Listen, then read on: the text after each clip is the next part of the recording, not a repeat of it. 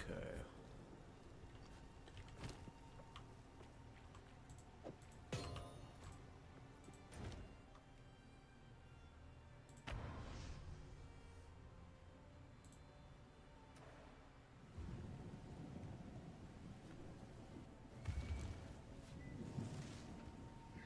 My hair's crazy right now.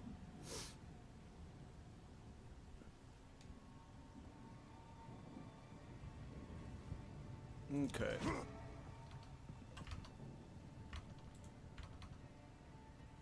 Hey, what's up, Rusty? How you doing, man? Happy Friday to you as well.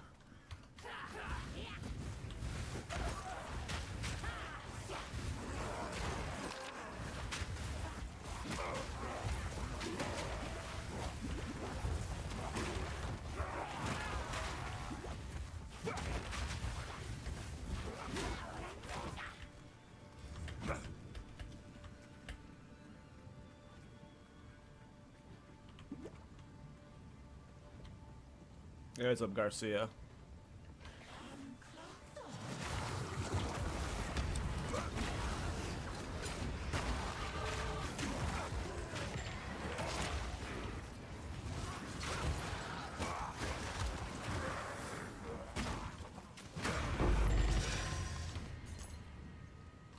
Alright, I already see there's no way I am keeping this helmet on, but I'm going to keep it on as long as I can, but no dodge roll already feels awful.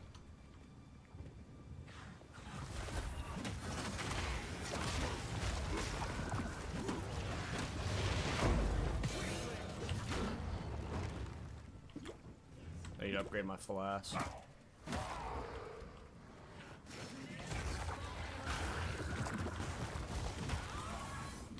need to go that way.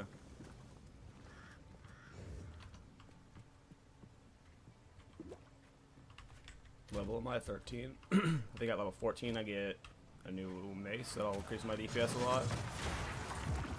I'm already doing good, so.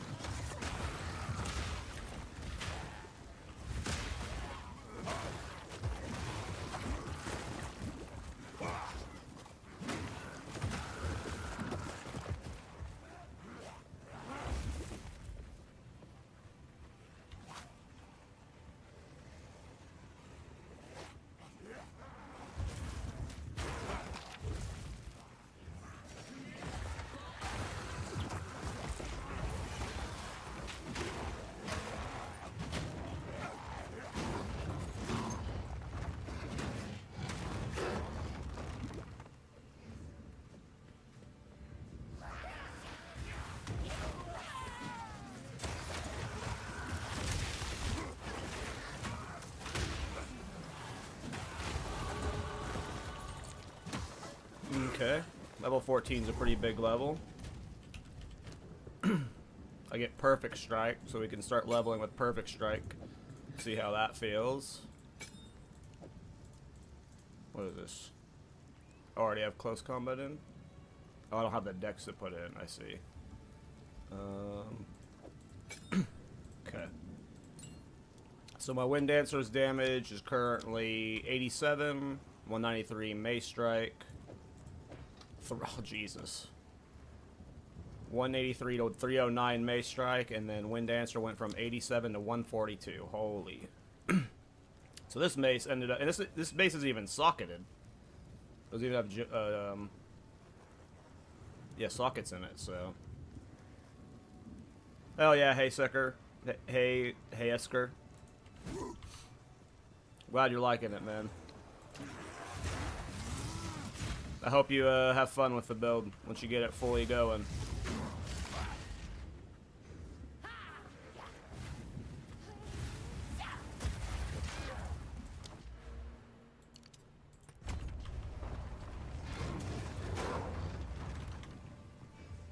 I need to get some leech at some point. I don't think I have any gear of leech on it.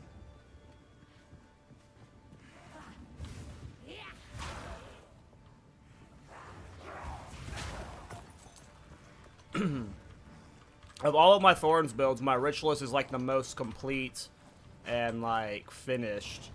Garcia, so if you want like the smoothest, most realistic experience, try out the Ritualist Thorns. The Infernalist Thorns is nerfed, and I'm not sure about Gemling Thorns.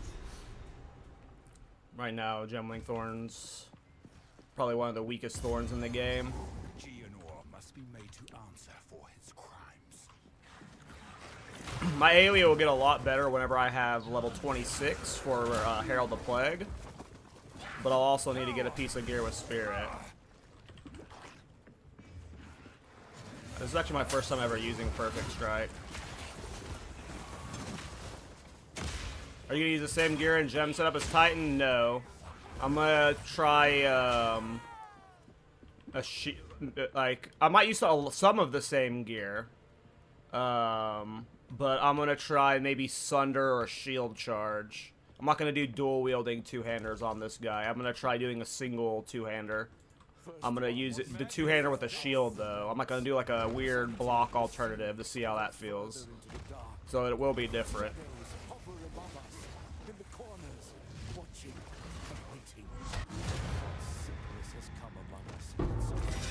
I just woke up. Hey, Ryan. Nowhere is safe.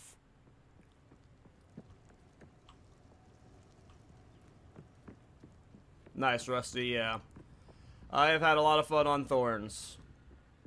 I thought about doing it on more Ascendancies, but I don't want to burn out on 0.3, on 0.2 before 0.3, so... A lot of the Ascendancies I still want to try, like Blood Mage and stuff, for Thorns, I'm waiting until next patch.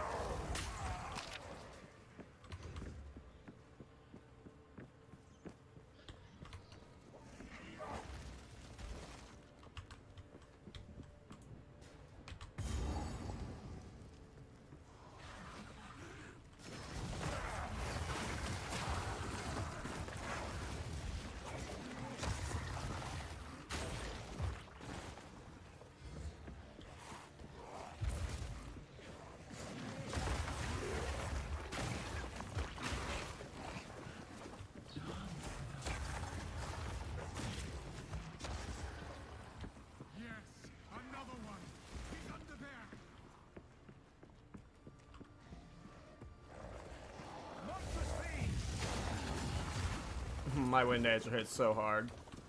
I don't even need to use Perfect Strike right now. I just need to get a little bit of leech. Did this weapon have leech on it? Oh, it's got life on kill, so that's why I'm healing so much, which is nice.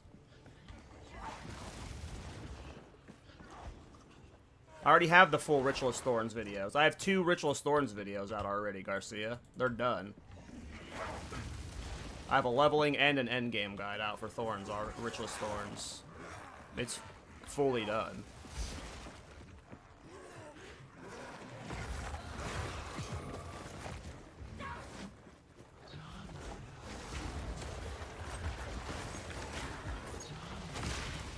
Like, I'm not, like, there's no more Thorns Ritualist videos coming. I already have 2 out for it. Okay. So I think next, I'm either going to get these two-handed mace stuff, or I'm going to path this way, get this jewel, and then get this area effect stuff here, and this area effect stuff here.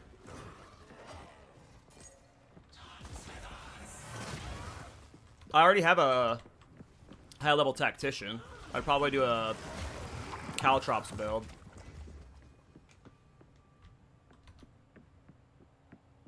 Nice, Shaq. Let me know how it works, man.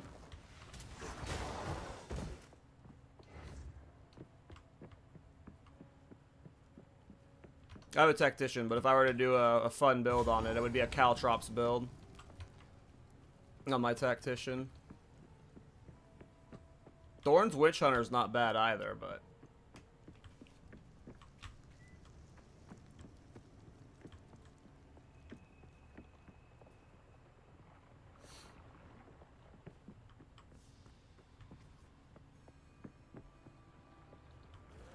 Yeah, if I were to play something on... Oh, I always forget to update Nightbot. That is definitely not my most recent build. I think that's leaked into my rich list, I assume.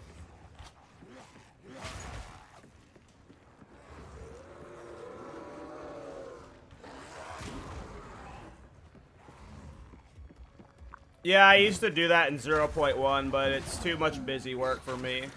If you could, like, bind Blink to spacebar to where, like, it would automatically do it, but when you have Blink on your weapon 2 set, you have to hit X to do the weapon swap, and then you have to Blink.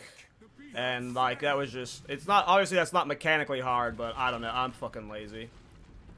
But I used to do that in 0.1 on my Blue Flame Ballista attack Deadeye.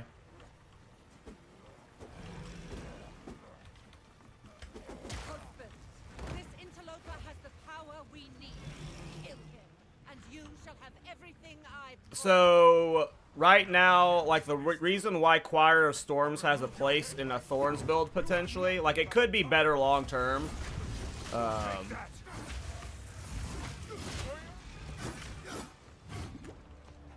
But, right now what makes Choir of Storms interesting for Thorns builds is, right now, Thorns with cast on crit is bugged. It does not generate power for it. But, Choir of the Storms, it generates crits for cast on crit. Or power for cast on crit. So if you're wanting to do like a cast on crit Thorns, you had 100% crit, you would use Choir of the Storm to generate that cast on crit. I doubt it's very good in this patch, but... Night falls.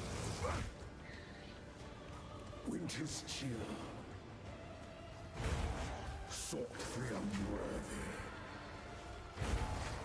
Am I doing some sort of twink? It's a budget twink. Every piece of gear I've bought was 1 Exile. So if you consider that a twink. As cold as death. Of baleless misery. But it's a cheap twink. Won't forget. I mean, we're 2 months into the season, you know? I've got a bunch of gears and shit in my stash I can use.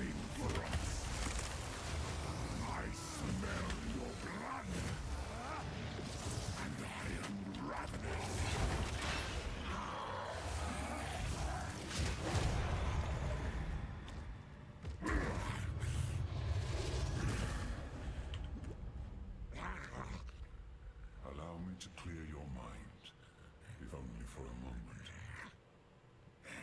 Yep, Choir definitely has a place. Madness. It consumed my being. Oriana used it against It's just very specific Thorns builds. Like, I wouldn't run Choir in your traditional Thorns builds. If you're not running cast on crit, you wouldn't be running Choir. When will the new patch arrive? I think they said next week. Find Hell yeah, Joe. Yeah, right now, but first, I'm using... This is something I had in my stash. This is something I had in my stash. I bought this for an Exalt.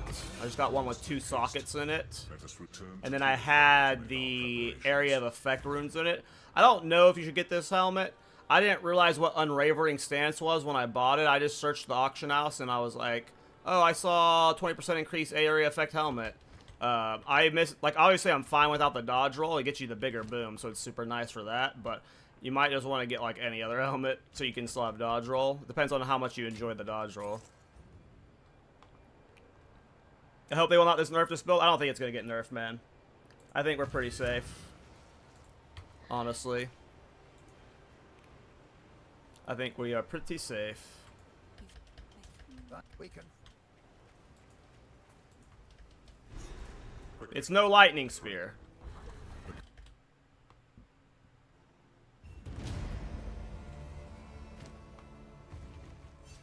Well, sir, we have a time short. Make haste.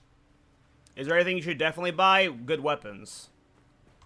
Get a bunch of good weapons that have good... You want melee skill levels, and you want high DPS. Only the toughest survive. So this is like the stash that I have, right? Like, I bought some starter gear that had, like, I have move speed, strength. I got you want to get like some dex strength on some pieces. So I have I'm playing Smith of Kitava, so I didn't get any resistance gear. I'm going to be doing the resistance ascendancy stuff, right? So I just got a bunch of stats on some pieces of gear.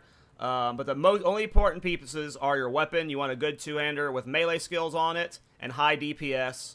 And then the other thing you could buy would be melee skills on neck and gloves.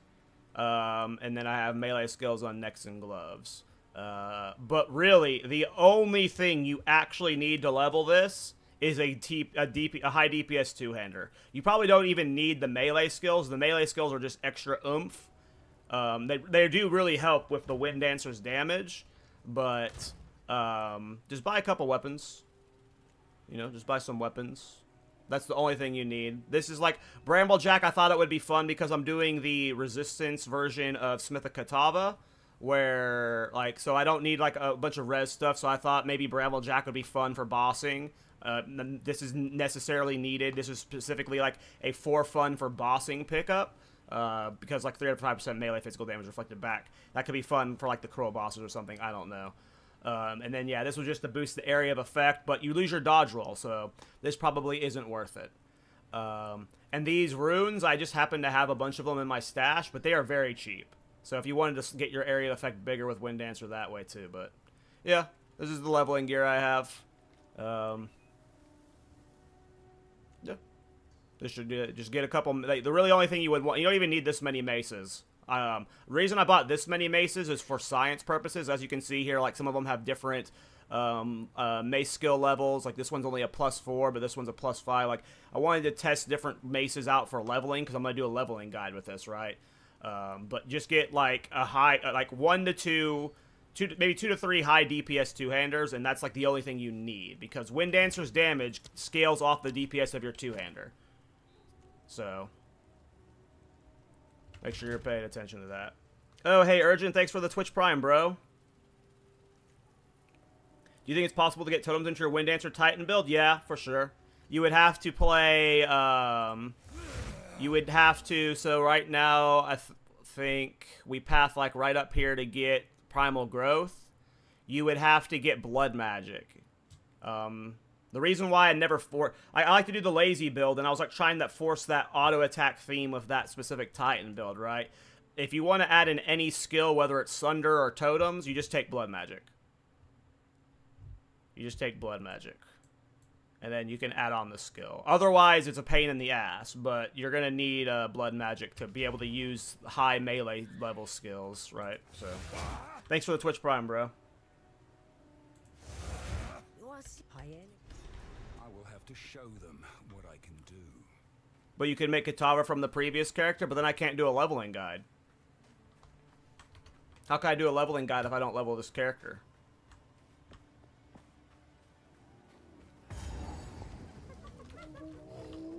People have been demanding a leveling guide. How can I guide people if I haven't done the process myself, man? Take that! Good timing. The spirit is near. Try and keep up. Don't lose It's sight. from Wind Dancer. All from Wind Dancer. Don't let it escape.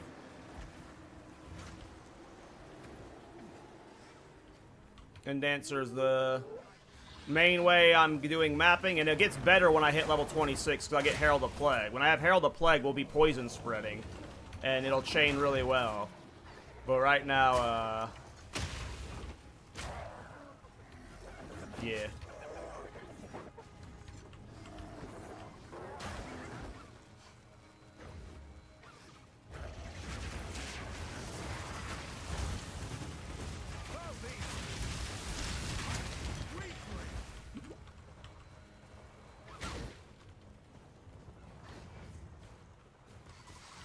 Yep, Wind Dancer takes care of most of the stuff, and then rares and bosses. You can use Mace Strike. Right now, I'm trying out Perfect Strike, and I'm going to eventually try out Sunder.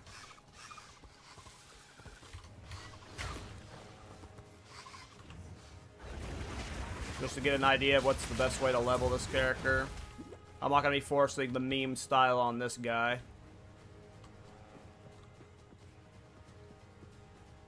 Yeah, Mobile Lytics is outdated. It's not the build I'm currently playing.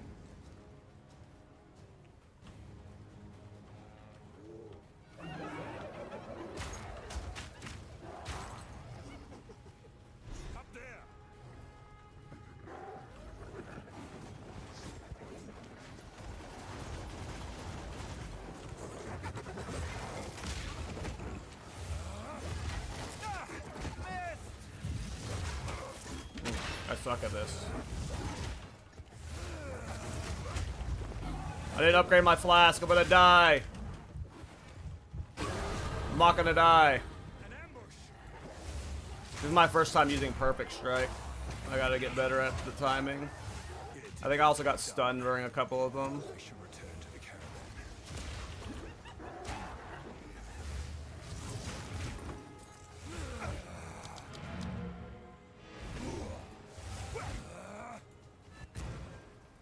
Yeah, right now I'm doing a two-hander style. I don't know how early I could force Giant's Blood, but I did think about doing just purely Shield Charge. And with like a one-handed mace. Because Shield Charge is very good. I had multiple Shield Charge characters in 0.1.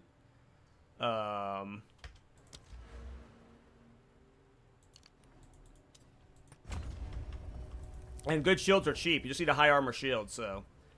And you already have the melee skill, so. It just in general feels good.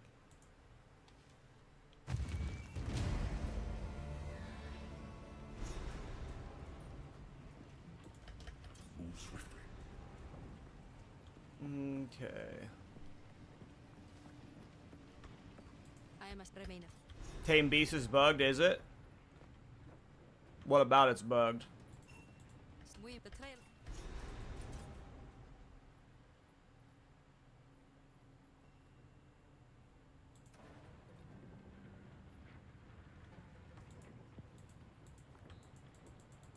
Oh, right, yeah, you just do a good weapon swap setup, yeah. That's probably the smart way to do it, to be honest. Use the two-hander for mapping, and then, for bossing, you just, yeah, that makes more sense for sure. That's probably what I see this late-game character transitioning to then. Because I do prefer Shield Charge. My Shield Charge Poison Titan from patch 0.1 was probably top 3 of my favorite builds.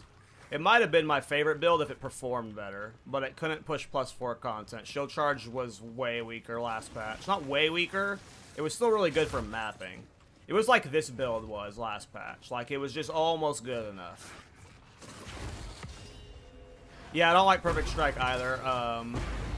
Like, just after using it, like, obviously I need practice with it, but that's just not my style of gameplay in general, even with, like, a higher attack speed. I'm not a fan of that. I'd rather play this, or I'd rather play Sunder or Shield Charge. So I imagine I'm going to try out Sunder at some point. And if I don't like Sunder, I'm going to try out Sunder during the campaign when I hit the level to use it. And then if I don't like Sunder during the campaign, I'm going to swap to Shield Charge for Endgame, for bossing.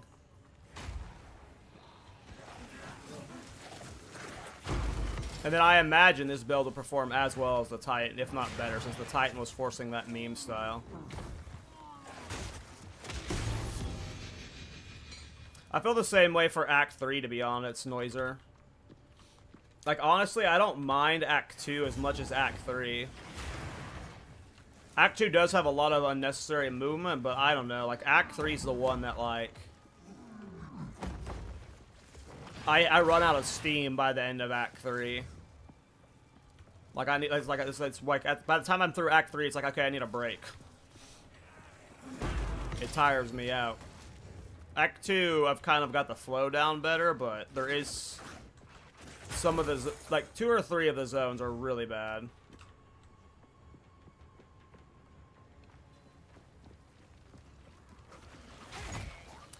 Oh yeah, no, Shield Charge is insane endgame.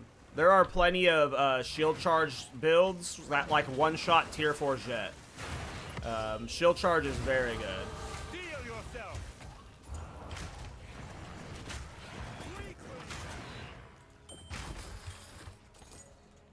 Shield Charge is very, very good. What do I want to do? Do I get this two-handed damage stuff, or do I go for more area effect for... I'm just gonna make the booms as big as possible. Screw the damage. I need to buy a new flask. Let's go to town and do that before I forget.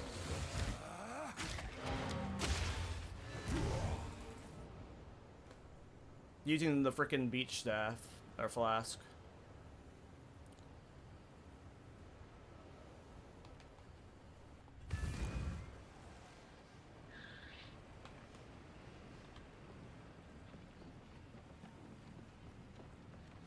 I have thought about solo self-found. I did solo self-found in 0.1, and I didn't like the state of it. You know, solo self-found will never be my main game mode. Stay in sight. Just because, like, a lot of my builds, especially like Thorns right now, it's so unique heavy, and until GGG makes some like a better deterministic way of getting early game uniques, because right now, like, getting a chance orb and like if I wanted to like do a solo self-found Thorns, I would have to get a chance orb by level 14 and then find a cultist crown to use it on and then get it. Like, it's just, and then just the crafting in general with like the style of builds that I play, I'm sure some of them could work. Like, this build potentially could work in solo self-found. I thought about doing a solo self-found run with this build, but in general, this, like, I just need crafting to be in a better state, and we'll get there in time, right? We're still like 0.2, right? 1.0 is not even coming out this year from the sound of things. Sounds like we're getting 0.3 in August and then 0.4 in November, right? So we're not even getting the full release yet. So we're just so far from having all of the crafting tools that I would want. So it's like, yes, I will eventually. I don't know if solo self-found will ever be my main game mode, but you will see me eventually start playing it fairly consistently. It's just, yeah, it's not in the. What happened here? My builds are not solo self-found friendly right now. But maybe that's just because I'm too unique dependent and I'm still a noob creator, but when I think about all the builds I want to play, like, this is like one of them that could work in solo self-found.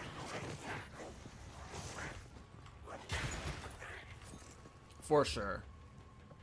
So, you know, maybe if like after this character's done and I'm still vibing with it, you know, I do an attempted run at it, but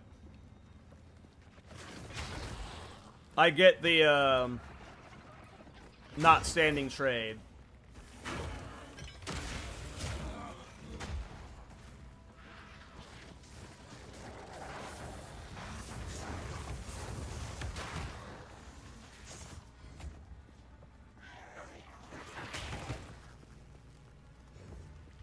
I'm not even sure what your Oh yeah, that is odd, Miller. Oh, look, a cultist crown. Speak of the devil. Yeah, I agree that is odd. Oh, I didn't bring my gems over from my Titan. I could slap one of my area of effect jewels in it. When I get to town, I'll have to log over.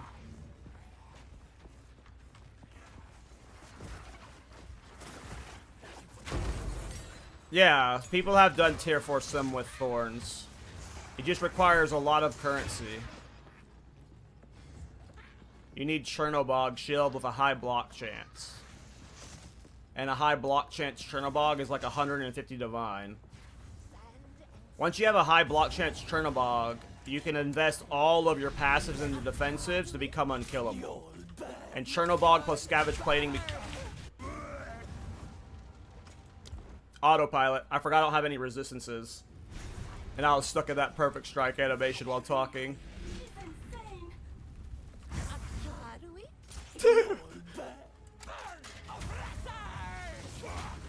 Man, I suck at perfect strike. There we go.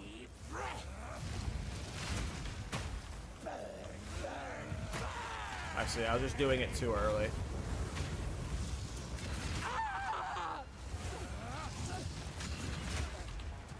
Alright. Now I see what the animation looks like for it. I was just like, I thought it was lighting up like right there. I was like just lighting up a little bit too soon. I got that better now. Get out of there, lady. What are you doing?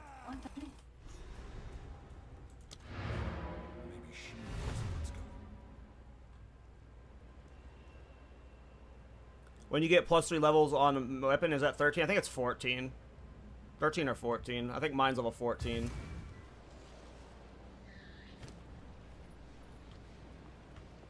Yeah. Okay, I need to get the jewels from my Titan.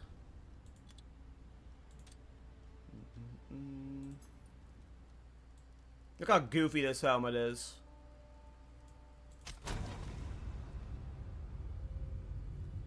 I'm sorry, Agamir. The only word I can read in what you just said is Chernobog.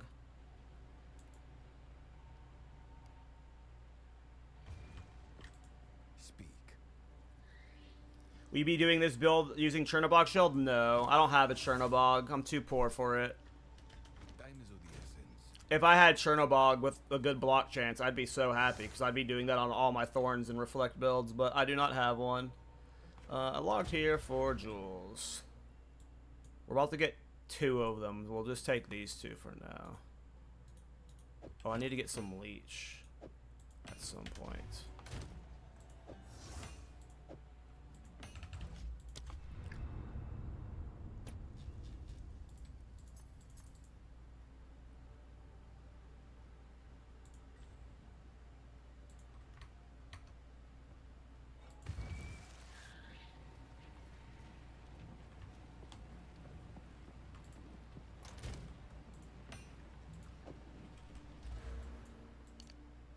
Okay. Let's get my Ascendancy so I don't die to fire damage again. Who goes there? You may take your time, as you wish. Ooh. New necklace. Goodbye. Okay, let's put my Wind Dancer gear back so I can like reference what I bought.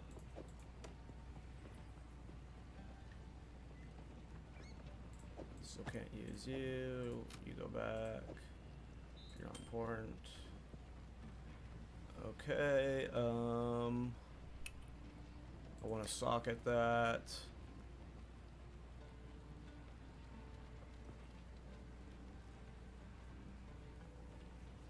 We'll add fire damage to it, fuck it.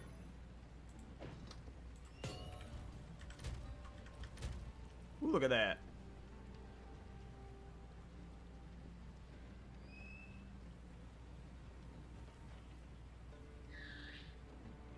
I have a big Thorns feedback video I'm posting soon, Noiser, and like the first 5 minutes is talking about how Crown of the Pale King should be reworked, Yes. and that the effect should be applied to Scavenge Plating. I definitely don't think it should be baseline, but if you're using a Spirit Gem like Scavenge Plating, it should make all Thorns damage reflect. But yeah, the worst part about Thorns right now is Crown of the Pale King. And that's like the biggest thing I'm pushing for in my feedback video, is getting that unique, that aspect of Thorns changed. I don't, like, it'd be cool if Crown of the Pale King was still a Thorns unique, right? But, it is the gateway to Thorns right now. You're not able to play it without it. And, yeah, it just makes it, like, impossible to league start, makes it impossible to solo self-found. Let us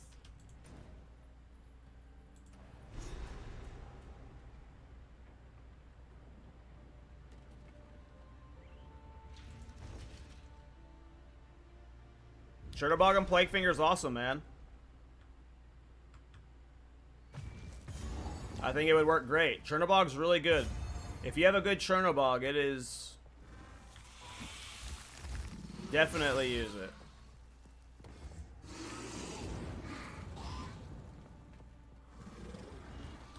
Yeah, I don't know when I'm releasing the Thorns feedback video. Probably this weekend. I need to get it out soon so GGG has time to, like, accidentally watch it.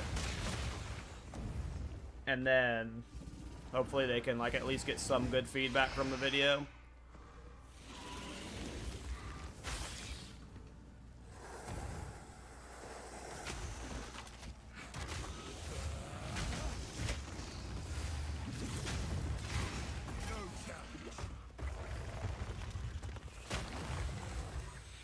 Yeah, I tried it a couple times. Just mana stacking in general is not very good.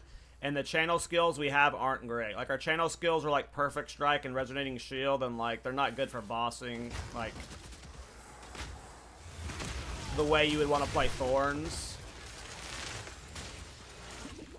But like when you talk about how much damage you get from it, like having to actually mana stack for, like you're talking, like you can maybe just slap it into perfect strike and it'll add some damage, right? But like even if you had an insanely high mana stack, the damage gain you get from it is so minor that like you would never call it a cracking barrier build. Like cracking barrier and mana stacking just has like, cracking barrier would need to be like 200%, not 20% for it to be good. It's like really undertuned is the right way to phrase it.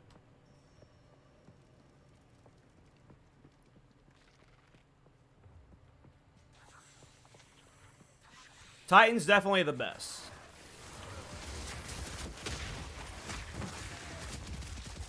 I'm playing a Smith right now because I need to make a leveling guide for Wind Dancer, and I didn't want to level a Titan because I already have a Titan, and I haven't played Smith yet. So, and I thought Smith would be a fun alternative for people who are on a budget because it allows you to spend all of your currency investing in damage, and you don't have to worry about resistances. But Titan's the best Ascendancy in the game. Like it's, if the build can be played on Titan, you play Titan.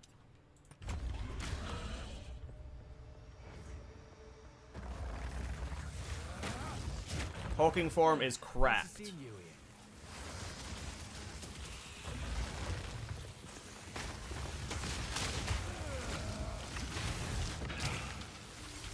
I need to get some physical leech. That'll help my damage a lot. I probably need to go buy a ring that has some percentage of physical leech damage. Because that'll take care of all of my, like, survivability problems.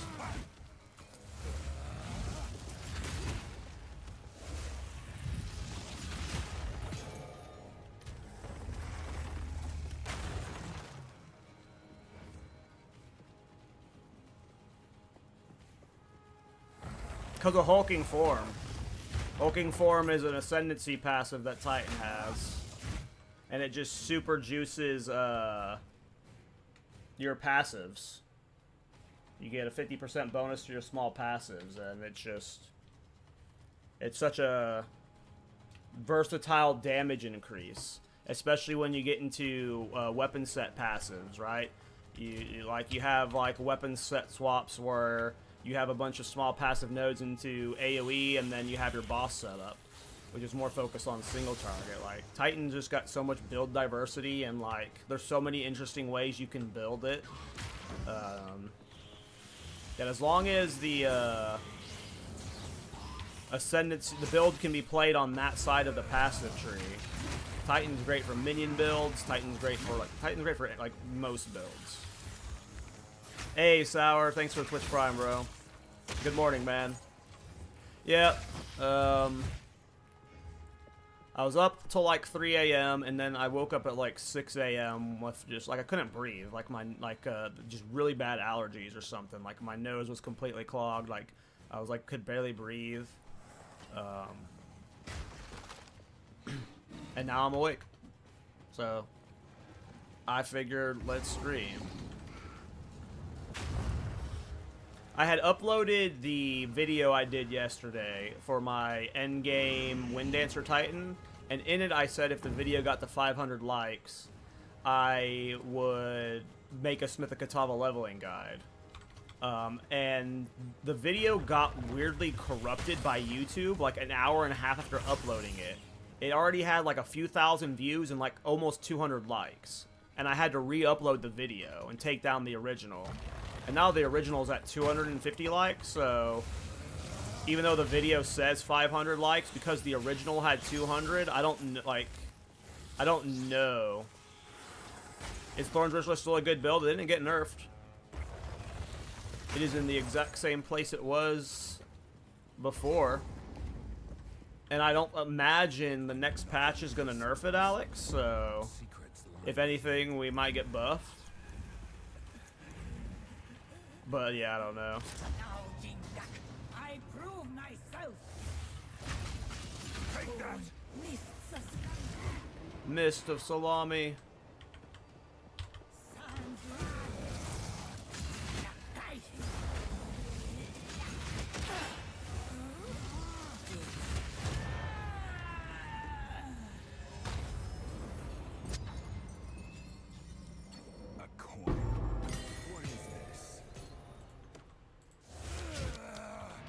Oops, you don't need to go town.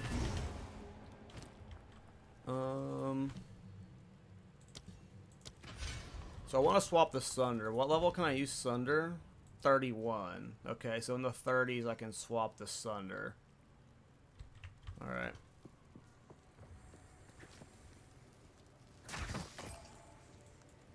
Alright, alright.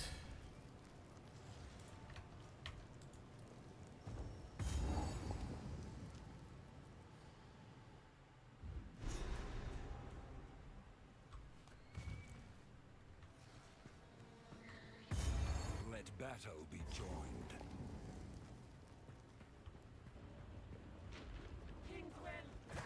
Alright. Hold them back while I open the gate.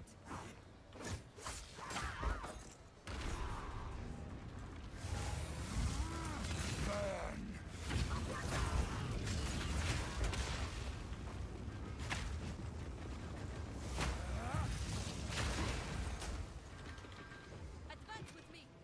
There are 2 more gates we must open.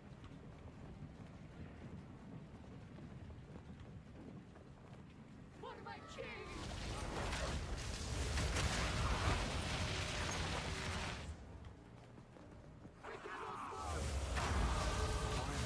Jeez, Sanders, 70k Wind Dancers. That's awesome, man.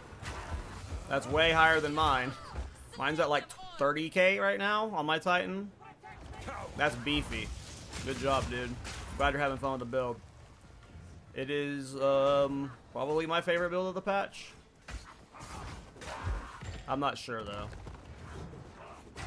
Beerus was really fun.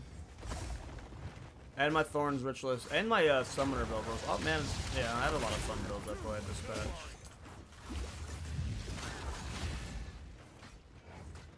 Why don't you use Perfect Strike on the Titan? I was trying to do a lazy build. And then, when you add Blood Magic to the build, that makes it like less noob friendly. When I go into a build, I don't think I have to make this build as good as possible. I go into a build with like a theme. Like I want to make Wind Dancer with auto attacks work, right? Like that was the goal of the character. It wasn't like how far can I push this Wind Dancer Titan, right?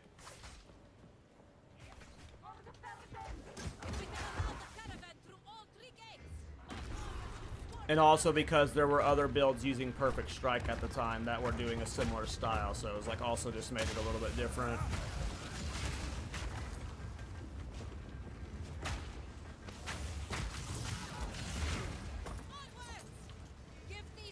But yeah, you could easily just add on whatever it's called, Blood Magic, and then you just start using Perfect Strike or Sunder. This build I'm probably doing with Shield Charge. Man, what happened to your Bone Sword build? It wasn't going well.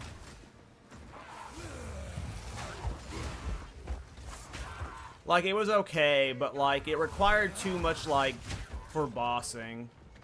Like, you had to really, like, it was really fun for mapping, but, like, when it got to bossing, you would have to, like, swap the rings and the stuff, and I just, like, I don't know what they changed about Bone Storm from 0.1, but, like, it wasn't doing as well on bossing for me. And, yeah, I don't know, the character's still there. Like, I think my Pathfinder's, like, in the 80s. I just, yeah, I don't know. It couldn't hold my attention. It's the first build of the patch that I just lost momentum on. I was just like, ugh, I ain't vibing with this, and I just didn't feel the need to make a video for it.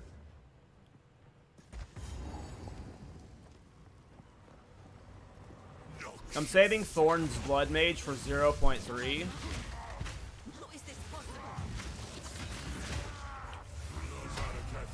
I did do a Wind Dancer build.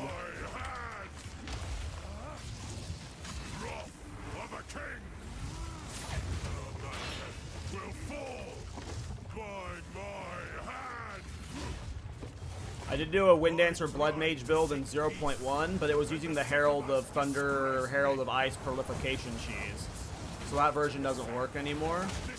Obviously, and they changed how Wind Dancer worked from 0.1 anyway. It didn't scale off of weapon damage in 0.1, so it was way different. But yeah, I had done a Wind Dancer Blood Mage in 0.1. He has the beast. I must stop him.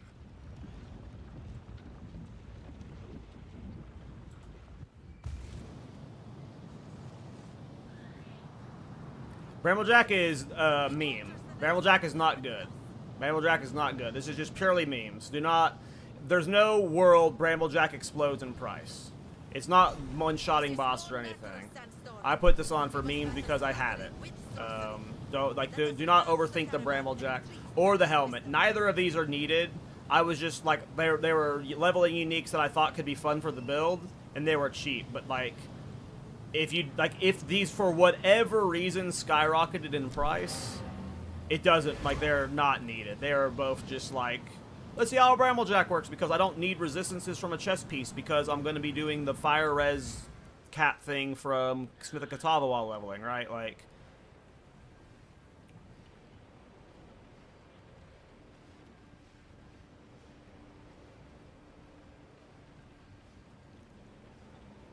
oh yeah, a lot of builds can one-shot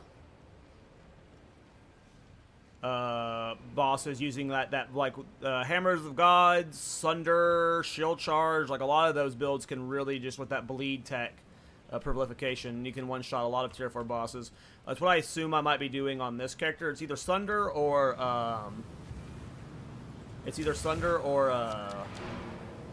Shield Charge. I'm gonna do on as my endgame bossing thing. Block hits trigger Wind Dancer. Yep. Doesn't matter if you all that matters for reflect skills like Wind Dancer, Arctic Armor, and Thorns is you get hit. It doesn't check if you block the hit or not, right? Because if you block the hit, you're still hit, right? Like, if you hit me and I'm thorny and I blocked it, you're still gonna hit those thorns, right? So it doesn't matter if you block the hit. All that matters is you got hit. Then those things procced. If you block the damage is not related to any of the reflect skills.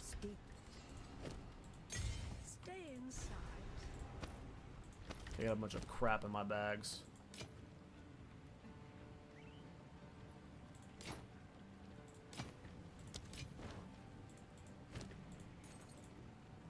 Oh, new boots.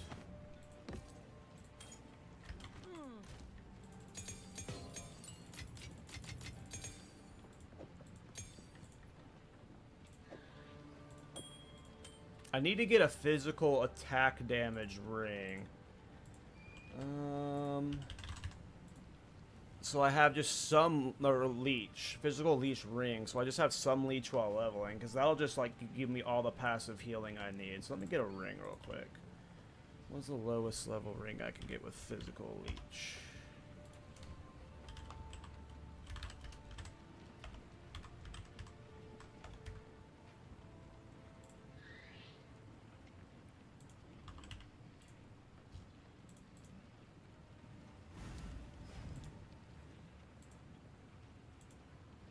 $16, okay. Let's find one that's not a shitload of exalts. Yeah, this one's 1 exalt.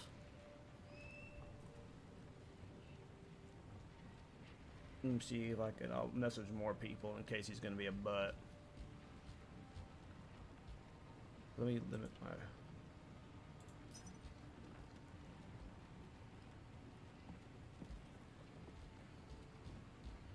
I'm only messaging people listed at 1 exalt. I should just search by 1. Ooh. Thank you.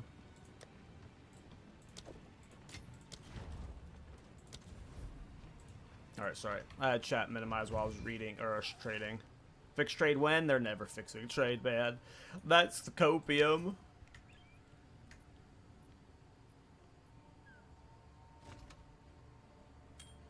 When is a good idea to go full Wind Dancer? I'm going full Wind Dancer already, man. I've been leveling it with it from 10.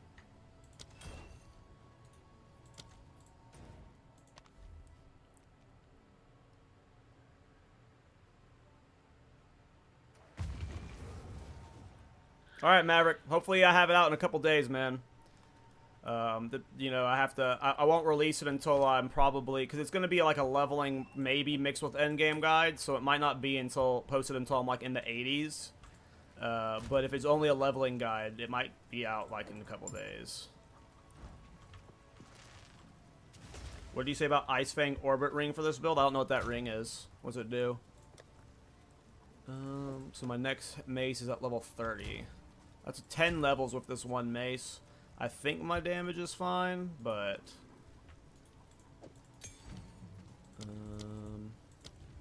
Oh, right. I needed to get something with spirit on it.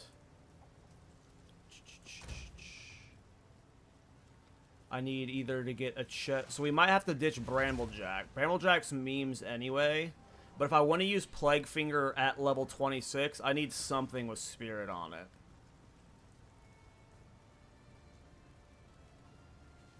What do you go after on the skill tree? Right now, I'm just doing area of effect stuff, just to get my Wind Dancer as big as possible. So right now, I went this way, grabbed these nodes, went this way, grabbed these nodes. Now I'm going to path over here, grab these nodes, path over here, get these nodes. If, like, you're, like, on a... Like, if you're solo self-found, you might be forced to be playing, like, more defensively, but I figured since I have, like... this leveling gear, right? I can just invest purely into making my Wind Dancer as big explosion as possible. Okay, I need to get a piece of gear with Spirit soon, because in 6 levels I can use Herald of Plague, and I would rather put that on right away than have to wait until I clear Bog Witch.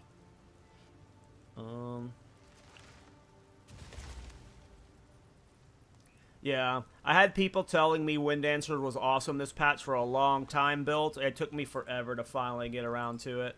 Wasn't until I saw Morgan Naruru posting on Reddit about his gemling that I was like, okay, it's finally time to give it a go again. Okay. It's either I get Spirit on a neck. I think I just get Spirit on body armor, though. You know, I'm going to get on an amulet for now. Because this amulet doesn't even have melee skills on it, so... Level am I? We need it by level 26. It needs to have at least 30 spirit. Okay.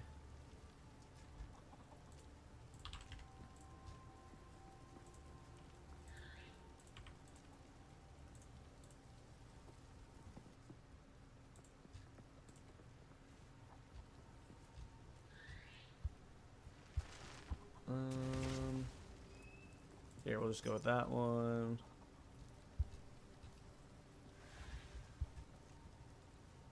Go with that one. That one.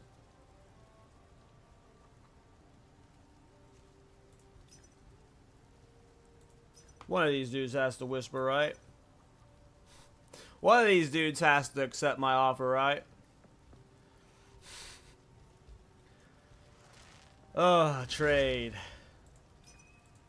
Oh, trade. Which one is that? Whatever. He's the only one that got back to me. I can't be picky. Oh, wait, someone else did. Hawani, what did you have? Yeah.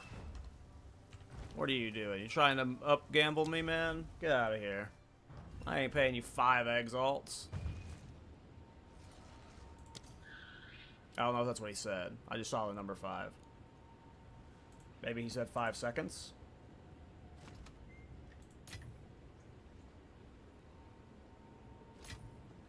What do you mean?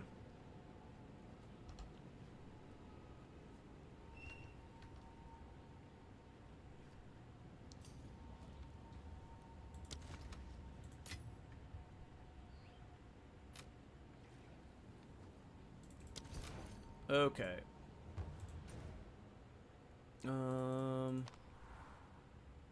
All right.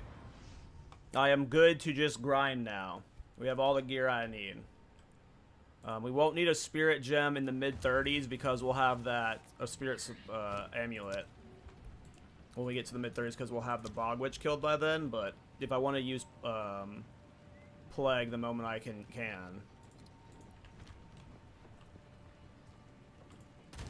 then I need it. Okay, so at level 24, I can put on both of those, which is 2 levels before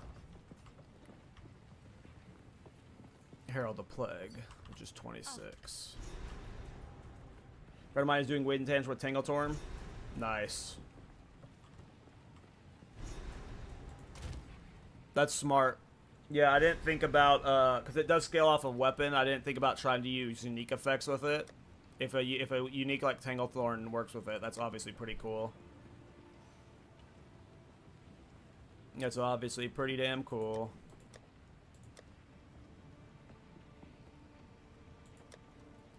What was I looking for? Oh yeah, I was gonna get my level 8 Spirit Gem for whenever I can use Herald the Plague. Okay. Let's go do Trial of Sycamas.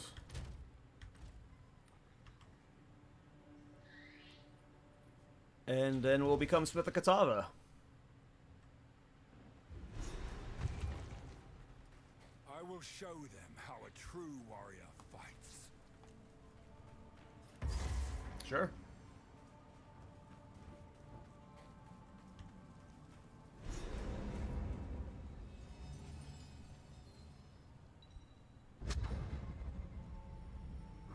I will serve.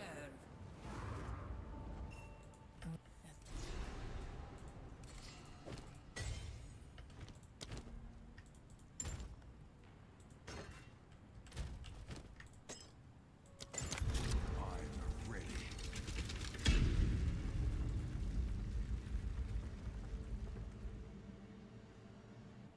That's awesome, Antonio. Yeah. Place is ancient. Reflect builds are in a way better spot this patch, yeah. My best Reflect builds, like, they weren't pushing Pinnacle content at all. Like, they were at most doing base content. Because remember, the plus zeros were way harder last patch. But still. Yeah, none of my Reflect builds that I can remember off the top of my head, like, made a really deep run. Like, most of my builds could do, like, Waystone 15s, but once you wanted to do beyond that, it was like, well...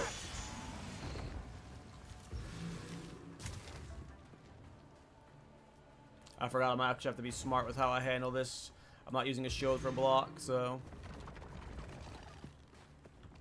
I won't be able to eat too many attacks.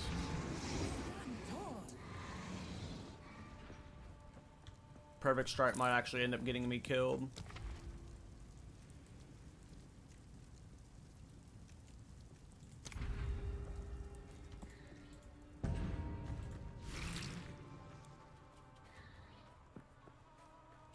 Because if you block, you don't lose the honor, right? And I don't have a block right now, so like getting hit for Wind Dancer is actually kind of risky.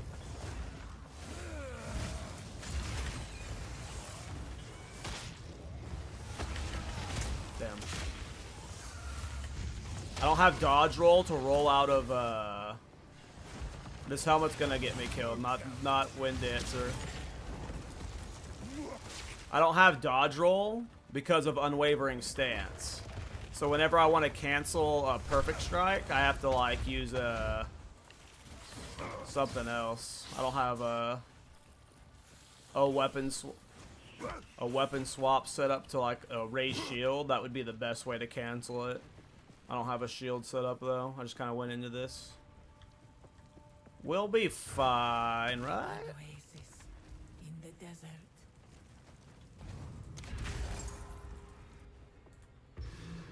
Yeah, we're fine. The first one's easy. If this was the level 60 version, then, you know, I would need my honor resistance relics. Because once you have the honor resistance relics, like, I would have taken, like, maybe 5 honor loss if I had those honor resistance relics. But I don't.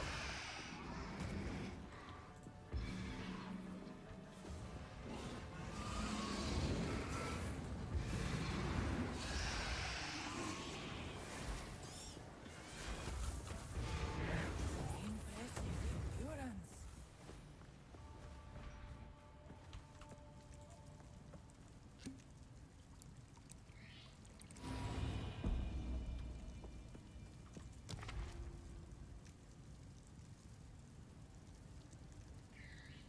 Oh yeah, man.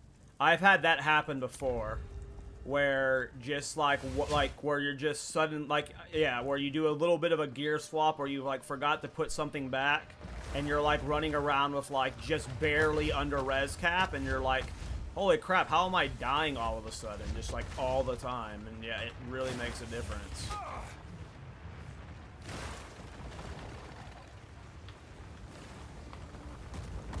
Oh man, I normally use dodge roll to roll under these things. This is the first time I've played without dodge roll, so like I just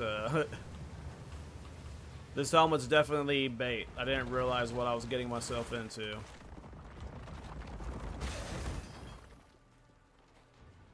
Agreed. I don't know why Trial doesn't share your relics across all characters. I hate that I have to move them. It is very annoying. That is like the biggest quality of life for alternate characters.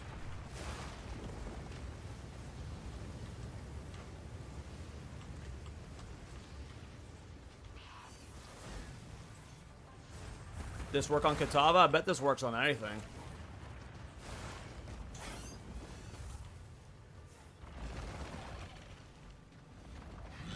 I bet you could do a flavor of Wind Dancer on any Ascendancy.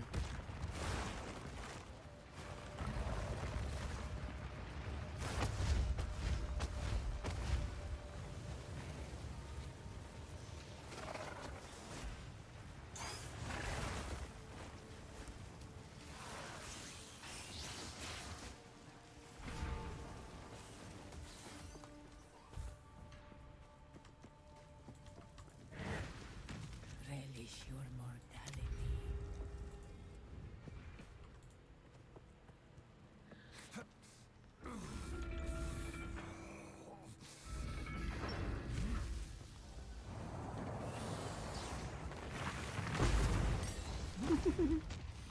The big exposures are so fun, though.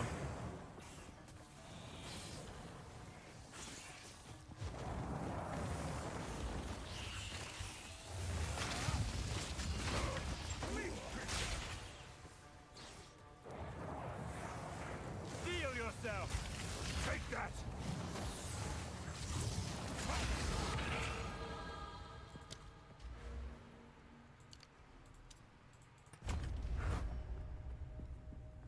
That was close.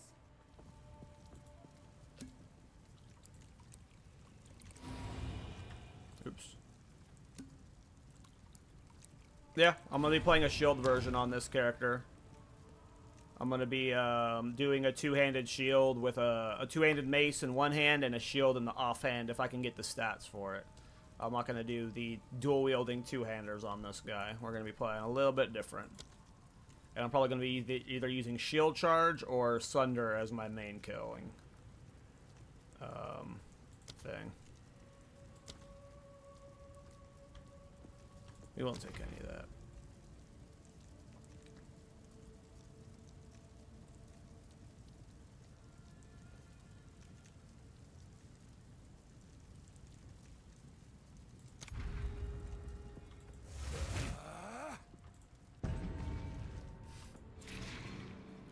What's lightning spear?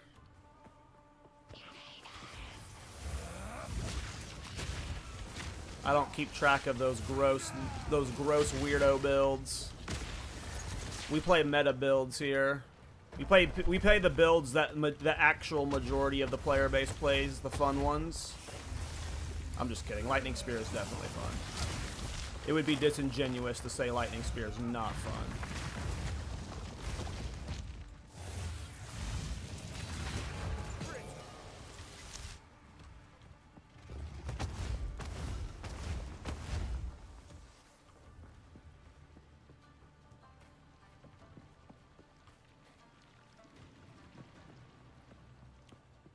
I killed plenty of rares and bosses on my Titan with Mace Strike.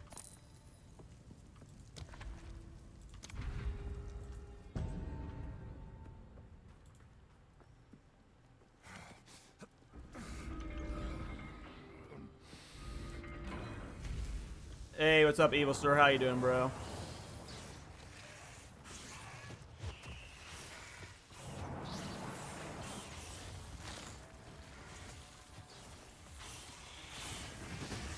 It's okay. It's like a meme leveling item. I definitely won't be using Ezomite peak in late game. But for leveling, the no dodge roll kind of sucks, but yeah, it's just a meme item. This definitely won't be in the late game. Swift magnificence. I would give anything for a sip.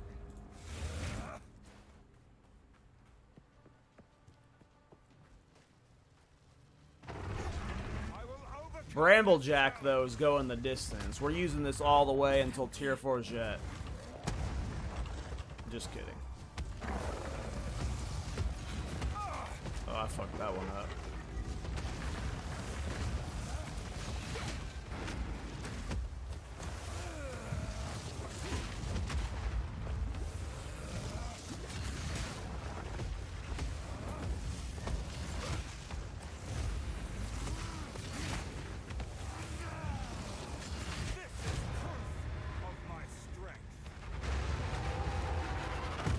Yay! Succeed. We did it. Let's plan. Smith of Kitava. So I think I'm just gonna do the I don't know what I'm doing first, to be honest.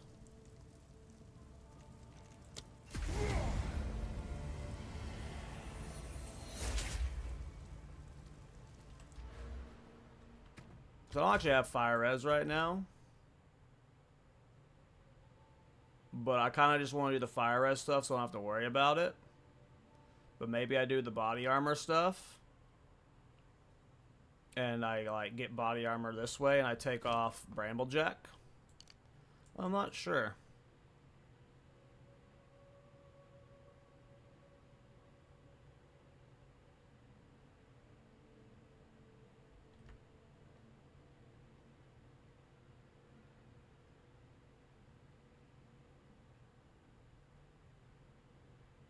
Is this any good? This doesn't seem good.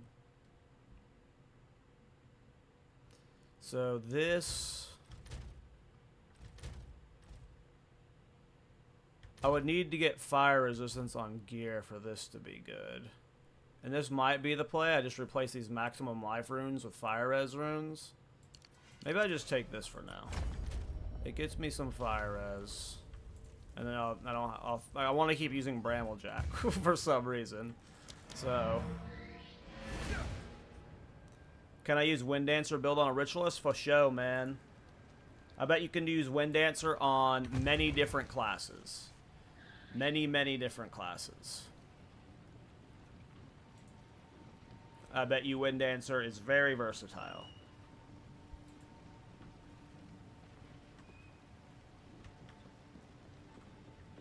Ritualist would probably be great for it, to be honest. Okay, so I'm level 21. I should just slap some fire res runes in.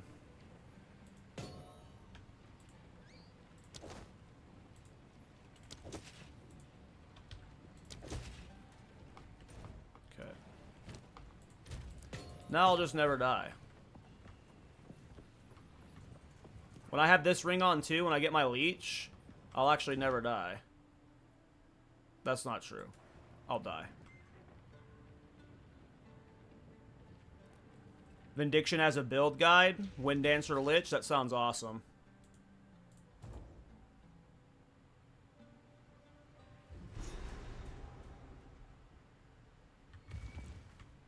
Yeah. Like I said, I bet Wind Dancer works on many different Ascendancies. It is insanely versatile. And you don't have to do the Titan's dual-wielding two-hander style that I was forcing with the Mace Strike. I'm sure there's many different ways it gets played.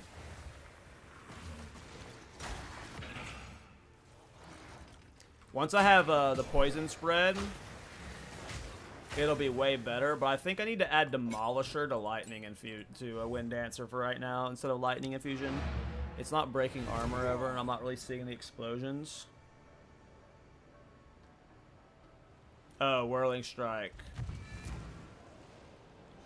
All builds are nasty with CI. Most builds, I mean, if you're not using a life at all, CI is just... any build I can get CI on, I try, but... Yeah. I bet you could. Okay, let's get Demolisher and Wind Dancer. Everything else is right? Corrosion, Armor Explosion, and Venom. Okay.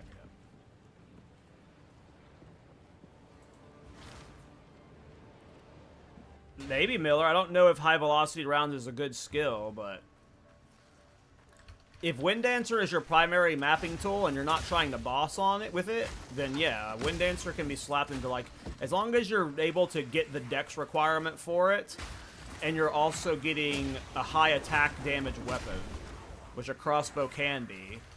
You would be missing out on the melee skills from the weapon, but as long as you got it elsewhere, you know, you really only need Wind Dancer hitting in the 20,000s to start clearing Waystone 15s, and I have people in my chat who have said they've gotten it in the 70,000s, so I would not say it's no that it couldn't work.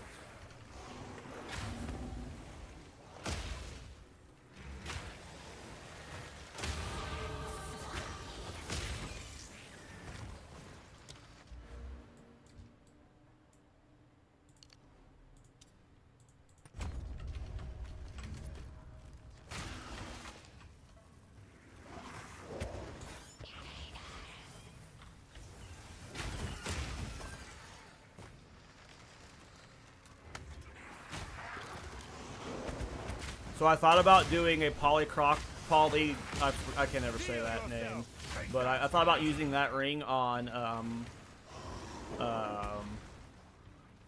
Wind Dancer with Warbringer, because Warbringer can utilize the easy armor break, and then you like mix in like cold damage with it, like or with cold infusion or something.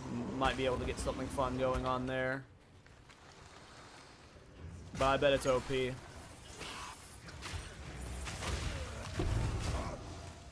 We might be about to be entering an era where I'm just making different flavors of Wind Dancers now that I've done all the different flavors of Thorns. Like maybe it's Will It Wind Dancer.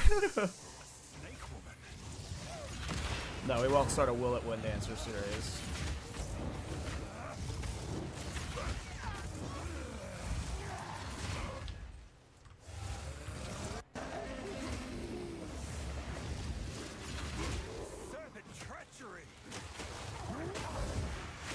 No, come back.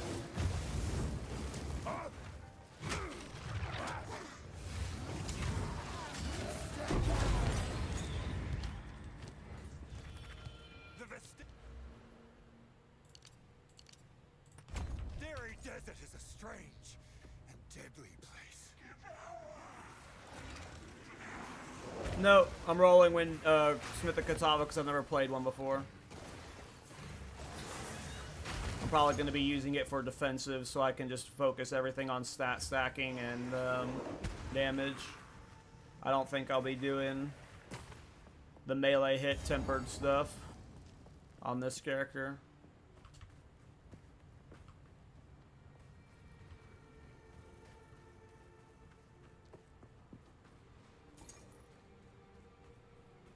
Oh, yeah. That makes more sense. Where the hell am I supposed to go? Was I supposed to keep going this way? No, that looks like a dead end. This map confused me. Hey, no please, how you doing? Good morning.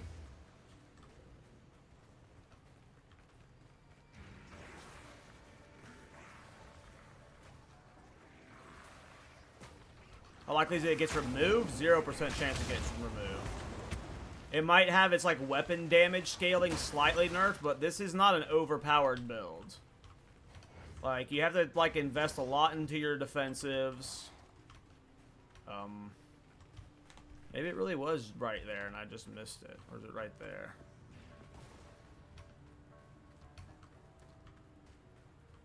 Like I could see it maybe getting a slight damage nerf, but Like, you have to invest a lot into get it. Like, you have to have good damage weapons, you have to have melee skills, you have to take a hit to get it enabled. Like, it's not like, you know, Lightning Spear tier. It's a good build, right? But what's making it good, like, is like, when you look at all the really good Wind Dancer builds, the ones that are better than mine that are actually doing tier 4 Jet, they're using, like, Sunder and stuff to kill the boss. Like, I feel like those abilities are more likely to get nerfed than Wind Dancer. Because Wind Dancer takes some serious investment. You're not just farting your way through a Wind Dancer build.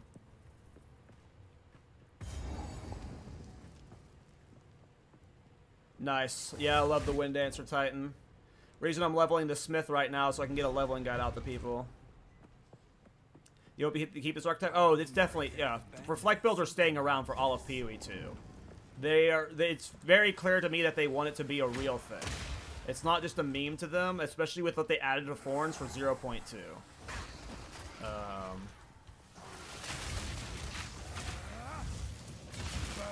It's not just staying around, it's gonna get better over time. Like, reflect builds are going to be a popular playstyle that, like, right now people call me the Thorns guy, but there's not going to be a Thorns guy before long. There's going to be all creators play reflect builds by the time that, like, you'll see everyone playing them. They're not going to be just a meme niche build. Like, from time to time, everyone will eventually visit. It might be their main play style, but like, these reflect builds aren't going anywhere.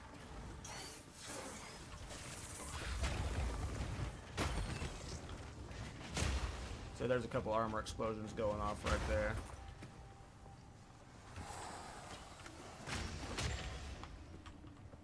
But without the spreading going on and more explosions. We are going to start lacking in damage, by the way. This two-hander is only a level 14 two-hander, and I don't think I replace it until level 30. So at some point we're going to get a big damage spike. I think I might need to keep going that way. This isn't select the right way.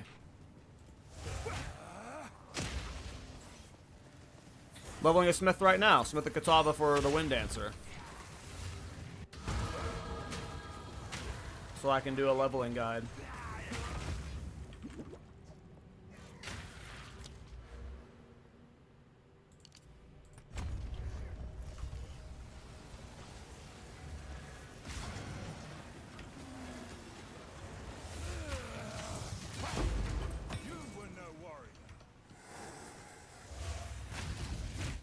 So, like, a lot of this stuff, like, Orbs of... If this was a fresh start, I'd be picking up augmentations. But those are literally, like...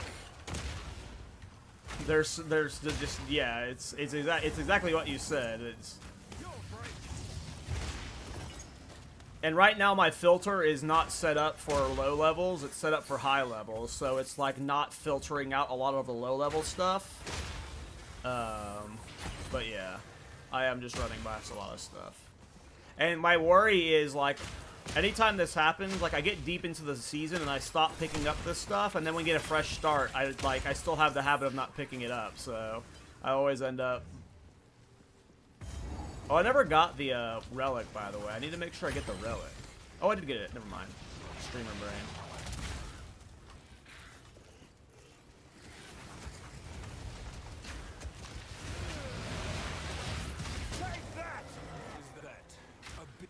I am lagging like crazy right now. Sheesh.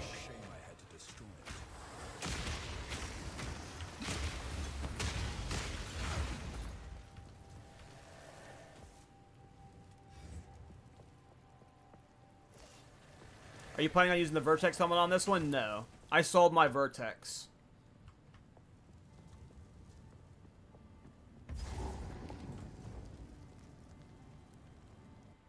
I ended up selling it, so... I don't even have it anymore. Did they really need all this to prove their faith?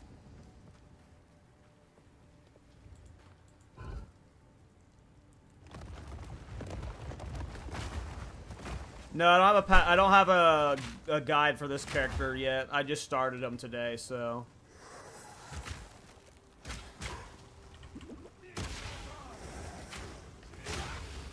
And I'm never going to sit there and make the leveling guide breakdown before I've made the character. Hard pass. I just kind of like free ball it, you know. I don't know if free balling is the right term to use for that, but I just kind of wing it.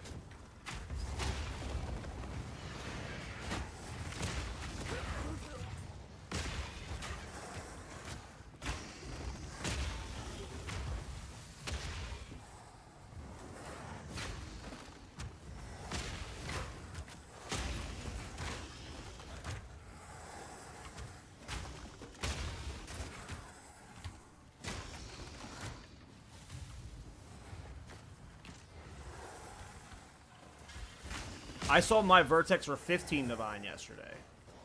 So, it went up in price.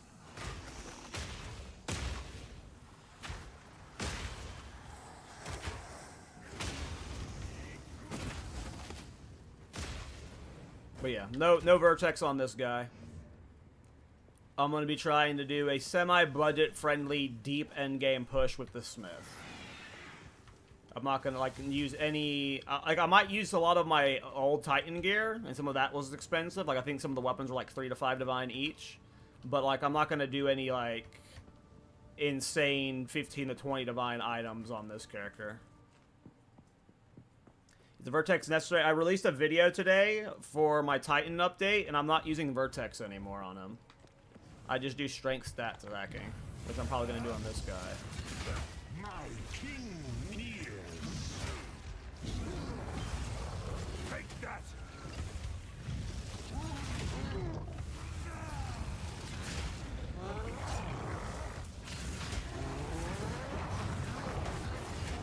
Embrace corruption.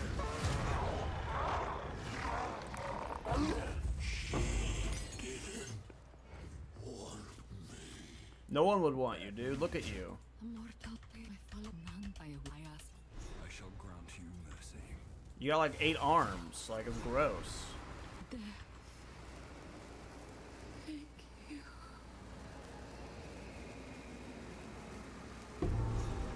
I will rest now.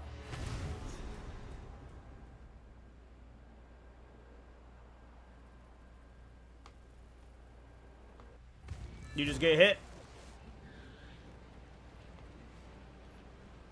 I literally just did it like 30 minutes ago, Jared. Just go back in time and you can watch. I've changed my mind. Like, you can rewind the YouTube VOD. I cleared it with like still 600%, and I didn't use my good relics either. I don't know. But base Trial of Sycamus is really easy. I will tell your tale. I've never had problems with it personally. I think people overthink the reflect stuff with leveling in trials.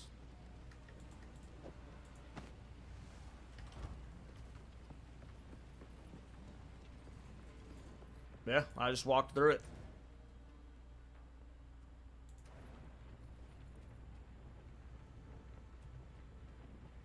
Yeah, he needs to work out too. That was mean of me. It's not just the 8 arms. I don't mean to arm shame. Maybe he just needs a bath. How does anyone live in this forsaken wasteland? I mean, it'd be the same concept. You just use honor resistance relics at that point, and then you clear it.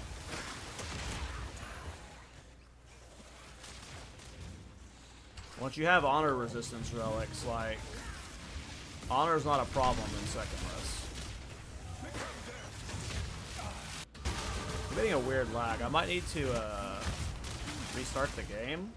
I keep getting like this weird stutter. I thought it was the last zone, but it's still happening now.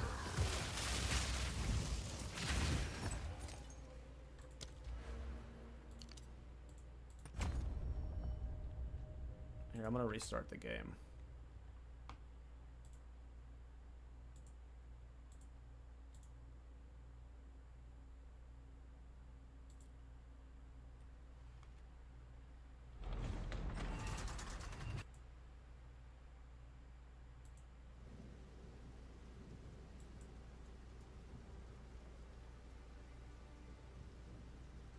Use /clear in chat to fix the lag. Okay. The stutter comes and goes. Interesting. This is the first time I've felt the stutter that bad. It's the chat log. You can watch it. It spikes as messages comes in. Interesting. What's happening on the Xbox and my PC earlier. Interesting. Okay. Well, thanks for sharing. Yeah, that was the lag was very. I've never had stutters like that before, and it was very. Yeah, it was very jarring. And then the /clear.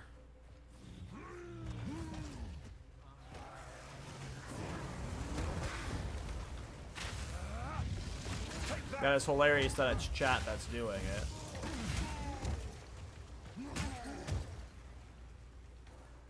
And I assume it's people that are intentionally trying to find new ways to DDoS these servers. Because if chat's causing this lag, I imagine it's being done intentionally right now. Because if this lag didn't exist when the game was at its peak moments, why is it existing now? It's because someone's doing something specifically to cause that lag, right? I could be wrong. Maybe like a recent hotfix like went live last night that broke things, but my first guess is someone's being malicious.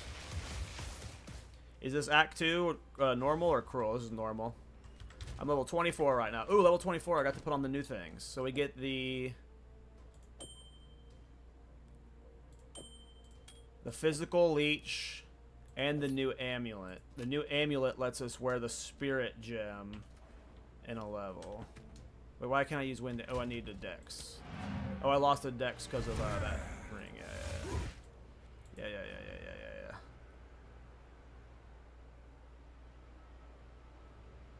Oh, really, Giga? That's interesting. That's kind of funny, but it's interesting. I need to get a pillow for my butt. My chair's starting to hurt my ass. Okay, what did I come to town for? Oh yeah, to fix my wind dancer. I've changed my mind. How many decks do I need? More than one. I'm not gonna actually go look. I'm just gonna do it like this. One more? I bet this is the last one. Yay!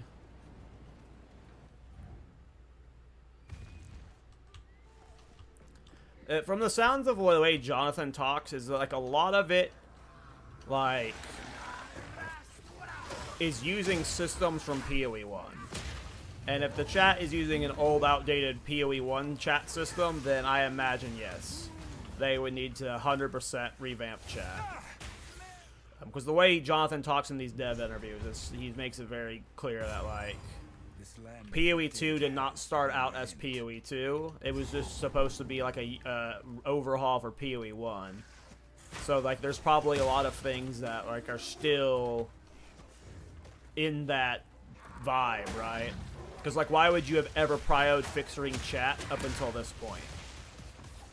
Like if the lag wasn't being a problem, why would they like even address it now, right? Like there's just way bigger fish to fry. Chat is like, who cares, right? Like, if anything's going to be a PoE 1 holdover system, it's chat, so I get it. And based off of the way he talks in those interviews, their team is insanely small. Though chat should be one of those systems that they can expand easily. It sounds like their actual development and balance team is like only has a few senior members and then like handful of junior members. But all the other teams seem flush with members. Art teams, UI teams, stuff like that. That makes more sense, right, as well, so.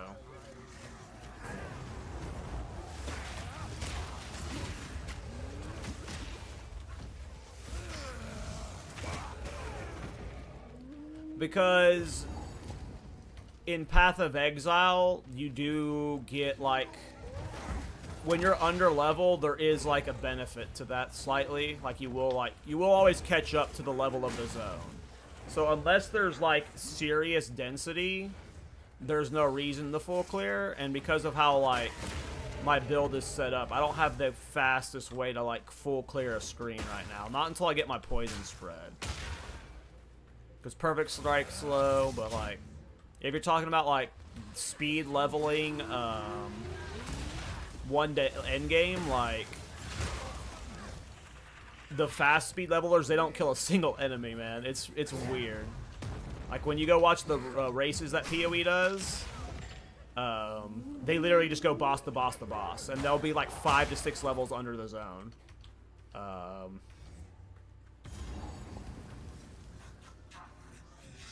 I would not be playing this game if I wasn't twinked out of my, out of my mind, right? I would be required to be full clearing if this was a fresh start experience, but I just have really good gear, so.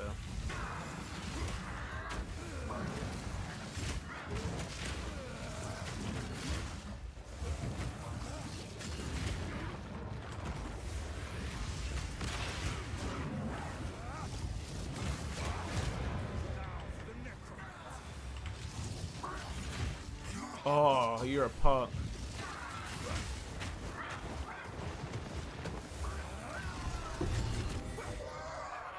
Join the dead, these tusks are what I seek.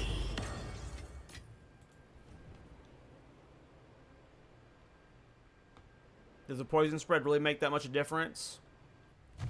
Depends on the map. Depends on the density. It really does, though. Like on these low-level maps, like there's not much density, right? But you start seeing better density in Cruel, and then once you get the maps, right? So is Herald the Plague needed for like how I prioed this amulet with extra spirit? No, probably not that important, but it ain't bad. Definitely some positives, you know.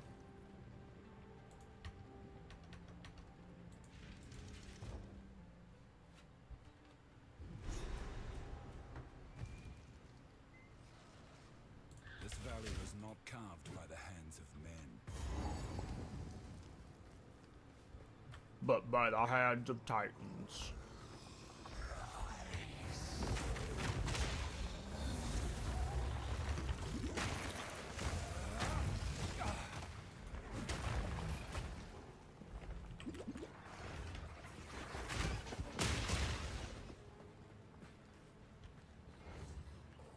Because yeah, even on a map like this, right, Herald of the Plague is like never gonna spread, right? But it'll have value at times, probably.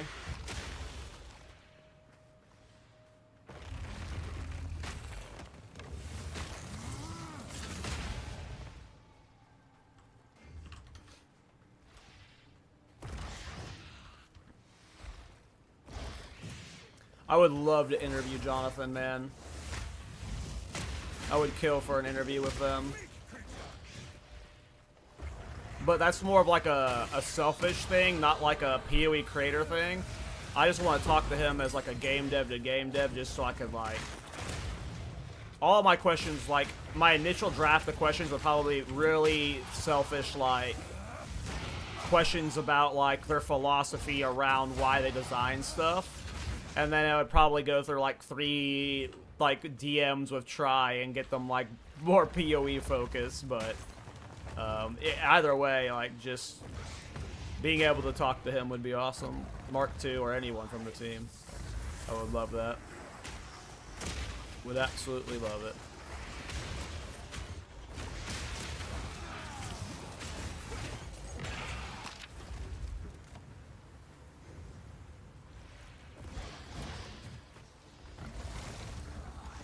I'm strength stacking. Strength gives you life too.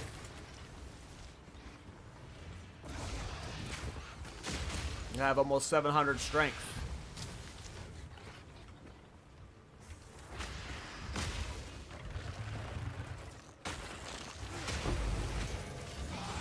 If you read the mobile links, I think I have strength prioed as a stat over maximum life. For that reason.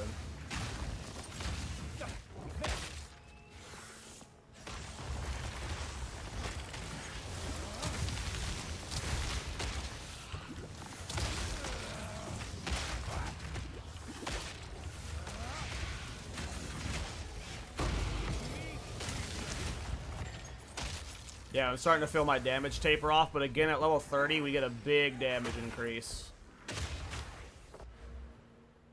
My damage would also be better if I had prioed these mace nodes here.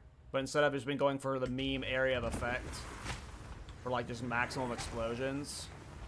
But that doesn't seem to have been worth it. So I feel like for the leveling guide, I would say like you come through here and then you go straight for these. And then you maybe double back for this. And then maybe even you come over here and get this. Oh, actually I'm not doing, yeah, this stuff here. Maybe you come over here and get this stuff here. And then you would path this way for the like the initial leveling path.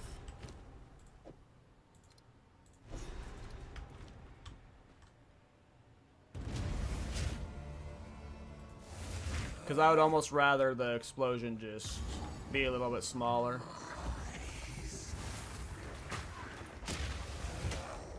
I was trying to overcompensate for the lack of hulking form in Titan.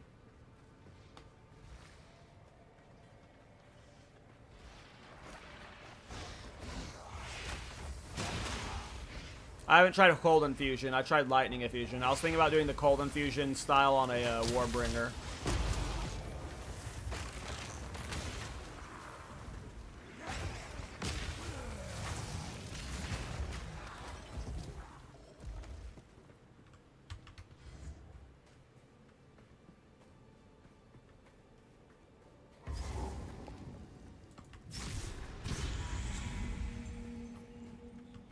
What is this place? I don't know. How many have I found? Only one?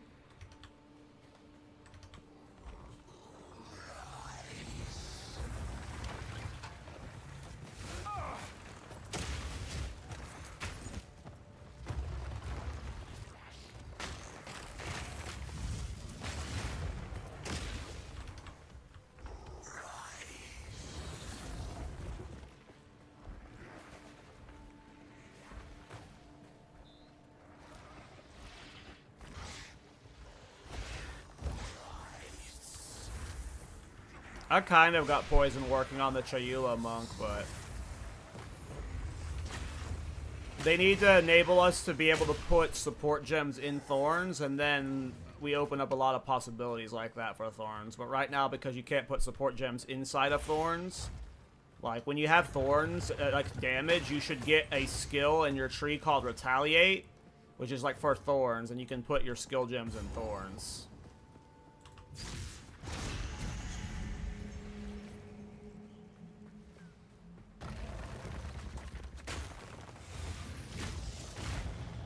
That's one of my things I talk about in the video for Thorns.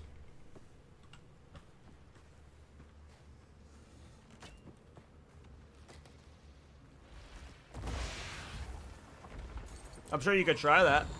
I don't think it's needed, though.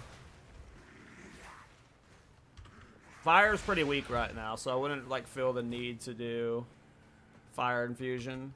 Like, you'd be better off of lightning infusion for shock, or ice infusion for freezing. Cold infusion.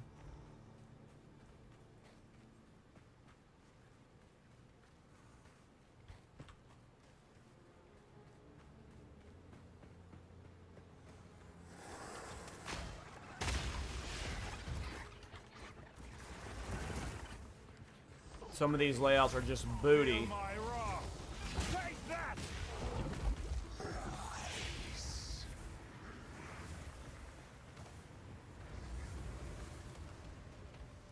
I think it does. I forget, though.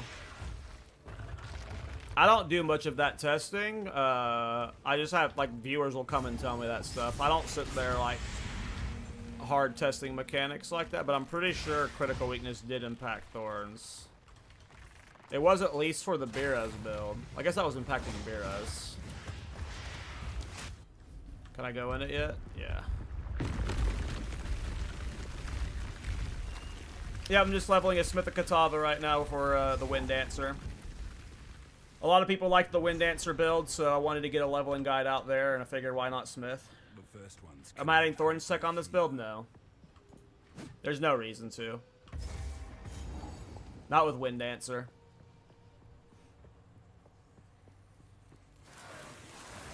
You can maybe add Wind Dancer casually to Thorns builds, but once you've invested this much into Wind Dancer, like, there's no reason to have Thorns.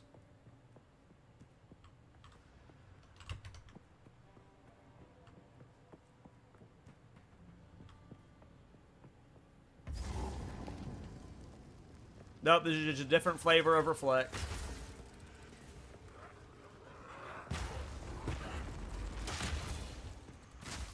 Yeah, I really hope we get Quicksilver Flask back. I feel like if Quicksilver Flask were in the game, everyone would stop crying about movement speed.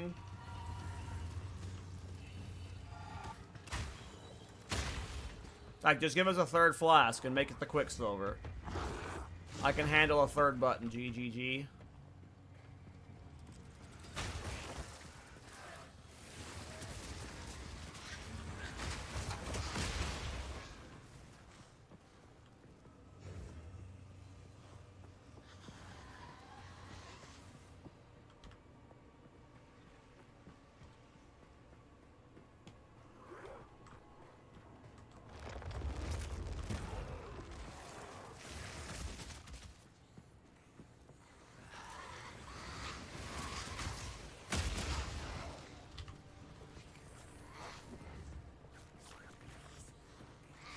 Hey, what's up, boys? Don't say that about your fingers, man. They're not tiny. You got big, meaty sausage fingers, dude.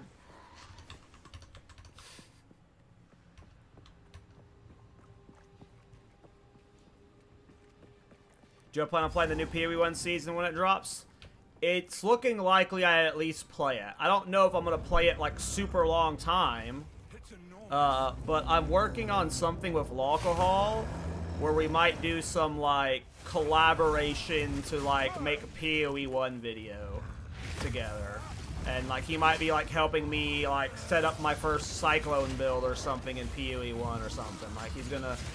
But it's likely I play PoE 1 patch, but, like... how long? I am not sure.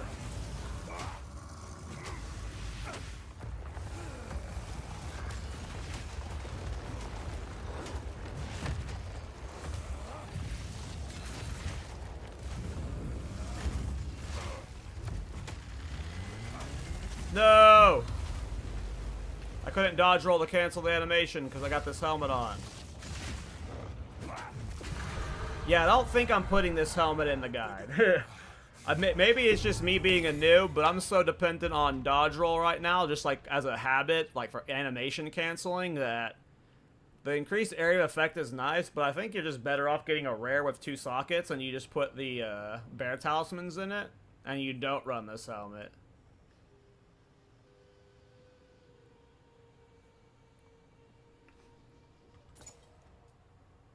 Did I say onslaught? I meant a wavering stance. My bad. I don't have a build for the Smith of Kitava yet. If you go to my YouTube channel, you can see my Titan version. I have 2 videos out for the Titan. I released an Endgame update for the Titan this morning, but I don't have a Smith yet.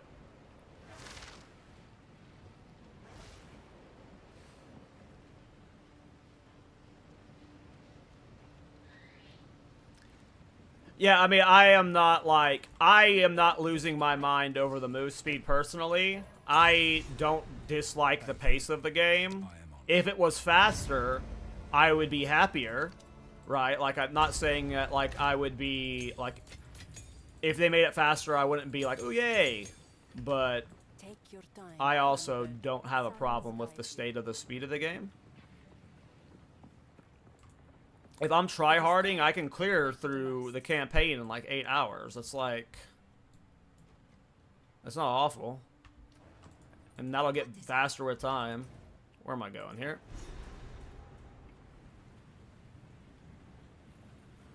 Only his feet, not mine. Slaves. This goes against everything the I don't give that away for free.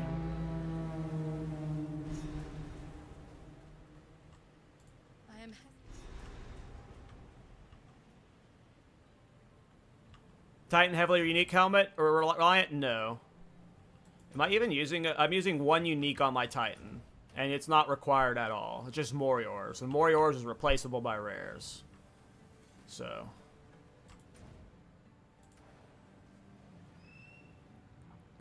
Hey, Sheniko, how you doing, man?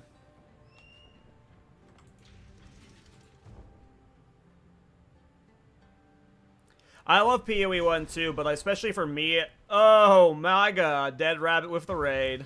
This is a graveyard unlike any. How you doing, bro? Sheesh. Sheesh. You guys are used to seeing someone who's good at the game playing. Now you get to watch somebody who farts their way through the gameplay. Oh my god, my Twitch chat is unreadable right now. What's up, guys? Thanks, bro. Appreciate you, Rabbit.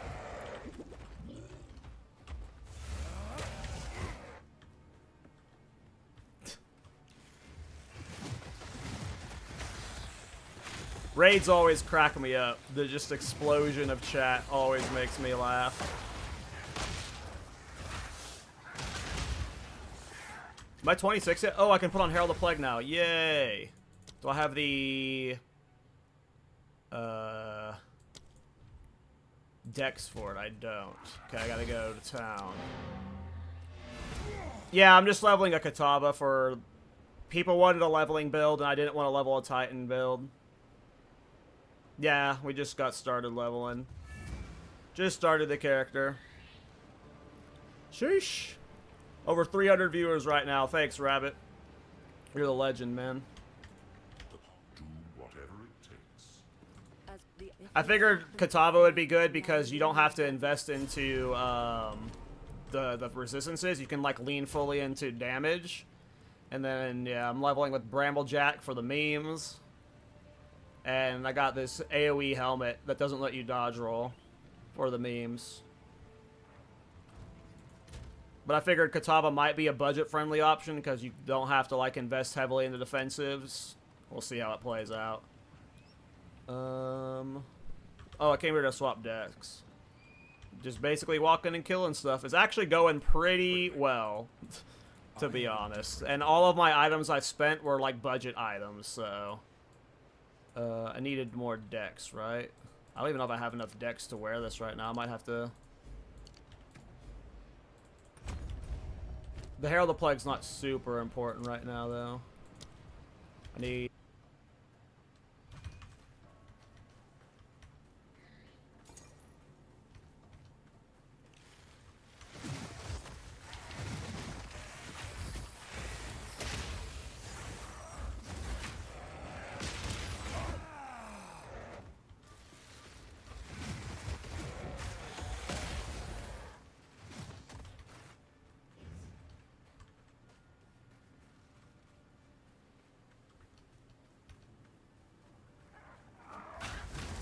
I need to get a shield charge set up.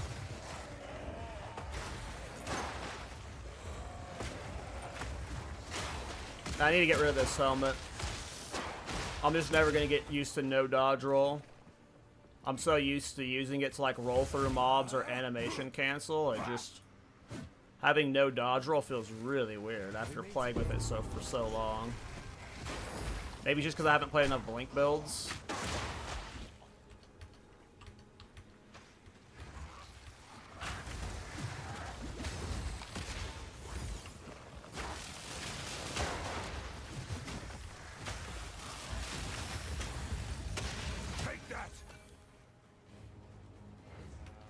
It feels a lot slower without dodge. I thought it would be cool to use this helmet and just like get like the Giga AoE early on, but I will not be putting this helmet in the leveling guide. Bramblejack is pure memes, obviously. That was just like, fuck it, why not do a Bramblejack? But, yeah, I was just, I don't know why. Thought it might be cool, but at this point, yeah, dodge roll just seems too good.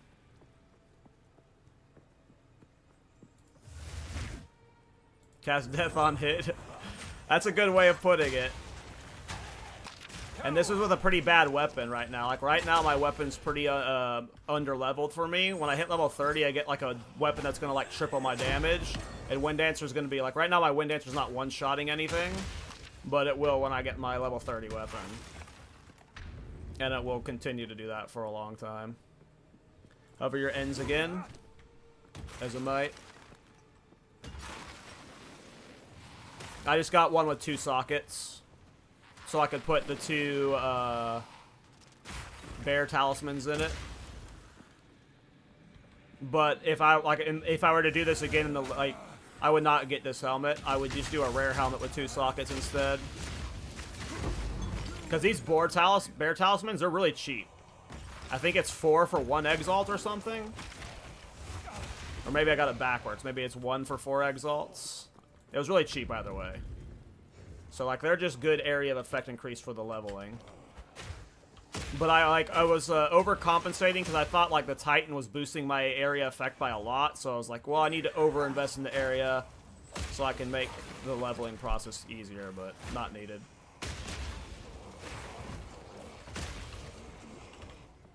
Not needed.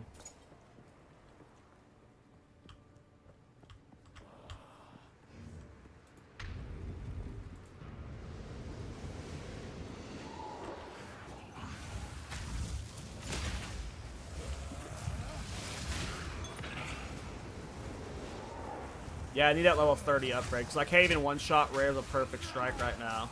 But I ran out of mana. I have that damage taken as mana, and it'll mess up my perfect strike sometimes. I'm going to swap the Sunder, I think, at level 31. We'll see, though. Steel yourself!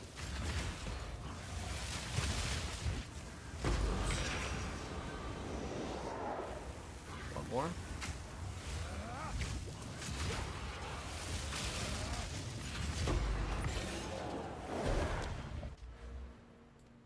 Okay, get that point back. Hey, thanks for the Twitch Prime, Kazmi. Appreciate it.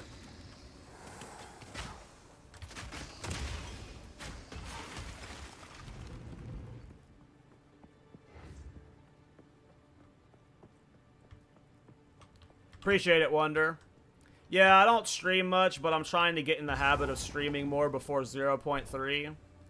I don't really have a schedule. Like, this morning, I woke up after, like, only getting 3 hours of sleep because of, like, bad allergies. I just, like, couldn't breathe.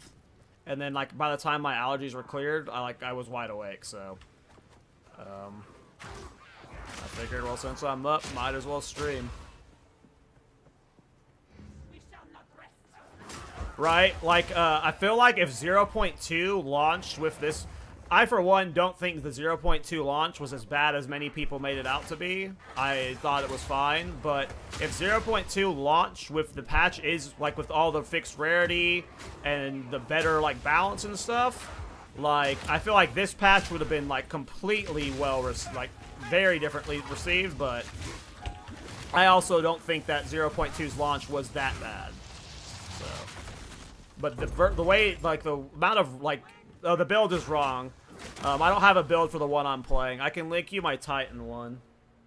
But yeah, I like the current patch. The current patch is just like the rarity. If like we had this rarity while leveling, it would have been so much better. There you go. That's the Titan version of this build. I don't have a mobilytics set up for the Kitava yet.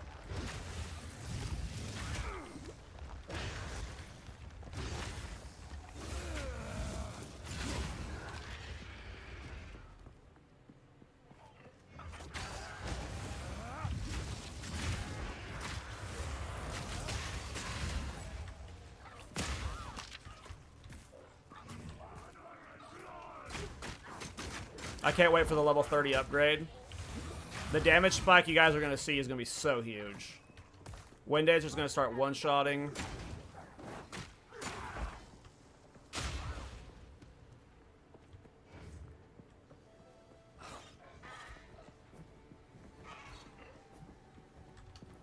Yeah, I mean, if you go watch my live stream for 0.2, I was definitely struggling on the launch.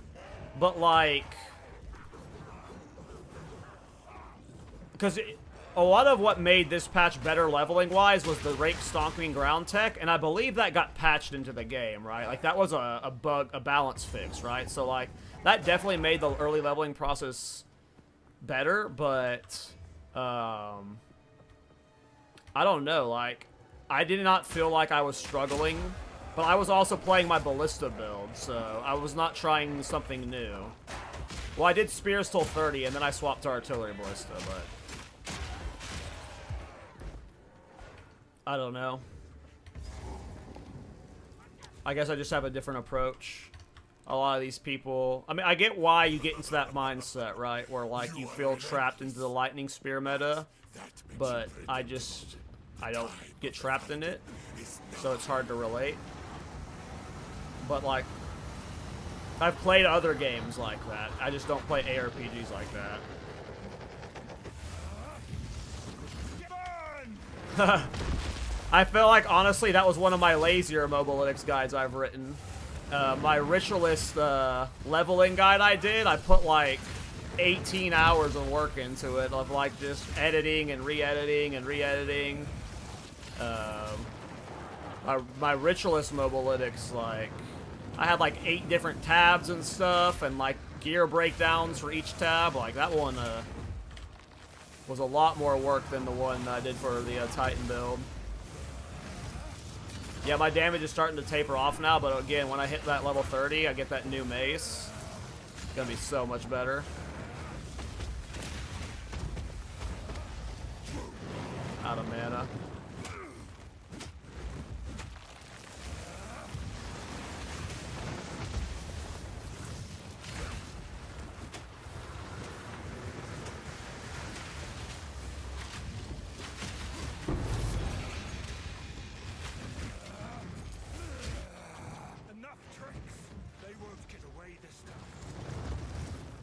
What's the deal with your mana flask? I'm a bum and I'm lazy.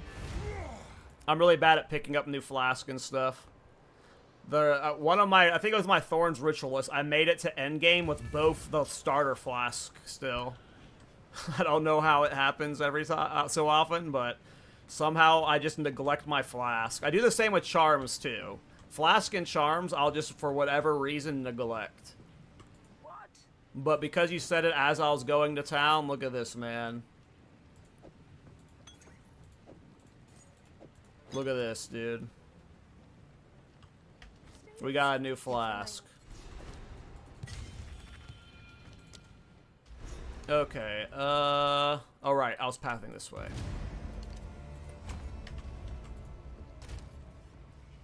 Yeah, mana's from mages. We don't do any killing here, guys. That's where you guys get confused. I don't need mana. Thorns is the mana. It does all of the work for me. So that's why, you know, who needs Life Flask? Like, I got Thorns, right? You got Reflect. I don't need this crap. I will tell your tale.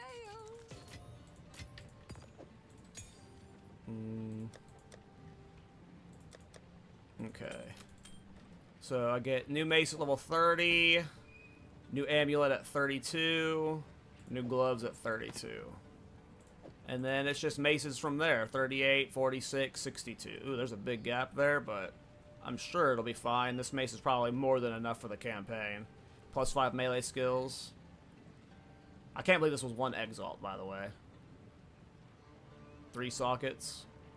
If you search by 1 exalt and you you're only searching for 1 exalt, you'll find some treasures, like, hidden deep down.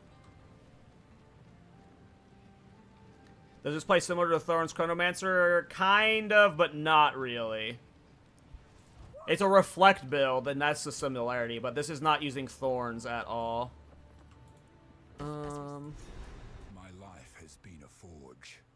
Dreadnought time, nice. So we should be able to hit 30 here. I might grind here till 30 until, so we can do Jamin Ra with the new mace. Yeah, like, this is all the damage is coming from your two-hander and your Wind Dancer. Like, there's no Thorns interaction here at all.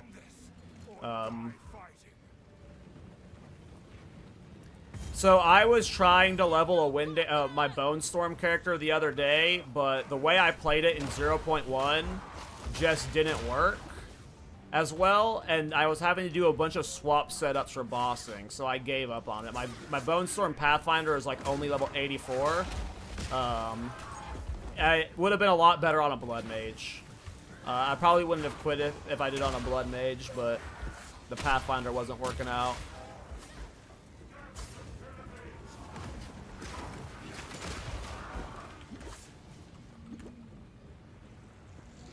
Look, I'm not even using any attacks, and we're just clearing just fine. Maps with maps with density, you can really see the value of this build. Because you see the explosions go off, and then you get all the chain spreads.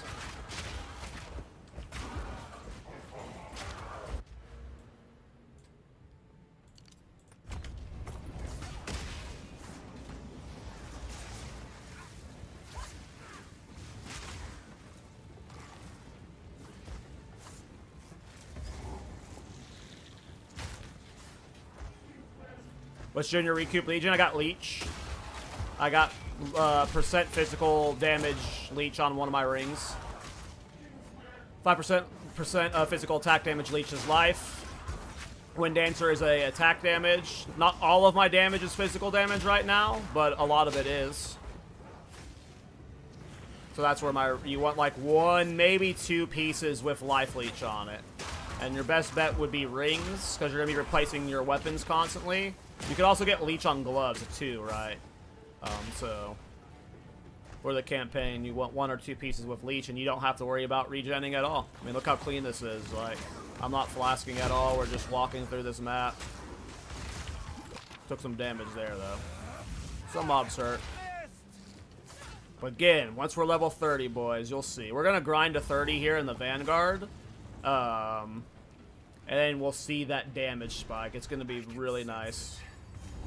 The beast is near.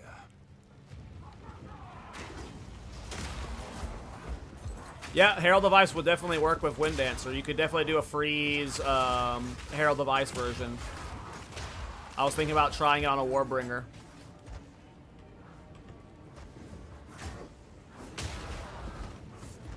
Thinking of trying it on a Warbringer. But I went with Smith for the leveling guide. I feel like Smith is going to be the budget-friendly version. When I made the I try and do budget. I don't try and do budget builds. I'm just a poor player. I'm not good at making currency. And I do find that my viewers tend to enjoy the budget builds. And when I made the first version of the Titan, it was a budget build. But because of like Dead Rabbit's build, and I forget the name of the creator. I can't say it right. Ulfunder or something. They both released other Titan builds at the same time using the helmet. And that just skyrocketed the price. And then, in order to make it work on the Titan now, I had to stat stack. And stat stacking's not cheap, right? So maybe with Smith, it'll be a cheaper to access build.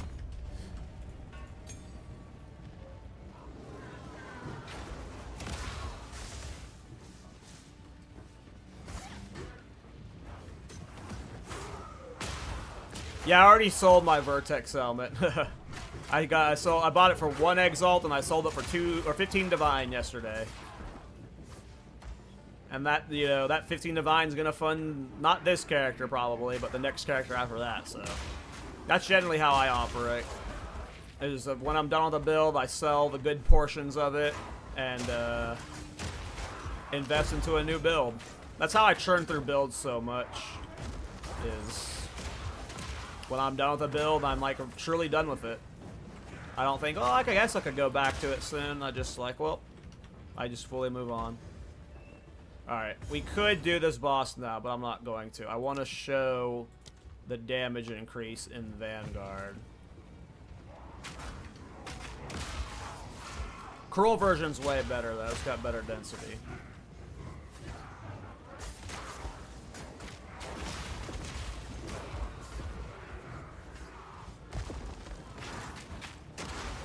That's awesome, yeah. I have only had the foresight to do that once. I never would have predicted the Vertex would have been spiked in price, right? There was one, I've tried it a couple times, and every time I've tried to like, well, I think this item might spike, it always doesn't, and I've invested into it for no reason, but one Prism of Belief, I think it was for Magma Barrier in 0.1. I bought 3 of it, and those were selling for like 30 Divine after the build got popular. That's the one time I've done that. You going shield on this one? Yeah. I'm still going to use a 2-hander, but I'm going to use a 2-hander and a shield, and I think for boss DPS, I'm going to do shield charge. Either Shield Charge or Sunder. I'm not going to do it exactly like the Titan. The Titan, I was dual-wielding two-handers. I'm still going to use a two-hander, but I'm going to use a two-hander with Shield instead on this character. I love Shield Charge too. Shield Charge was maybe my favorite build from patch 0.1. I had 3 Shield Charge builds in 0.1. I haven't played Shield Charge yet in this patch. And maybe Shield Charge, Wind Dancer, Smith of Kitava would be the play.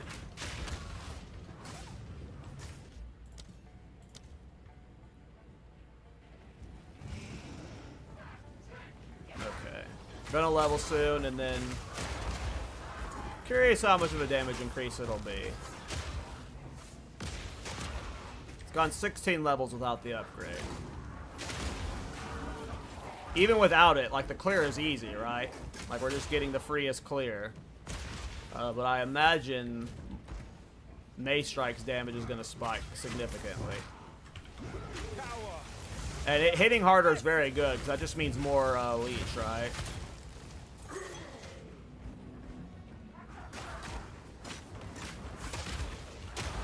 There we go. Alright, let's clear the map real quick. Okay, so if you go into here... Alright, so...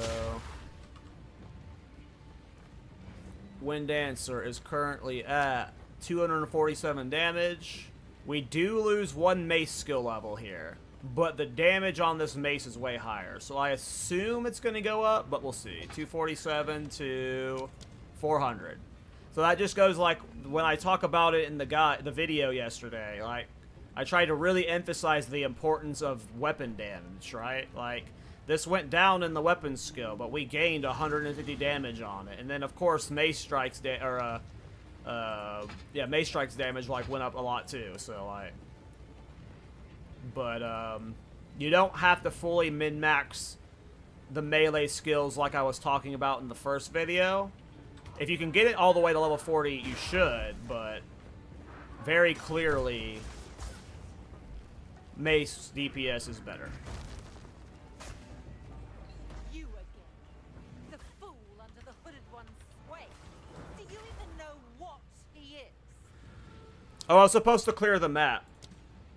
I was going to show what the damage looked like on the map briefly. I imagine everything's just one-shotting now, though. Oh, yeah, look at that. And because it's doing more damage, we're getting the chain spreads more from the armor explosion. So it's just, like, spreading so much better. Yeah, the damage spikes are super important. Like, the most important thing to be upgrading when you're playing this build is your weapon. Just make sure you have it. Like, you want melee skills, sure, but you want a high DPS as well. And all the items I bought for this build have been 1 Exalt, so if you're willing to spend, like, money on good leveling maces, you're gonna be, like, flying through this. I'm not smart enough to know the math on, like...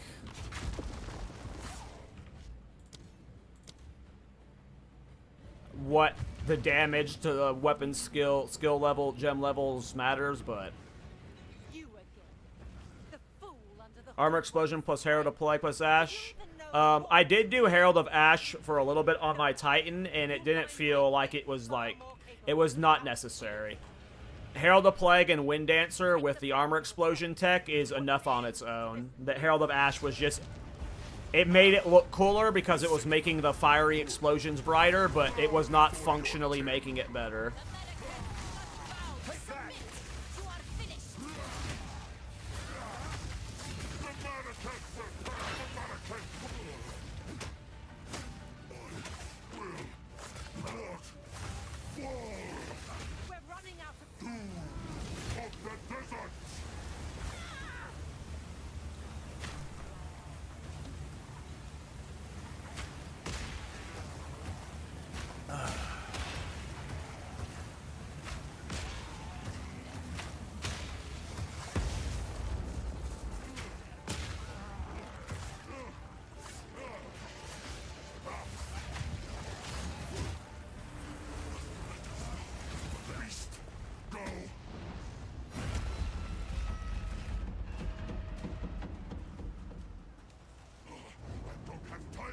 Yeah, I mean, if you had the extra spirit, I would add it on, but, like, I think you're just better off functionally just having Time of Need.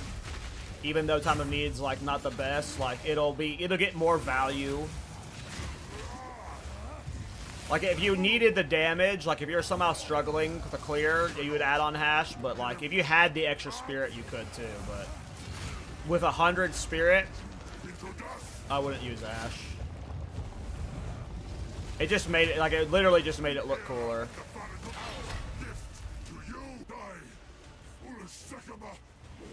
Asala! Beat him to it. This is not over. Not yet. Yeah, I will not be recommending Bramblejack in the guide. I will probably be recommending the 100 Spirit chest just so you can run Herald the Plague easier. Yeah, the Bramble was not worth it. I was hoping it would be doing more versus these bosses at this point, because I have a corrupted version up to 305%, right? Like, that's really good. I don't know what the cap is, but I don't think it's much higher than that. And, yeah, it's like doing nothing. So, the Bramble is just not even worth it. The Spirit chest is a good option for sure, because you wouldn't have to get a Spirit neck.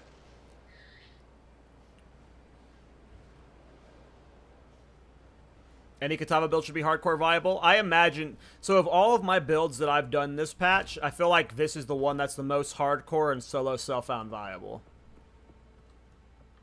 Because it really just needs melee skills and a good weapon. Everything else is just defenses and life, right? Like... I don't... I am a newbie when it comes to solo self-found and crafting, but I imagine if you're good with the Recombinator and know how to, like, do crafting stuff, even in this game, like, you just want a high DPS two-hander with melee skills. If you can pull that off, you can do the build, and I feel like that'd be pretty reasonable. After enough grinding, you'd have enough two-handers recombined. But, yeah, I'm not a solo self-found player yet. I tried it once in 0.1 and I didn't really like it. I'm waiting for more tools.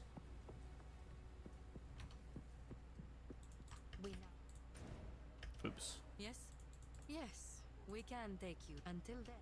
The beast has grown too powerful. We can no longer contain it through mortal means. Why I added Infernal Cry? I mean, I use Infernal Cry on my Titan. I just haven't, like, needed to stop for the damage increase right now. Am I at a level to even use Infernal Cry yet? I don't remember what level it is. But yeah, I use Infernal Cry on the Titan. There's no reason not to be using it if I can use it at this level. I just don't remember what level Infernal Cry is. Oh, it's super low level. Sheesh. Yeah, I should have been using it. I just didn't even realize I was at the level for it. I literally haven't stopped. Like, you know, we just started playing and, you know, you just go, right? You don't think about those things.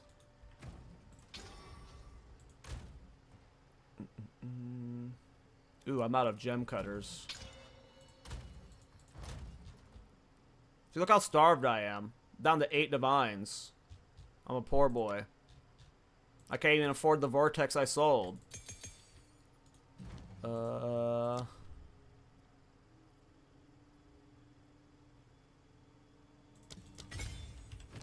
usually have my Infernal Cry in a 5 length, but I'll do Ingenuity, Premeditation, Tireless, and then Raging Cry, maybe?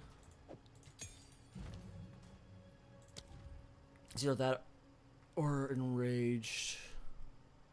We'll do Raging because we're not getting enough Rage right now to consume it.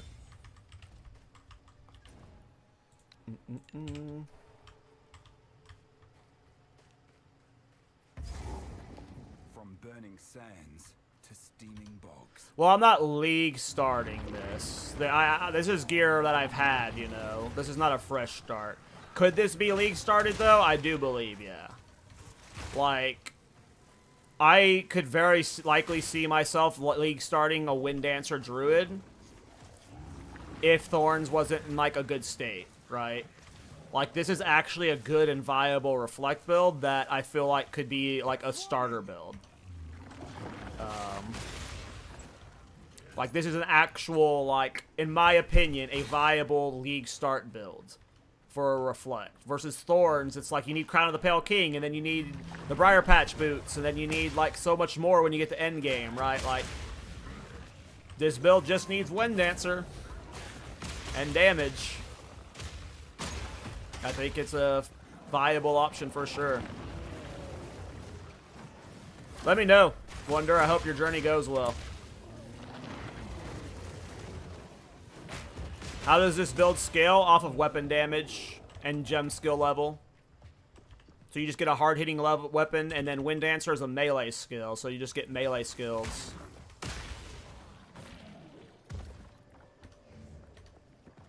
You know what? There's that one helmet that gets +1 to all skills. I think I have it. Maybe I should just swap to that. Miss.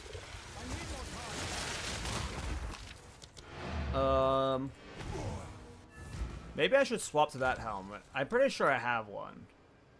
What is it called? This one. Maybe this is better than this stupid shit. Because I can't dodge roll of that. Oh, dodge roll, baby. It's been so long. I missed you. Yeah, the Rage Helmet's a good option, too. Anything that doesn't get rid of your dodge roll. I think I have more of those things. Yeah, I got 17 of them. Sheesh. Where did that do my Wind Dancer damage? The +1 level. 425. So 25 damage per stage. To get... and significantly less area effect to get dodge roll back. We'll see how that feels for now.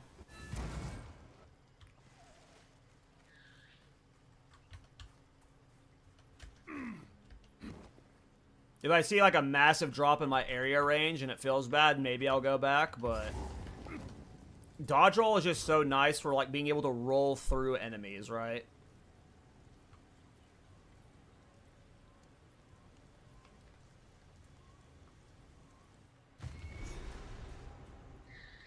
Yeah, I have magnified effect on Wind Dancer. Yep. Magnified effect, Envenom, Armor Explosion, Corrosion, and Demolisher right now. Not quite. Treasure hunt. Treasure hunters are people, dude. That was so rude of him to say.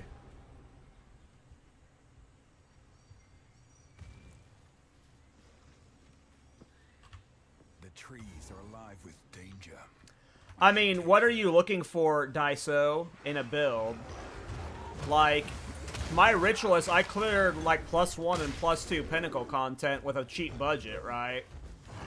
If you have a lot of currency, you can go further. But like, if your goal is like +4 content on all +4 content, then yeah, you're better off not playing Thorns. But if you like happy with +2 content.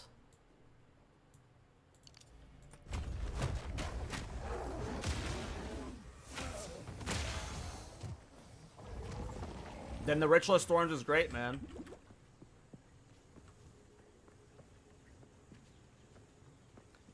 Farah's Embrace, which one's that?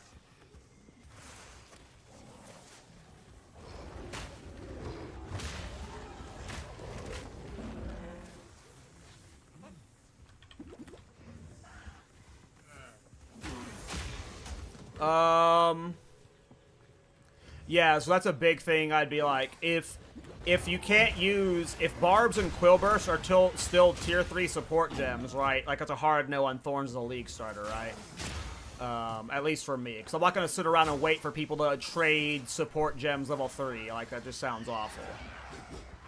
Wind Dancer, like, I have no idea what Druid looks like, but of the current Ascendancies, it'd be Titan at number 1, Gemling number 2, and maybe Ritualist number 3. I really like Ritualist. I think people sleep on Ritualist. The 3rd ring and the boosted 25% to Amulet and all 3 rings is like an insane stat increase. And when you're talking about Wind Dancer scaling off of attack damage and you have all your rings with added damage to attacks on it, I just did the dumbest circle because I'm like on autopilot chatting right now. Look at this little loop I did. Got nothing done. But yeah, I think Titan, but who knows what Druid offers. If you can use Wind Dancer in a bear form, which I assume you can, I very likely could be league starting bear, Wind Dancer, Druid. If like Wind Dancer doesn't get nerfed, right? That creature, it's all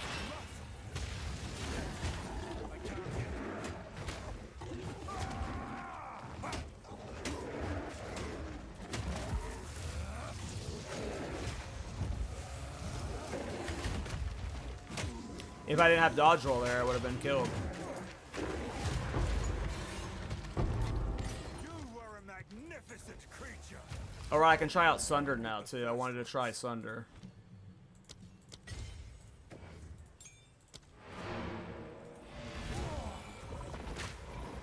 I don't even know what I would put into it. I've never played Sunder before. Yeah, Merc's bottom.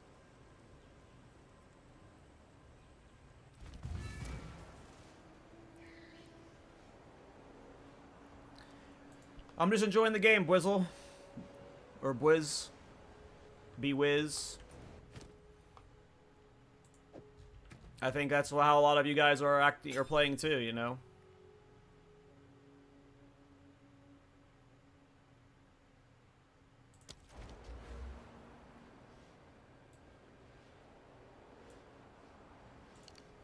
We see it for what it is. We know it's got a ways to go, but we see it for what it is, you know?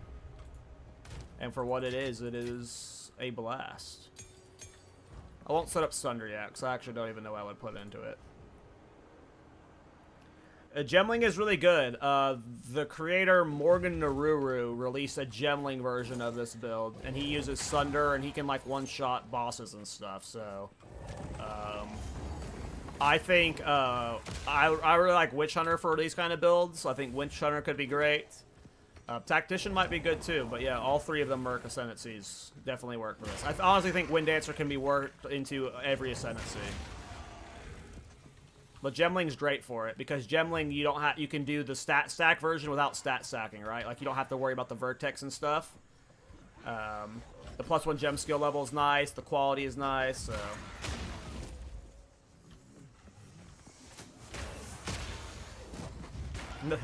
That's cool, Wiz. I'm glad.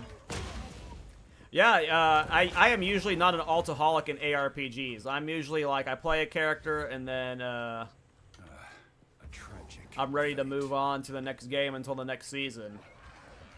But there's just so much fun stuff to try that I don't know. Like, I keep waiting for, like, I did not expect to be playing this long, right?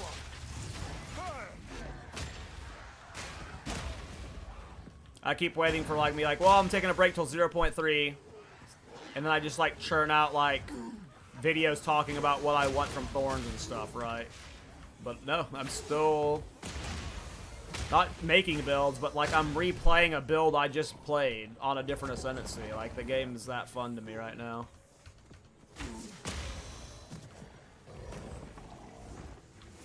They really got to just decrease the size of these zones. I mean, look at the size of this. Or give me a Quicksilver flask. I swear, if I had Quicksilvers, this wouldn't feel as bad. But I'm just trying to find those dang runes. Here it is.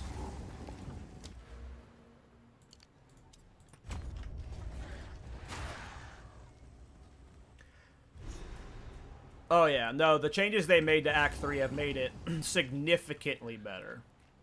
And that's just what's going to keep happening, right? Like, at some point, these acts are going to have, like, all the fat gutted from them.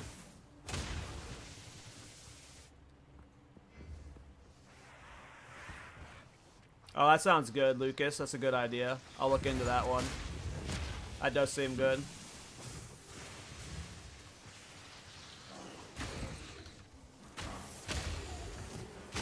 to hunt. Try and keep up. Don't lose sight of it. Yeah, even at this level, it's like I'm not breaking quite enough armor yet. My physical damage isn't hard enough, but oh, that one did break there.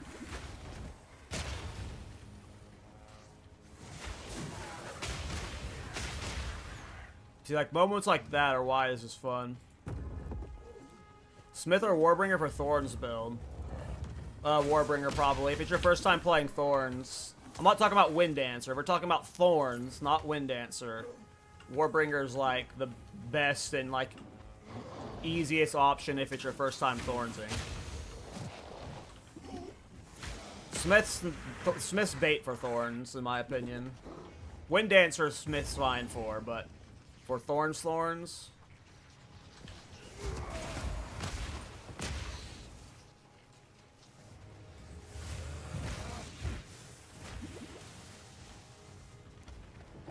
There's just like a lot of comfort with the armor break from Warbringer.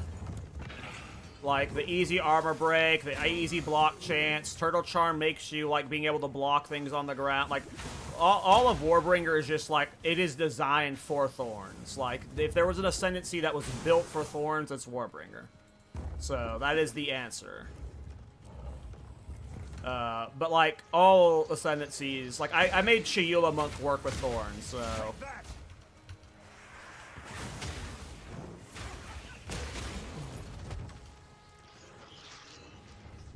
Do I need to start this build? Nope. You just need good weapons. You have good weapons, you can do this build.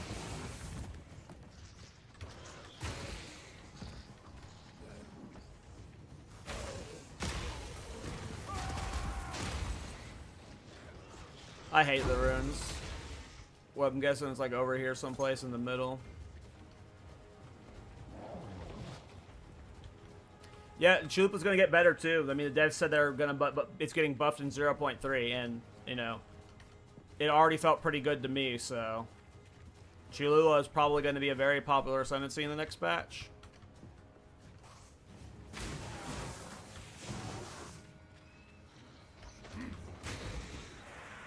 Yeah, this helmet definitely not worth it. Dodge roll's too good.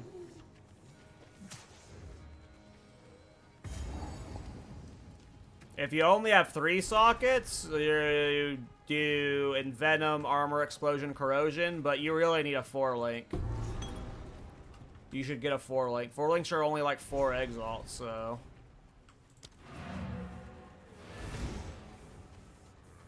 Oh yeah, and they said 0.4 is like the end of the year, so I don't think 1.0 is coming out anytime soon. And to be honest, 1.0, won't even have like the full game yet. Like they said that they might not even have all the classes out for 1.0, so 1.0 to them might not mean 1.0 to you. Hopefully 1.0 has the full campaign though. Stun threshold or yeah, stun threshold. Oh, I can use the new gloves. The wisdom of the tribe.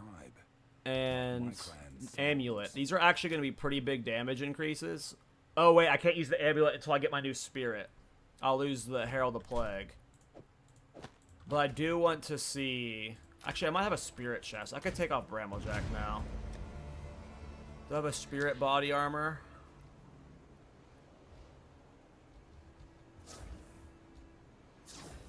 It's holding Dawn's spirit, right?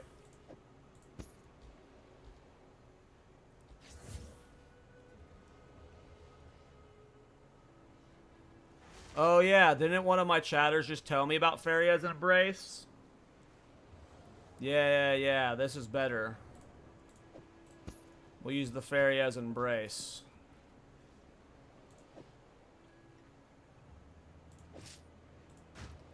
Goodbye, Bramblejack. You were fun for about half a second. Oh, I got a bad Bramblejack in there. Put the good one. Apparently I got this helmet in here already too. Okay. Actually, I want to take this off real quick. So I want to see what my damage increase goes up to. So right now, my Wind Dancer is 425, and then we put on the gloves and new amulet. It goes up to 558. That's pretty big a DPS increase considering what level we're at, and that it's per stage. So it's like, that's a significant, that's, when you have 3 stages, that's pretty big damage. Okay. Let's suck it. Corrupt, fuck it.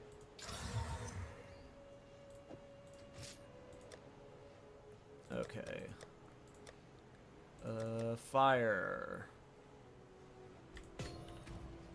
Where's my fire res at? Okay, so fire, 53.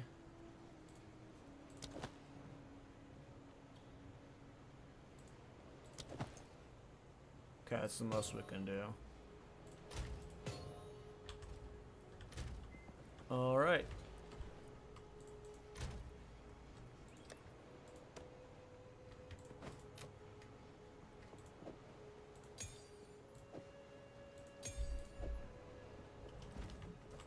Still alive.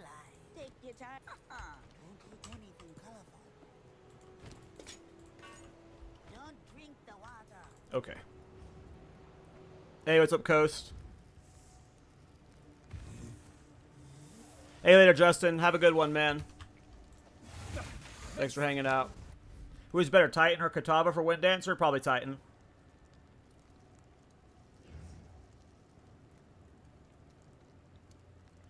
Hey, Guitar, how you doing, bro? Just leveling a new character.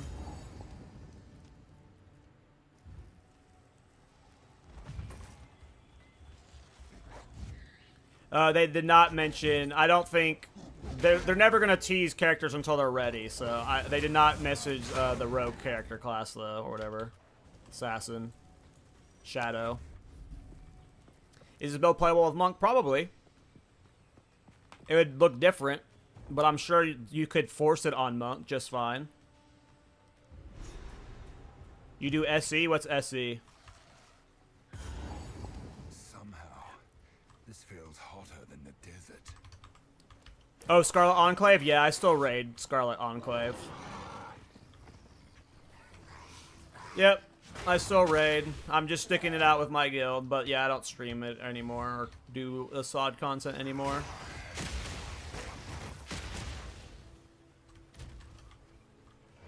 But yes. I do Scarlet Enclave. Still right on the mage. Getting ready for mop.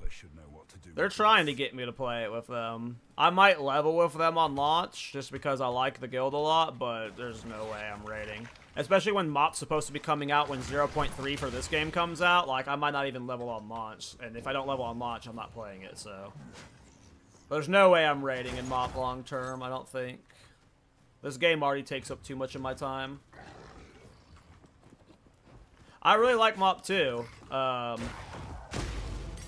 legit think Mop's coming out in August, and that's when PoE 0.3 is coming out. And I just like, there's no way I can play both. And Time is Money is like a try-hard sweater guild. They're wanting to do like a sweaty 10-man, and like I just don't have, like, I won't be able to commit the time to Mop. I don't think.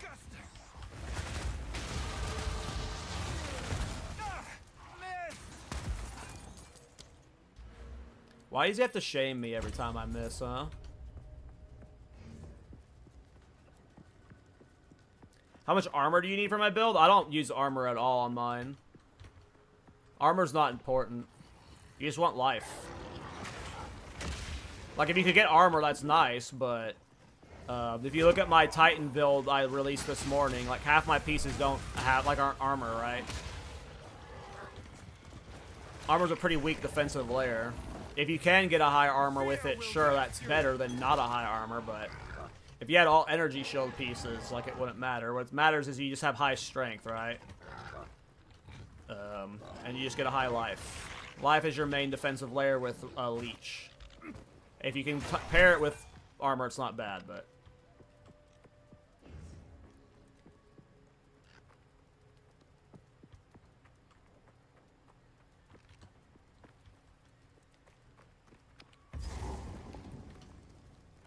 I like Legion. I like MoP for different reasons. I was a big PvPer back in the day, and MoP arenas are, in my opinion, the best arenas we've ever had. I don't know, ever since Cataclysm, I've always, like, quit every expansion before it ends, so... To me, it's always been the golden era of TBC. That's been my favorite. But I do like MoP. I was a big Wreckful fan, so I would have him on my monitor all day, watching him arena on Anticide. And then eventually that's when I started arenaing on a warrior. I used to arena on a mage, but yeah.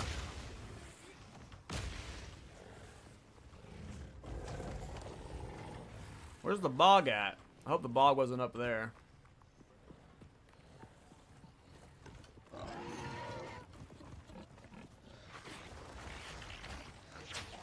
Yeah, I couldn't even tell you how much armor I had. Like,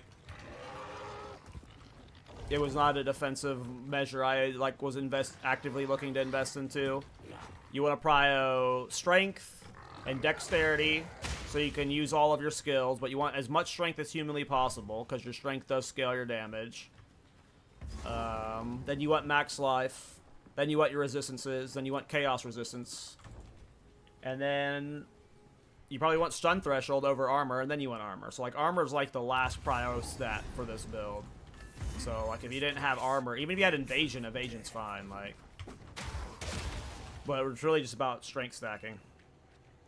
Oh, yeah, dude. MoP, like, for warriors is the best it ever was. Like, when you had all of the banner techniques that you had just so much mobility and freedom, and then you had the taste for blood stacks, like, MoP warrior was, like, the most fun arenas have ever been for warrior, in my opinion.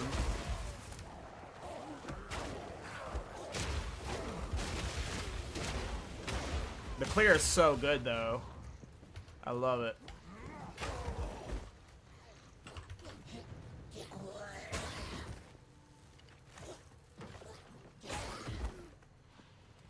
Yeah, but that was the overpower charges was what I was talking about when I said taste for blood stacks. That's what that was. Is the taste for blood was the talent that gave you the overpower stacks. And when you got to 5 stacks of taste for blood, you could one-shot, like, basically anybody. Until it got nerfed out of the game.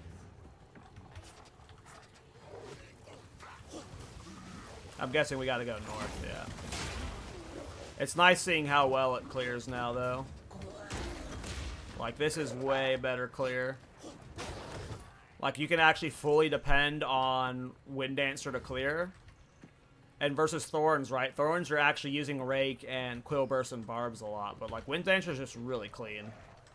It is definitely the best Reflect playstyle. Obviously, it's not as good as Thorns for bossing. Like, you're talking about Wind Dancer versus Thorns for bossing.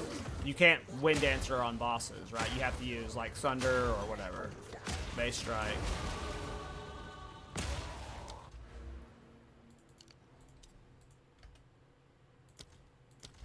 I genuinely don't think this is the play that you should make. I'm just committing to the area and effect size. I imagine on a league start, you would be investing more into single target. But as you can see, my explosion like getting to the edge of the screen almost. I hope the boss isn't that way. I have a feeling I fucked myself.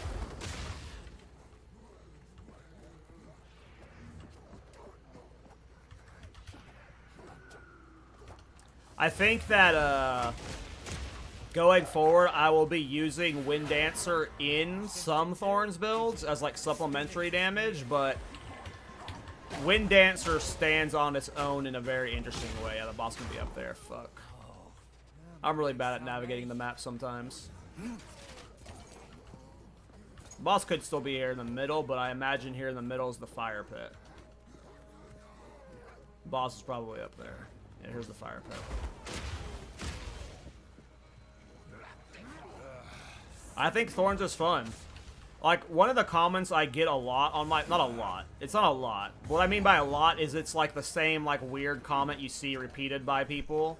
And, like, one of them, it's, like, I'll do a boss fight with Thorns, and, like, sometimes... Like, obviously not talking about the ones where they get one-shot by the fun mechanics, but, like, your average tier 4 boss will take you like 30 to 60 seconds, and people will say that's 0 DPS, that it's a bad build, that like they're like, this looks fun and all, but isn't this really slow? It's like, if you think a 30 to 60 second boss fight is slow, like, I'm sorry. You're playing a different game. You have a standard that you hold your builds to that is unrealistic. Now, it would be cool if Thorns was to do that, right? But, like, there are so many people that will say the build is not good if it is not meeting a 5-second boss kill standard. If it doesn't kill Jet in 5 to 10 seconds, it is low DPS. And I much prefer a 30-second to 60-second fight. I want to see the mechanics, especially for like a pinnacle content. Like, I don't know, the hardest fight in the game should not be one-shottable ever. Whoa, that was funny.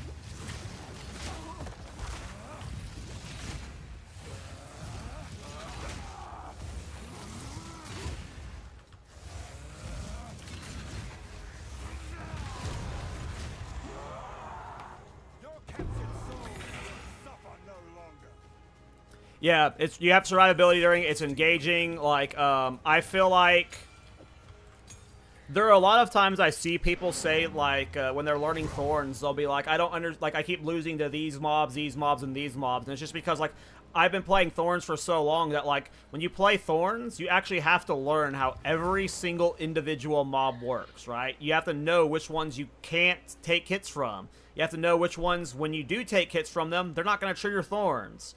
Like, there's a lot of nuance to Thorns that, like, it is a, I don't want to say better is the right way to play the game, but it engages with the game in a way that you're forced to learn aspects of it you would never learn with Lightning Spear, right? When you're, like, one-shotting the entire screen, if that was your only style you ever knew, you would never learn half the mechanics in the game. Do I have anything I want to slap a spirit gem into? All these are too low. I'm starved on spirit gems. GGG, please fix the spirit gem situation. I have no spirit gems. GGG, please fix the spirit gems. Well, I literally have no more spirit gems. I have 50 spirit and I cannot do anything with it. I guess I could put, like, support gems in, but I don't think I need them. I don't know what they would give me. I think there's a leech one, maybe. Is there a leech? Is cannibalism leech? No.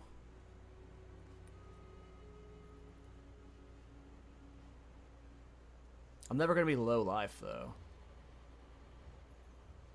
Not consistent enough that it's good.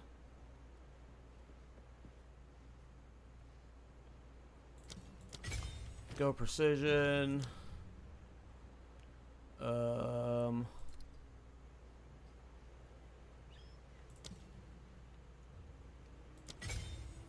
Sure.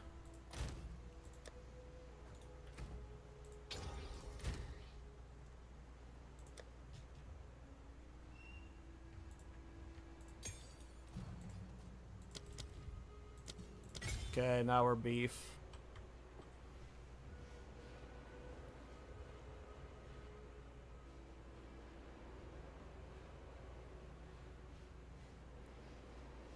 So I've always wondered about that poll rules 88. A lot of people say that that is 99% of the player base that plays the builds that way. Like, a majority of players play Lightning Spear. I don't know if that's actually the case. A majority of endgame players maybe play Lightning Spear, but, like, I have no PoE audience or ARPG audience. My builds are unpolished and they're weird, yet my videos sometimes get more views than bigger creators' videos, right? I feel like more players play the game like we do, but we just don't make up the top 1.01% of people on PoE Ninja. But maybe I'm wrong there. I could be very wrong. GGG has the analytics; they would know better. But my guess is based off of like how popular my content is becoming. I feel like more people might play the game like this than we realize. But I could be wrong there. I am willing to admit that that might just be hopium. I wouldn't call it a humble brag. I wasn't trying... Yeah, but... I'm just saying that, I don't know. I feel like more people fart their way through the game like this than copy the Lightning Spear builds. But maybe I'm just wrong. Because, like, if you're new to PoE 2, right, you don't, like, look up... Like, if this is your first time playing PoE 2, you're not going to go like, okay, let's look up Zizzarin and see what he thinks is the #1 build, right? If it's your first time playing, you're just going to play it, you're going to pick a class, and you're going to look whatever skill you're using up once you hit a wall. If you're leveling with Perfect Strike, you're not going to be like, well, Perfect Strike's dead, I'm going to play Lightning Spear. You're going to Google what's a Perfect Strike build, and then now you have a new creator you follow. I don't know. It's really weird, the ecosystem of being in the PoE scene. I don't understand the flow of it sometimes. When can I use this? 38? I'm 34.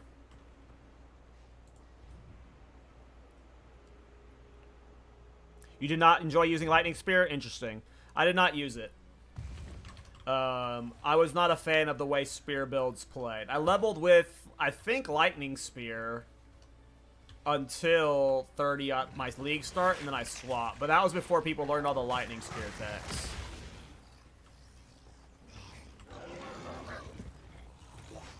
I need to use this to teleport up there.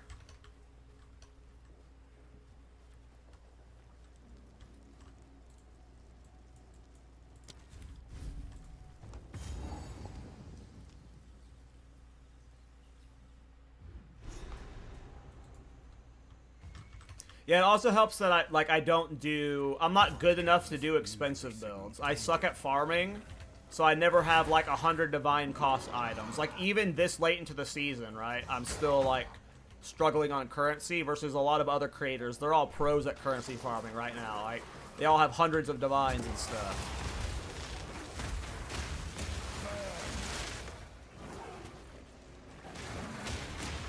Lance Strike. I don't even know what that skill is.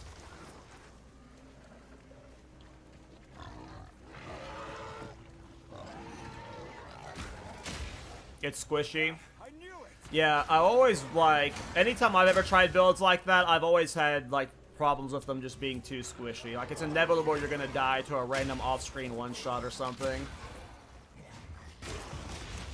Which is another reason why I like playing Thorns. It forces you to, like, solve the weirdness of the game.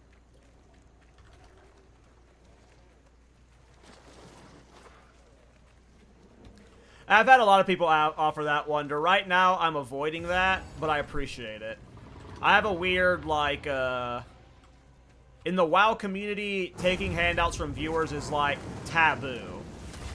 You get flamed really hard if you're, like, taking gold. Like, it's getting more popular now that, like, Zaryu and stuff is popularizing it, but, like, I still have, like, have that mindset that, like, that is very, even though, like, it's for science in PoE 2, and I should lighten up about it this late into the season. I still have, like, I don't want anyone being in my comments saying, KallTorak doesn't do budget builds. I saw him take divines from Wonder at one point. So that's why I haven't done that yet. But I've heard the PoE community does not care about that at all. But that's why I just don't take handouts right now. I don't even know if handout's is the right word.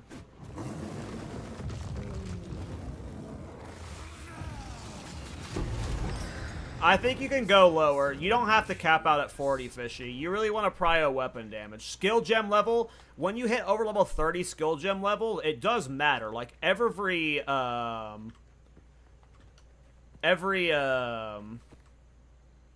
need to find the teleport before I go in there.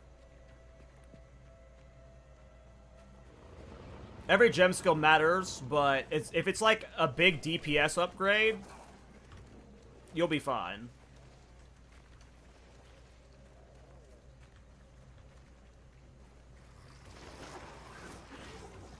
Oh yeah, no, I completely get it. Like, I have been very tempted to, like, going into this patch, 0.2, I league started as my Ballista Tactician because I thought I was going to be able to make a bunch of currency on it. Because I farmed really well with it on my Deadeye in 0.1, and I wanted a currency farm character in 0.2. So, like, I get that want of, like, if I league start Lightning Spear, I get to then fund every build I want to play for the rest of the league, right? Like, I love that, especially for someone who, like me, who likes to make different builds. Like, if my league starters were always currency farms things, I would be so much happier, but my builds aren't there yet.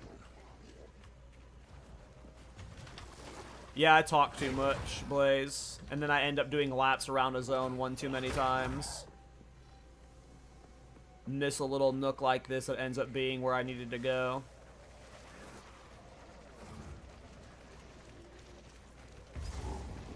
I got real bad streamer rot brain.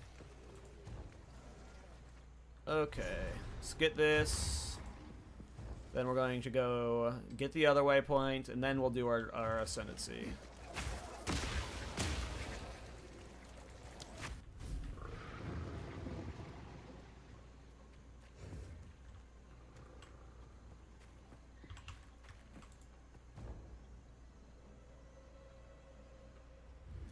I love Zaryu. I really wish Blizzard didn't drop the ball, and I say that as politely as I can, with Plunderstorm. Plunderstorm, why'd I go my hideout? Plunderstorm had the potential to be like a standalone game product. But the reason I talk about it is I used to fight Zaryu all the time in the original Plunderstorm patch. We would have so many last circle battles in that original Plunderstorm thing, and I have no idea why they made it this like shitty limited time mode that's like barely got any support. But yeah, I used to love fighting Zaryu in that game.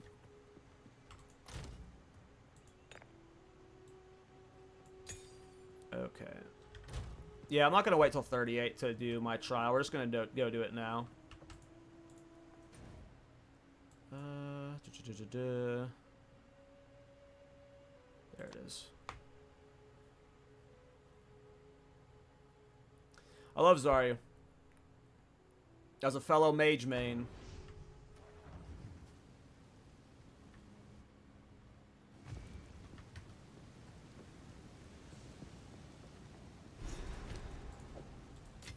I'm also a warrior main too, though. I don't consider myself necessarily a mage main. I just play mage a lot as like a second character for gold farming.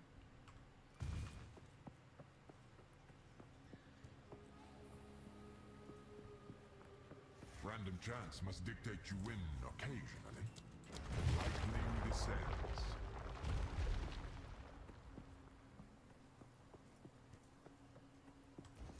Yeah, like the re-release of Plunderstorm, and like, I don't know if you guys ever played the game, God, why am I forgetting on its name? I'm so pissed right now.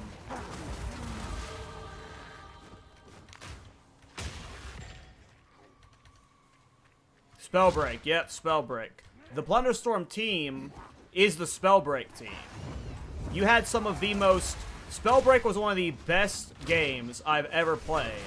You had one of the best development teams, and like Blizzard bought out that company, and like the Spellbreak team is what made Plunderstorm. And then they just like, Plunderstorm could have been its own thing, and they wasted that talent, man. They wasted that talent so bad. It is so upsetting to me. That it is just, that Spellbreak was so good, and when Blizzard got that team. And then when we got that first look at Plunderstorm, like, to me, Plunderstorm should have been its own standalone free-to-play game. And if they would have, like, really given it the love it deserved, it could have had its own monetization. Like, it could have made them so much money. But they decided, like, to not release it again for over a year. And when it came back, it had, like, 0 changes. And it was, like, worse in a lot of ways. It was just like, oh. So I imagine that entire dev team has quit by now because of how you guys have wasted them, and this is what we've got left. Sure, Trample Toe would be great, yeah. You could definitely work Trample Toe into this build. For sure. Trample Toe would be an insignificant damage increase.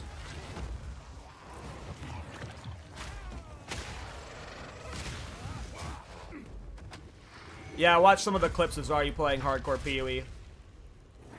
I really wish more WoW creators would get into this game. Like, I'm someone who has been, like, shackled by Blizzard for the last 25 years, and I'm finally, like, I've always casually played PoE 1, but, like, I have finally retired myself as a Blizzard gamer, and, like, I feel like I'm just light. I weigh like nothing. I'm just floating through the air. I'm, like, so happy all the time. And I feel like if, more WoW gamers started doing that and gave this game a real chance, they would feel the same. Seeing how the GGD handles these dev interviews when you're like actually invested in what's going on is like, oh my god, it's so amazing. Spellbreaker's so good. I love that game, man. I absolutely loved that game. Fear will best you.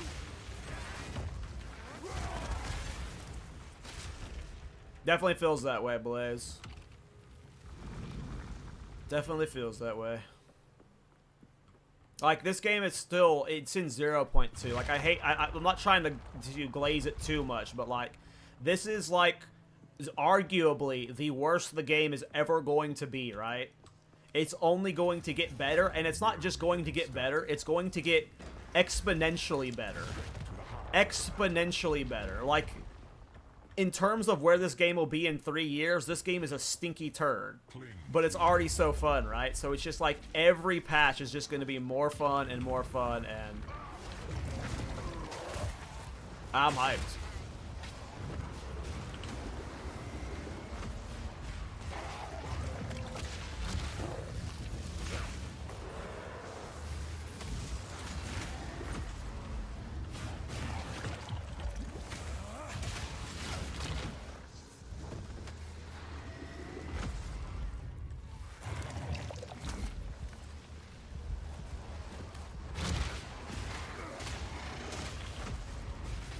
Yeah, I'm not using Bramble anymore. Bramble was fun for, like, a boss, but its damage is just, it doesn't, that would need to be 3,000%, not 300% from Bramble Jack for it to be worth it. Its numbers are way off. It is really bad. I'm not using Bramble anymore. I used it as long as I could. I'm not even using that helmet anymore either. Both of them ended up being bait. I tried to make them work. They were fun for like an hour, and then they were just like too... There was no point in... It was like wearing them to wear them, right? Like it was forcing those things. Like the helmet wasn't awful, but I could not function without dodge roll anymore. Dodge roll's too good. But yeah, now I'm using this random helmet. Gives +1 gem skill levels.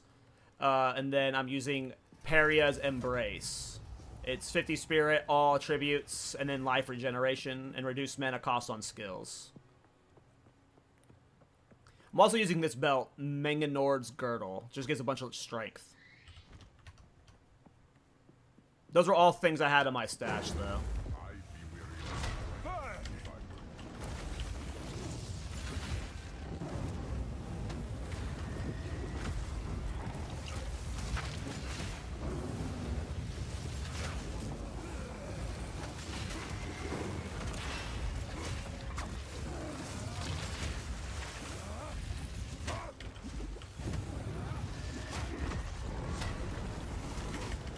Kill me.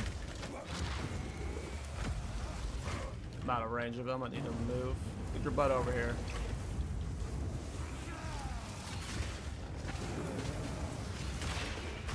I'm really bad at Perfect Strike. This is my first time using it. I'm not used to that timing. I see it like when it gets bright right there, I let go too soon. Like when it gets bright in the hammer, like right before your whole character flashes, for my brain is telling me that's the trigger point. Like that point right there, where it gets bright in the mace, that tells me to release. And I'm releasing sometimes just a half second too soon, and I'm missing the strike. I'm just doing it a half second too soon. What am I using on Perfect Strike? I got Window of Opportunity, Primal Armaments, and Martial Tempo. I didn't really think about it. I just threw those in. I'm probably going to swap to Sunder at some point. I'm not really liking the standing still action point of Perfect Strike. I think I might like Sunder more. Just because it's a little bit more versatile than Perfect Strike, I feel.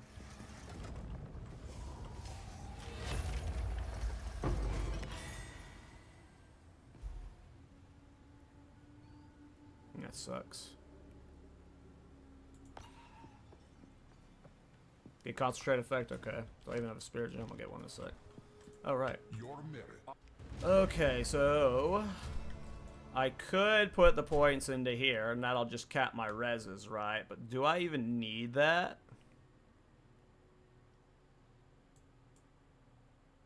Well, I don't have a normal body armor I want to use right now.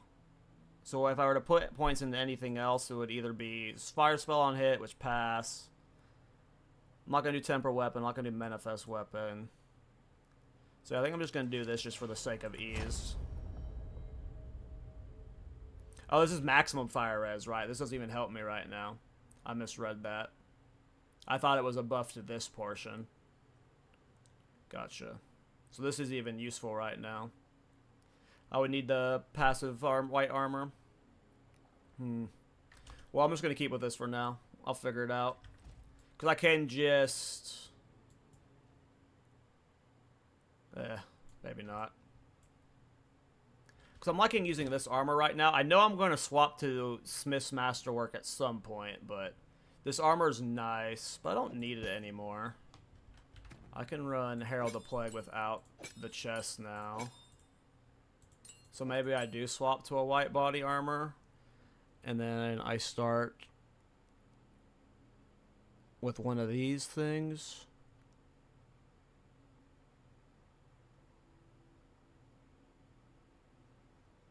I've never actually looked at Smith 2 in depth. I'll even remember what half of this does. I'm not affected by Ignite. Ooh. 20% increased strength? Holy shit. Is this like my maximum strength? Or the body arm, like, that seems really good. 20% increased strength, and then 15% increased max life? That seems like you can get really thick. Cool. I will not carry without the reward. wisdom of the Val. Approach the altar and receive Chaos's blessing.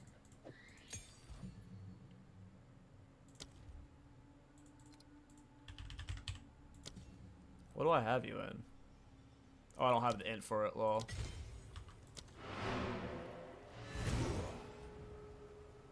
White Ornate Plate gives health regen? Okay.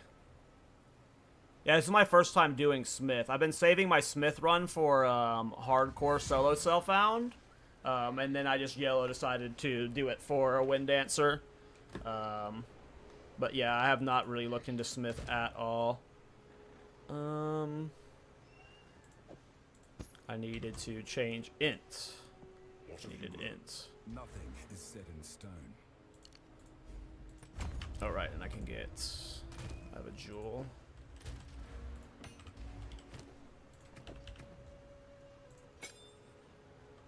Cool. What would be a budget of this build? What I'm doing right now, Smith of Kitava. I'm leveling the Smith of Kitava. Dude, these are the dweebs I'm talking about. PoE. Hold on, let me get it on stream. I'm not above shaming losers like this. Whenever I talk about these people, these dweebs, these are the people I talk about. I'm not talking about any of you. You guys are not these kind of people. This dude just shows up into a random stream and goes, PoE too bad, lol. Enjoy whoever is able to. Have a nice day. Oh, have a nice day. These are the people I'm talking about when I say that the weirdos of this community. Why even say that? If you don't like PoE 2, I imagine this person is going through like 5 different streams and just copy-pasting it. Copy-pasting it, copy-pasting it. And just like... It's weird. It's weird, man. Welcome. Take your time. Oh yeah, most of the time I just block them. It's just I see some people get offended when I talk about those people, that if I'm referring to them, and I want to make it clear I'm talking about like 1% of 1% of you guys. Like it is one person every like 100 of you, 1,000 of you. I am not referring to the masses at all when I say the people who are toxic in this community. It's just the drive-by dudes. The drive-byers. Hey, later, Vilster. What's the best way to get white armor? Do you just have to look out on the ground, or like do vendors sell whites often? I'm guessing Oswald will sell it. What kind I can buy? There's the cynic. Hello. In any case, She said. hello. Can you gamble for white armors? Anything else you'd like to be rid of? I don't think so. These are all blues. I don't think you can gamble for white armors. Until next time.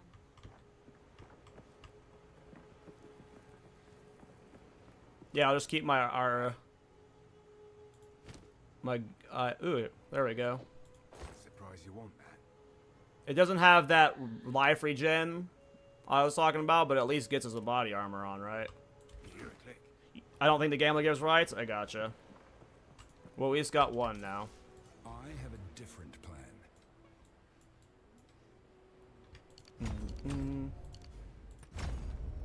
Okay.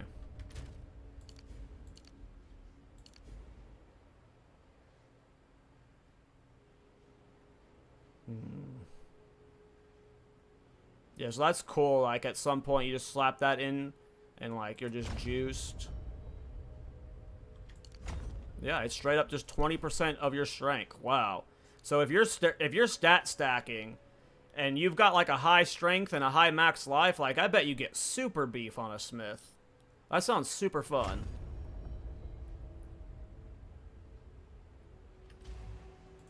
Quickly. Nothing is set in stone. Wait, how many points can I put in this thing? I get 2? I thought I would only have the 1. Oh, this passive is free to allocate. Shows how much I know about Smith of Kitava. I didn't even realize you could get this for free. Okay. Well, so that means I could potentially put 4 more points, 6 points into this, while keeping this one here. Damn, Smith's awesome. No wonder people do it in hardcore solo self-found so much. Like, this is like a super solo self-found friendly. This is awesome. Smith's cool. Like, I just increased my life and my strength by a lot. And I imagine in, like, a maxed out, like, strength stat stacking setup, you'll be giga beef. That's hype. Oh yeah, Titan. I mean, Titan with hulking form, and then Titan also has the max life passive. So it's not like Titan. I'm not saying Titan's bad, but I did not think I would be able to compete with Titan in terms of like that stuff with Smith, and Smith definitely can compete. Only level 70 of Ornate Plate has the HP regen implicit. Gotcha. Well, I will not worry about it now then. Statues make me wary.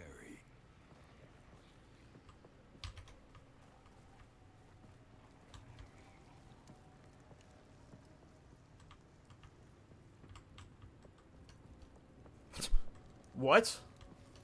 Never seen those two dead ends like that. Yeah, I've been wanting to save Smith for hardcore. It's the reason why I never did a Will It Thorns for Smith, is because I really wanted to save it for my first like attempt at hardcore or solo self-found in 0.2, but the Wind Dancer build did so well, and so many people have been wanting a leveling guide. I didn't want to level another Warbringer or Titan or Ritualist, so I figured let's just do a Smith, and then Smith makes it a budget-friendly version, right? A lot of people are complaining that the price of the build exploded, so let's see if we can make a budget version work. Nice. With Smith.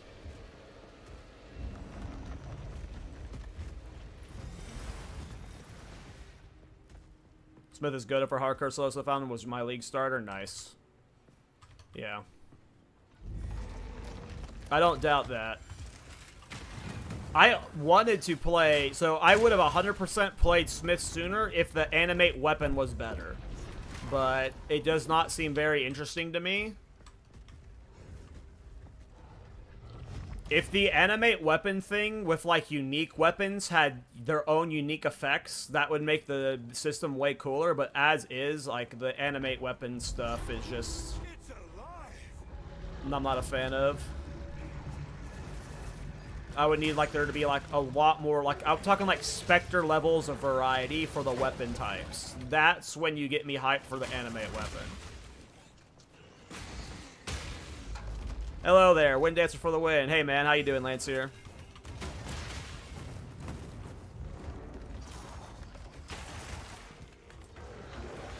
Yeah, it's a stinky turd.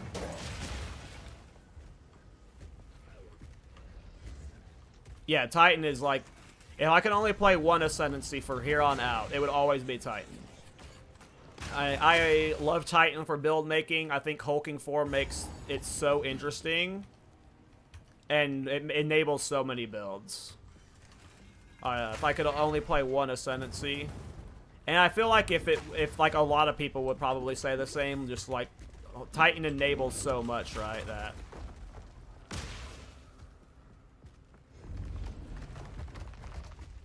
Because I've done minion builds on Titans. I've done shield charge. Like, this done so many builds.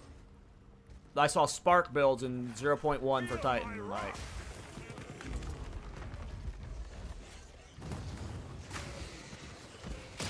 maybe high dex builds are the things Titan struggles with, but I bet you it could make it work. And that's part of the fun with the hulking form, right? Is like making a build you normally wouldn't play work. You get those extra juice. Nice, yeah, there's another creator out there, Lancier. His name is, I think, Morgan Naruru. If you watch my very first, I think that's a dead end, but I just have to check for my peace of mind.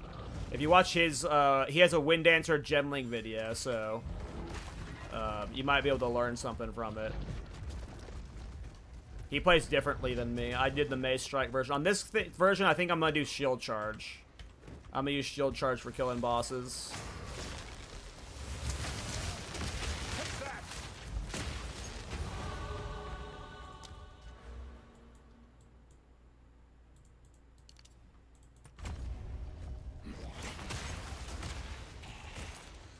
I am getting stutterings now, yeah. / clear. Thanks for reminding me. Yeah, my chat told me about that earlier, and I forgot about it. Oh, I haven't found any soul cores. Rip. Yeah, I'm getting really bad. Like, I still have to get better at streaming and talking. I get real streamer brain sometimes, and, like, I just lose track of what I'm doing because I'm enjoying the conversation too much.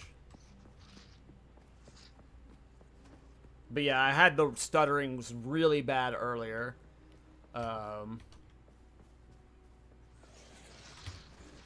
It was like it was starting to get unplayable. I had to restart the game, and then that's when my chat was told me about the / clear thing.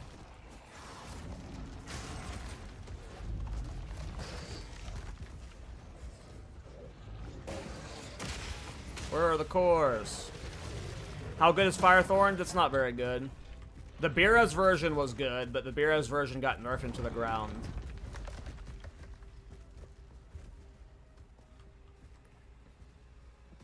How is your PoE2 not lagging? Type / clear and your chat will stop lagging you. That's not a troll. There's like a weird chat bug going on right now that's causing lag. And if you get the stuttering, you just type /clear, and it'll hopefully fix your lag.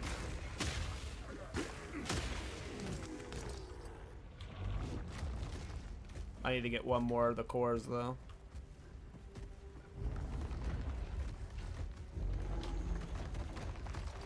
Yeah, I don't know why I don't have Leap Slam on my bars right now. It's just like an autopilot stream thing. I get anxious if I stop doing stuff to like fix the character. I just want to be in combat all at all times when I'm on stream for some reason.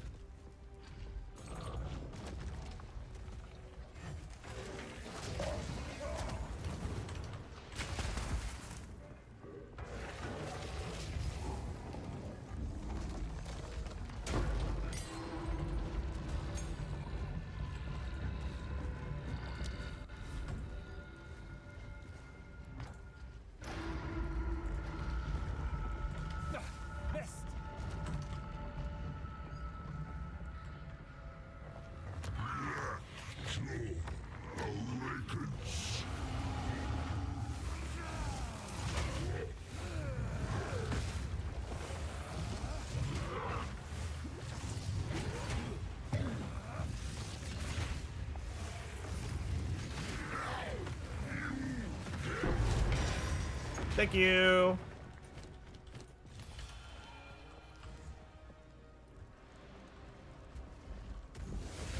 Well, thank my chat for that. You know, they're the one that told me, and then yeah, of course, Rambling just said it again too. Yeah, I don't know when the lag started happening. Today was the first time I've noticed that insane level of lag though. OP defense, yeah, dude, I'm loving Smith, man. Like, I have like so little invested into the defensives on this gear. But, like, and this is all one Exalt pieces, so it's the fact that I'm this tanky without like a Giga Twink set is awesome. This seems like something Elva would know about.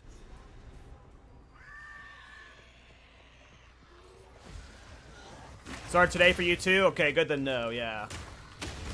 Today was the first day I noticed the lag. I don't know if people are actively trying to DDoS now or if it's just a new bug that showed up, but from my understanding, it's because of chat. Once there's too many messages in the chat, there's just a bunch of people talking right now, you're in like a laggy channel or something. But if you type /clear, it will fix the lag.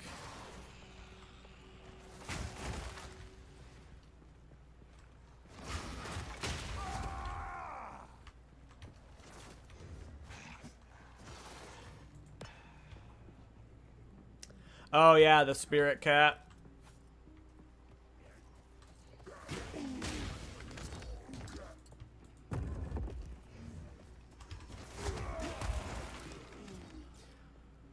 I want to play hardcore soon.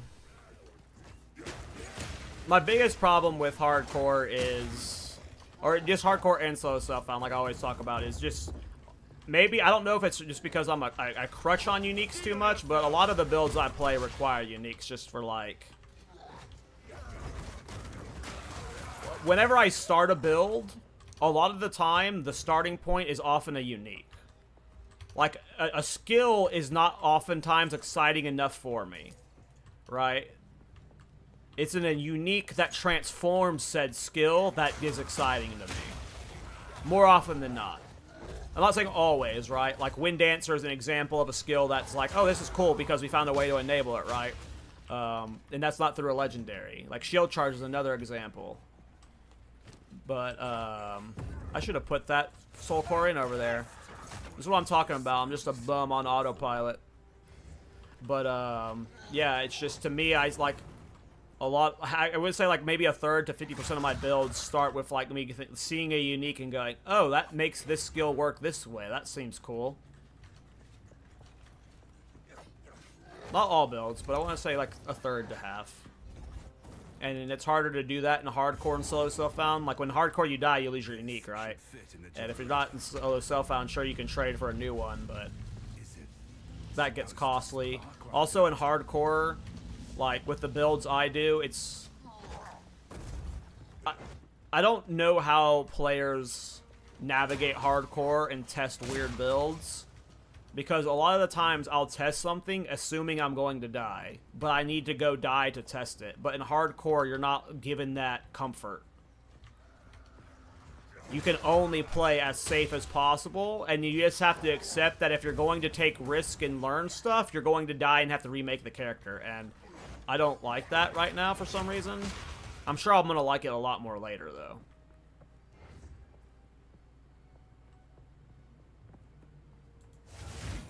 Yeah, someone mentioned that earlier, Chris, that they swapped to, like, chat channel 160 or something, and it fixed all their lag.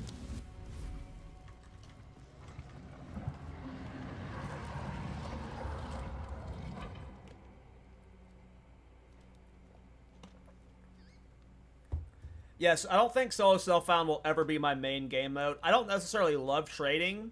I just love the ease of build making that trading enables. I just like, yeah. If I want to play Thorns, like, I just want to play Thorns, right? Like...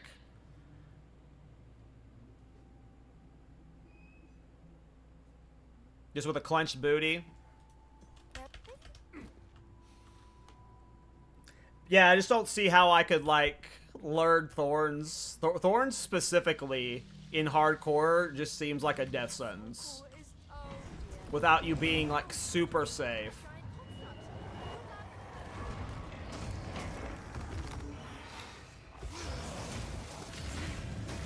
He pushed me away.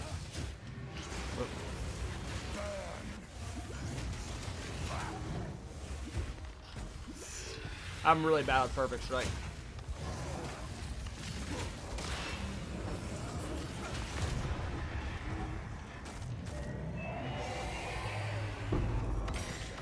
Count their secrets.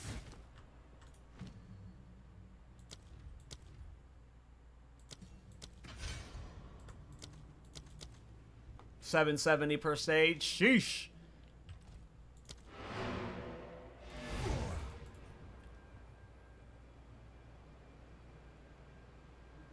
I bet Merc does well, man. Gemling is really good for this. And Witch Hunter. And probably Tactician, so...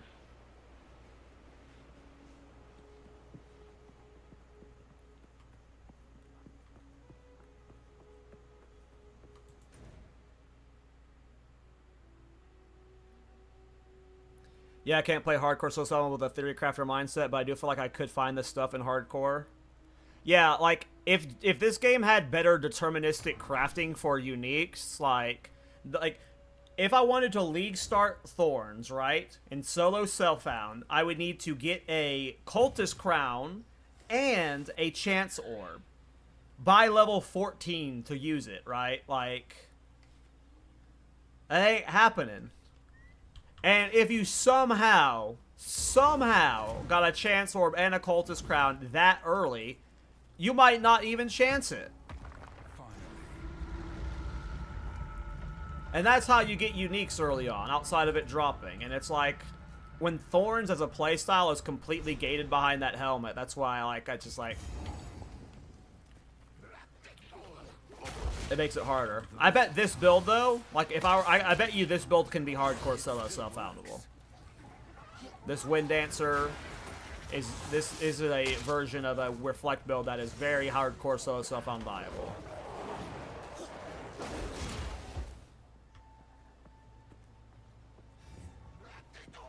Saw my comment that I tried KallTorak Tactician. Well, I tried it in the sense that, like, I wanted to see how the mechanics functioned.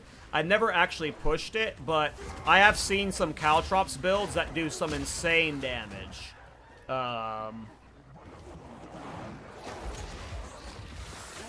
And if you added this poison armor breaking tech to it, my biggest issue with the... ooh. Thank you for making me think about Caltrops like that. My biggest interest with Caltrops was why I never committed to a build for it, was the AoE clear was always ass. You could get the boss damage scaled eventually, but for mapping, you were always just dodge rolling around and it would be super slow to clear. But if you added this armor breaker corrosion technique to it, suddenly Caltrops has better clear. So, could be a lot better now. Might have to visit it again soon. Maybe it's the next build. See if I can pull off the armor breaker poison tech inside KallTorak's. Because the reason Tactician's cool for KallTorak's build... Okay, so...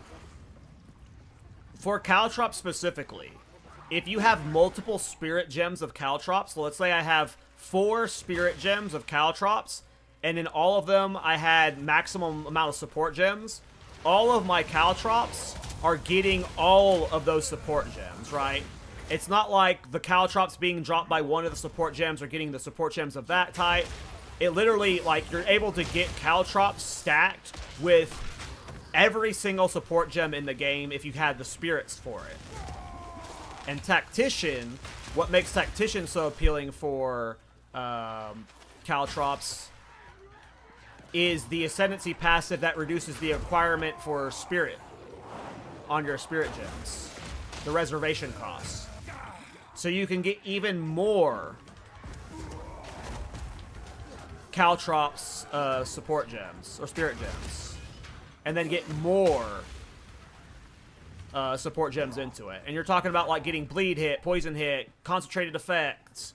Like, if you have enough spirit, you could get literally every support gem. Wait, really? Is that a bug? I don't know if it's a bug, but it's how it works. And it's how it's worked since the start of the patch.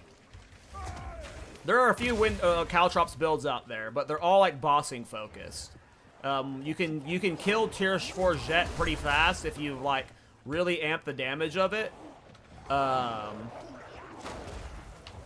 my problem anytime I played it was, like, this is how you play KallTorak, right? And mapping, it didn't have AoE spread, right? So, like, here's how you mapped. You just dodge roll on top of the enemies, it drops the KallTorak on them, and if the KallTorak didn't kill that enemy, you would do this.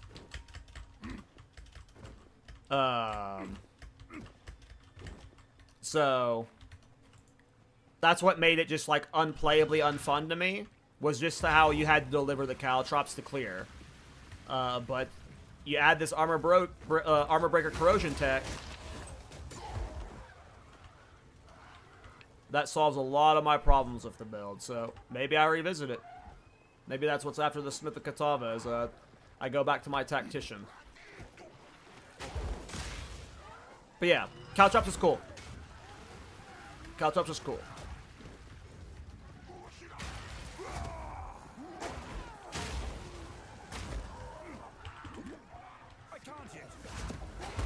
Witch Hunter is so underrated? I agree.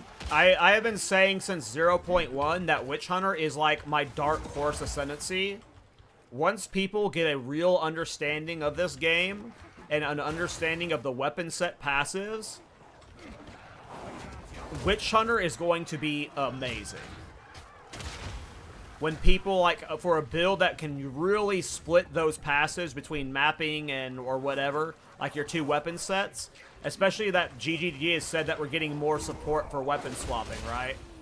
Like, Witch Hunter is potential to be long-term the best Ascendancy in the game because of those weapon set passives. Once the passive tree is better, and once you have, like, better tools for weapon swapping, like, what is the Ascendancy called? Master at Arms, I think? Maybe it's not called that, but, yeah. Witch Hunter's really good, man. Witch Hunter was my only viable Thorns build in 0.1.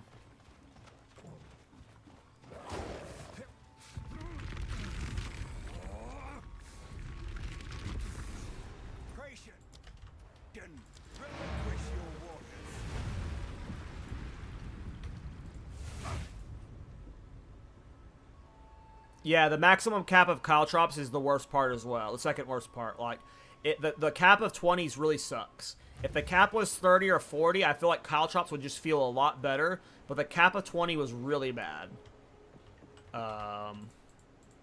So that would be one change I would want made to KallTorak too. Is the cap increase. 20 is just way too low. I hit 20 with every dodge roll. I hit more than 20 with every dodge roll. Oh, we're about to get a big damage increase. That's awesome. Now the true search can begin.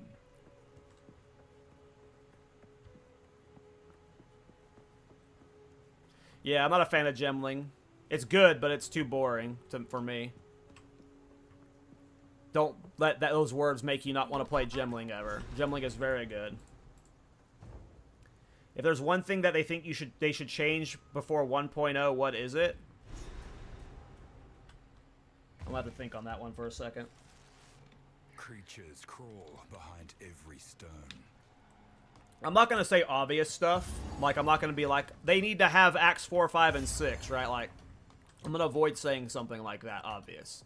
Because, like, I feel like the obvious answer is trade, right? But we know, like, a bunch more trade mechanics are coming. So, like, I don't want to say that.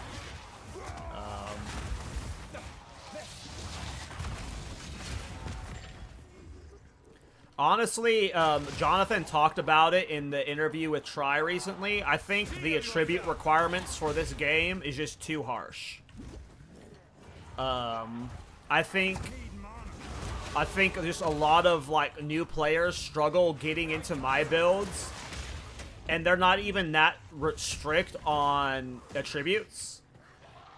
And, like, a lot of comments I'll see is, like, how are you doing your attributes? Like, I'm struggling to get the points for Wind Dancer. And it's because, like, Wind Dancer requires 200 dexterity when it's maxed out. Like, that's a bit much, right? I would honestly love if they adjusted attributes for both gear and skill gems.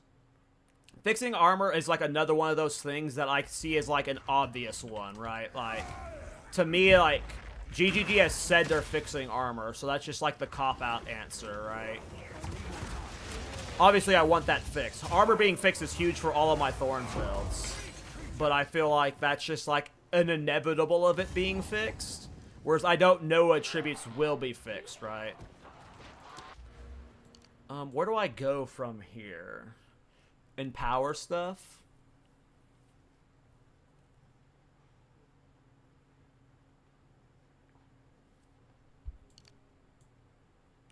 I kind of want to do empower stuff.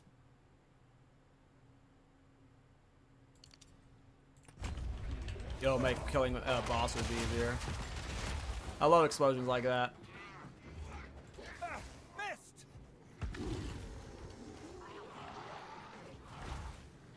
That's a good one. I like that. It needs to be easier to life stack.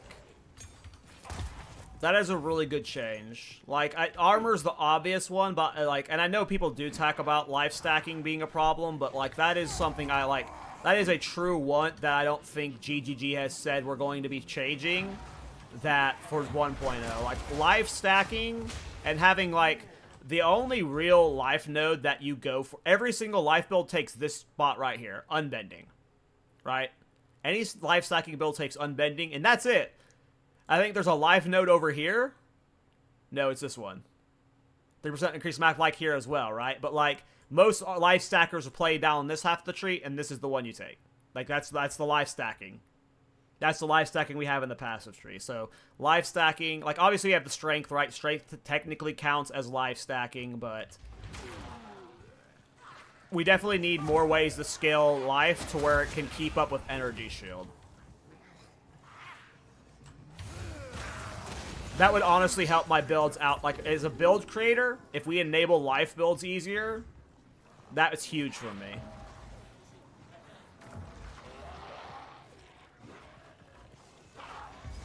So that's a really good one. Yep, Gemling can win Dance without Dex. That's why Gemling's a good option for this build. Gemling is very good for this build. Every step is more disgusting than the last. Witch Hunter Thorns would be so nice. I did Witch Hunter Thorns in 0.1. I'm saving Witch Hunter Thorns for 0.3. There are 3 classes that I'm 100% doing Thorns on in 0.3. Druid, Witch Hunter, and Blood Mage.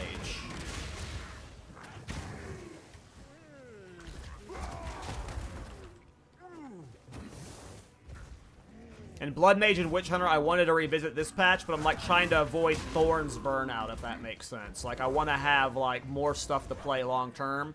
I can't play everything every patch. And those are 2 I'm excited about, so I'm thinking those are, like, 0.3 Witch Hunter we're going back to. But yeah, I love Witch Hunter, man. I am a big Witch Hunter fan.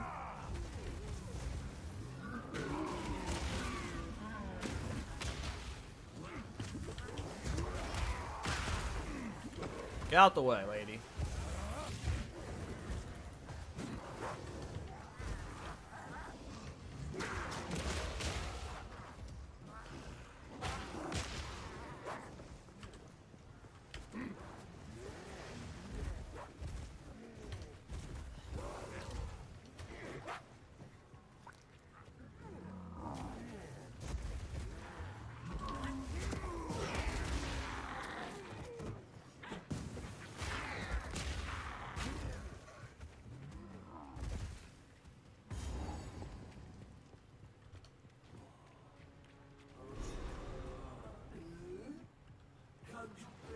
Yeah, agreed, Michael. Agreed. I don't mind that strength stacking also gives life, but life stacking being strength stacking is not ideal. We just tank all the hits. Oh, I leveled up and I didn't use my new mace. Okay, I want to test the DPS. We're going to respawn at checkpoint. We're going to see how much the kill difference in time that makes. Alright, so this new mace, level 38, we get +2 melee skills. Oh, wow. So this was only a +2 mace. I don't know how big of a damage increase it's actually going to be in terms of DPS, but we get the 2 melee skills. So it's 1,000 DPS for Mace Strike. 1,000 DPS for Perfect Strike. Wind Dancer, we are at 770. We go up to over 1,000. Whoo! 1189. This mace was a fat boy upgrade.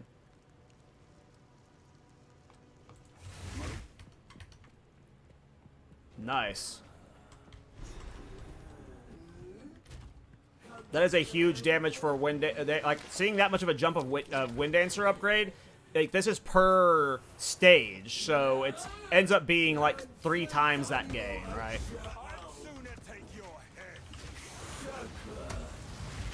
Oops. That was even a whiff perfect strike, and it did more damage in my... Yeah, look, we're almost one-shotting. Nice. That was a massive damage increase. This looks like exactly what I need.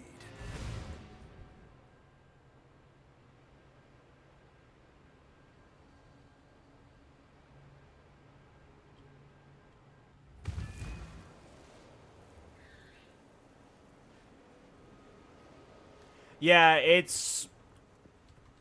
The price to enter this build, Mighty, has increased to a unfortunate amount.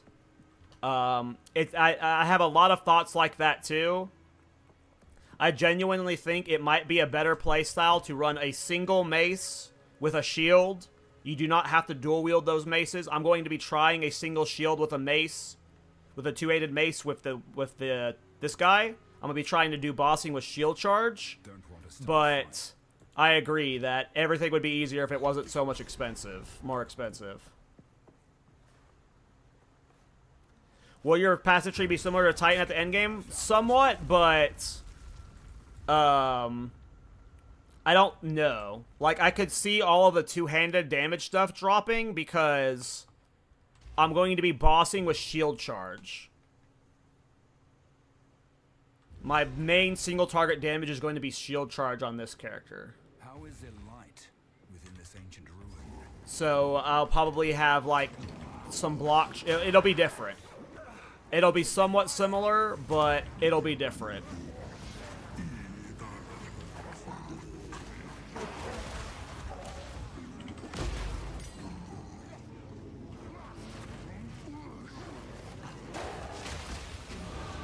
Wind Dancer is just doing so much now that it just clears instantly.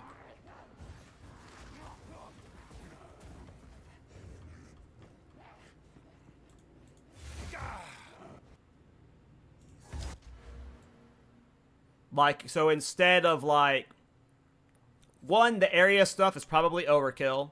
Especially when you have the good spread and density that Wind Dancer provides. You only need to hit a mob and then it chains, right? So you could drop all of this area effect stuff. You would path up here, you'd get offensive stance. You'd probably drop the 2-handed mace stuff to extent. You'd maybe drop the Warcry stuff, probably. You would go over here, you'd get Lay Siege, and then you would still probably have the path up here for the stat stacking stuff. I'm not sure, though, because I do think I'll be using Giant's Blood still. But, yeah, I'm not sure. When I have these builds, like, I have a theme in mind, but, like, I don't know how it's going to work out in the end, right? Like, it could hit a wall, and I have to pivot away from it. But, like, that's my goal I'm going for, is we're going to do a shield and a two-hander. Bossing is going to be shield charge. Mapping is going to be Wind Dancer. Just like with the Titan, right? Like, I could have solved Tier 4 Jet if I would have played Sunder or Perfect Strike like every other one else is. But I was specifically just trying to do Mace Strike to be lazy. And in this one, I'm going to be typically trying to force Shield Charge.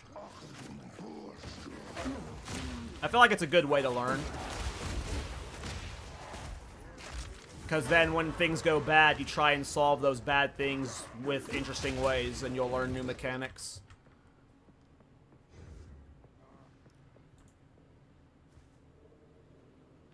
As far as I know, Rambling, no. New patch soon? New patch is next week.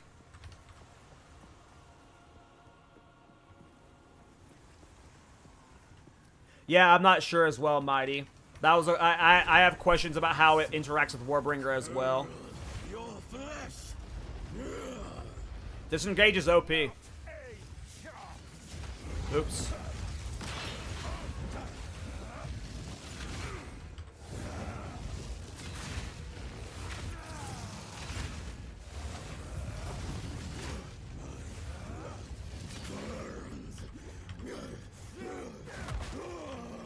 Even with no support gems, Sunder hits pretty hard.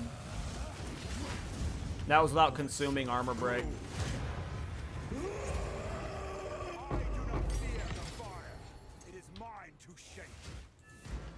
Vile ingenuity never ceases to amaze me.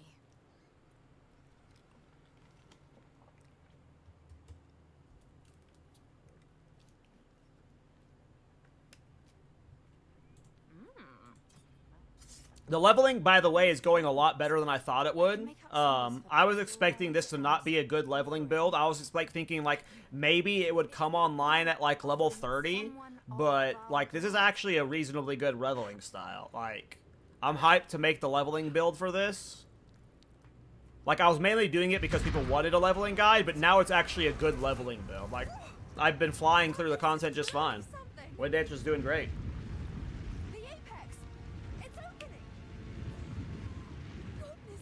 Comes online at level 10, technically, right? Wind Dancer's level 10? Level 8, maybe? No, Wind Dancer's level 1. It could come online at level 1, right? If you had a Spirit Gem chest... Not a Spirit Gem chest, a chest with Spirit on it. You could use Wind Dancer at level 1, right? If you had a level 4 Spirit Gem? Oh, wait, no, it's level 4 Spirit Gem. No, it can't be level at 1. You're right, yeah. Whatever level 4 Spirit Gems are. I think that's 8 or 10. But... as soon as you can use Wind Dancer, you can level up this. It's been smooth the entire time. Where am I going? How many campaign rerun have you done in this season? Too many.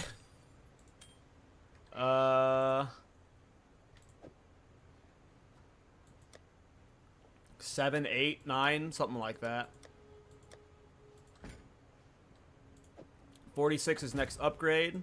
Damn, we're already almost there. And then we don't get an upgrade till 62. But this one's probably going to ride us out for all of Cruel. Did I already upgrade these? I don't need to upgrade them. Foxshade has a 100 Spirit? Yeah.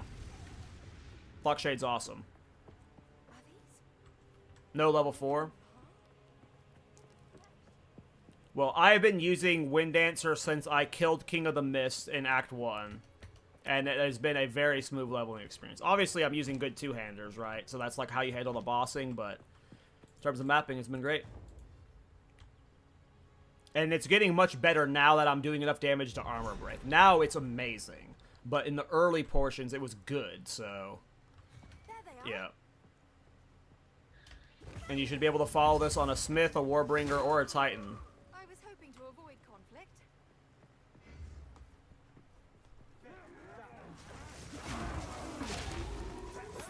Like, look at this. Like, I'm almost even never life flasking. It's almost all from my leech. This is all leech. Like, right here, I have not... This is all leech. I have not flasked in a very long time.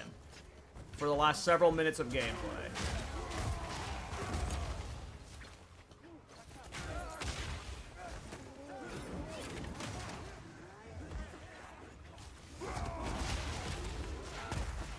These explosions are already awesome. Look at that.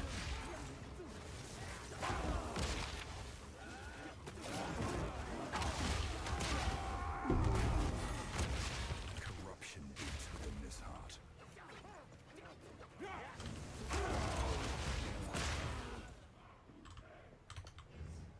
Ahoo, hey.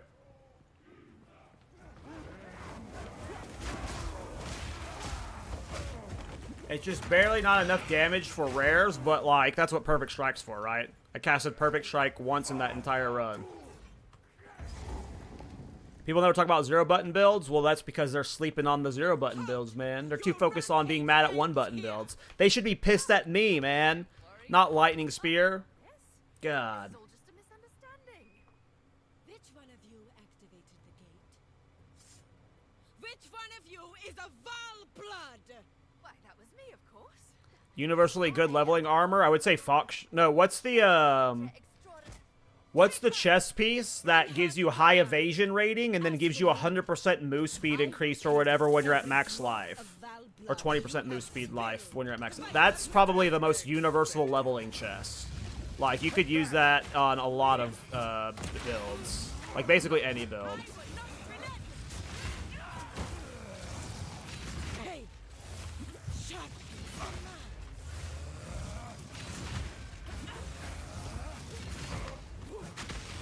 Bow to your queen or die. You will fall for us.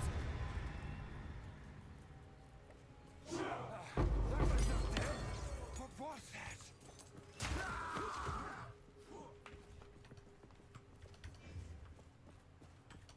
Fox Shade is the movement speed one. Yeah, Fox Shade.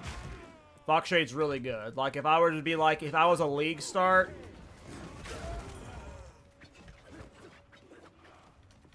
like, that's just a good one to get. It gives you a high evasion rating and you're fast, right?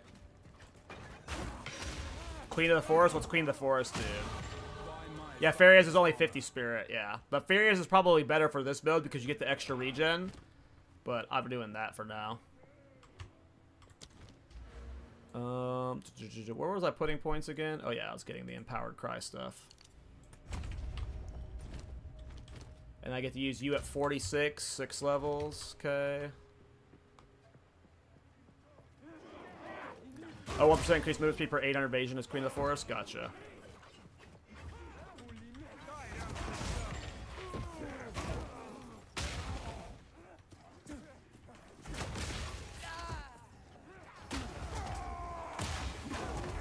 But yeah, nothing like universally as good as Tabulas from PoE 1, though. Like, we have Tabulas in PoE 2, but it's like way rarer and it's different. But like, Tabulas in PoE 1 was like, I mean, come on, right? Like, I don't think there's anything in PoE 2 that compares to that in terms of unique power, right? Like, for leveling. Because having that link setup is even more important in PoE 2 than PoE 1 than PoE 2 because of the colors. It being uncolored in PoE 1 is insane.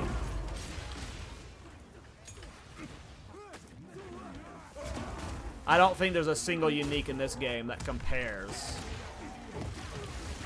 Oh, am I dead? Woo! That lightning damage cracked me.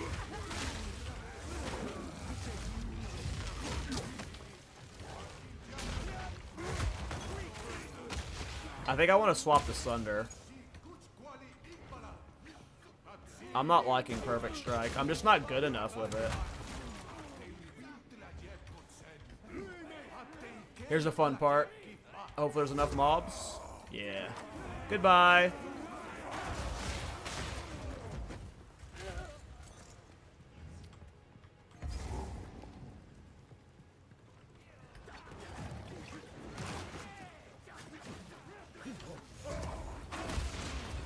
If you look at the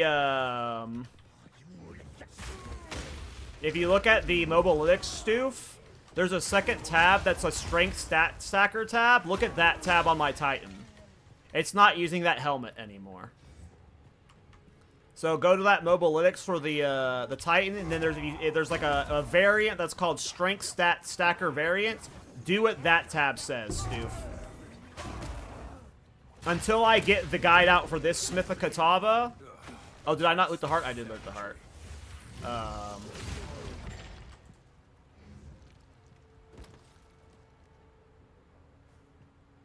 Fuck that, I don't want to turn that in.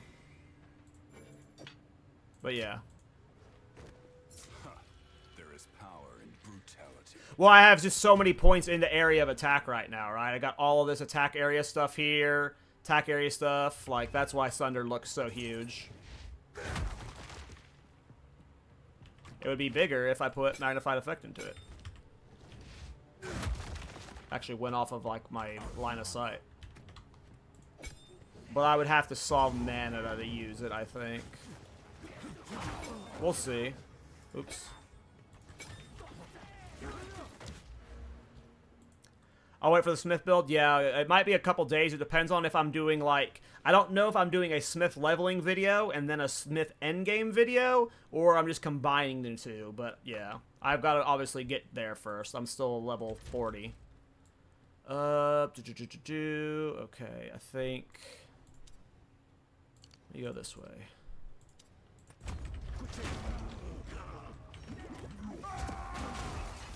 No problem, Stoof. I'm glad you enjoy them, man.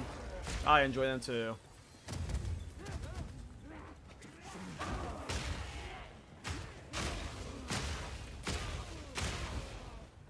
Yeah, Sunder's cool because when you have the crit consumption, consuming fully broken armor guarantees a critical hit. Like, we are breaking armor with our poison right now, but you can also break armor with, like, Maze Strike. So you walk up, you Maze Strike the mob. If your Wind Dancer isn't hitting hard enough to break the armor, you may strike to, like, splinter them down or something, or use Armor Breaker, right? And then you sunder them, and then, boom, instant crit, guaranteed one-shot. That's how a lot of people are one-shotting bosses with Prolification with Sunder.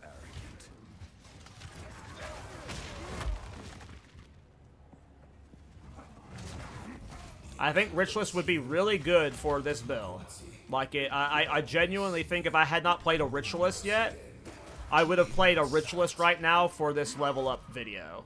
Like, Ritualist would go so far with this build. You'd be so tanky. You would have, like, so much benefit from the increased ring stuff and the increased amulet stuff. Like, you would probably get over 5,000 life. You would be just unkillable. And then on the rings, because you have the 3 rings, you could get a bunch of the added damage to attacks, which is, you scale your damage more. It's just...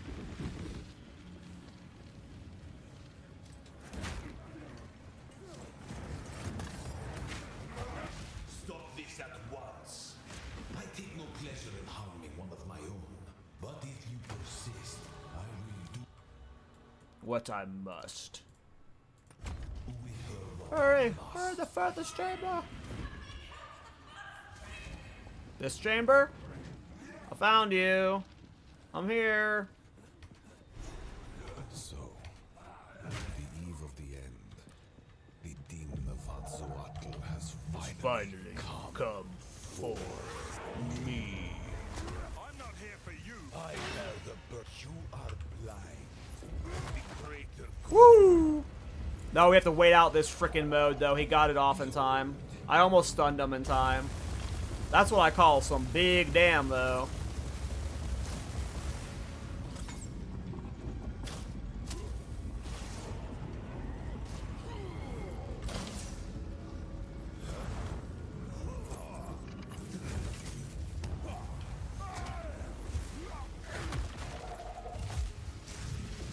I can't give up.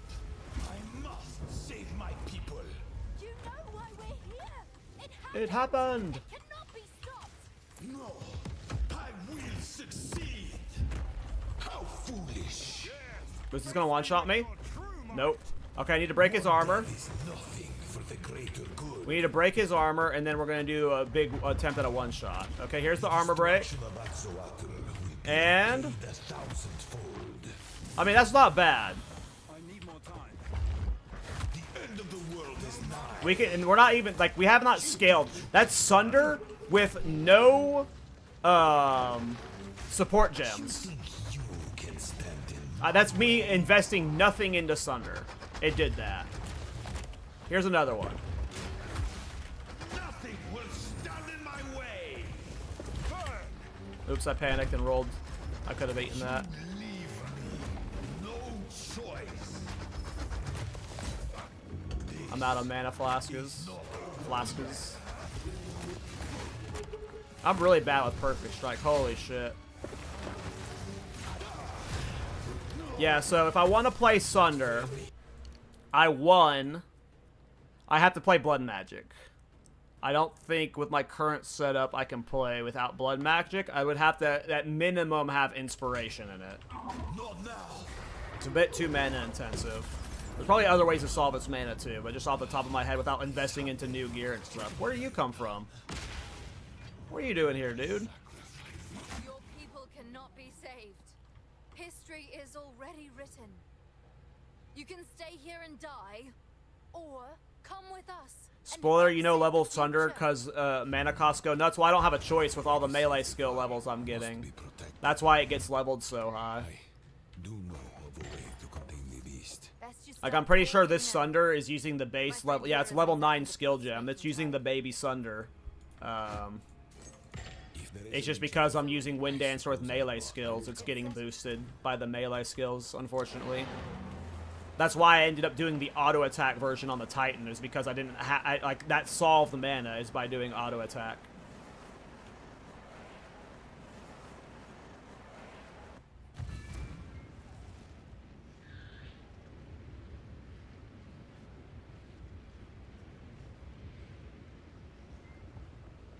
Oh yeah, I mean, that's what you should do. That's definitely how it should be done. You just use it like Perfect Strike.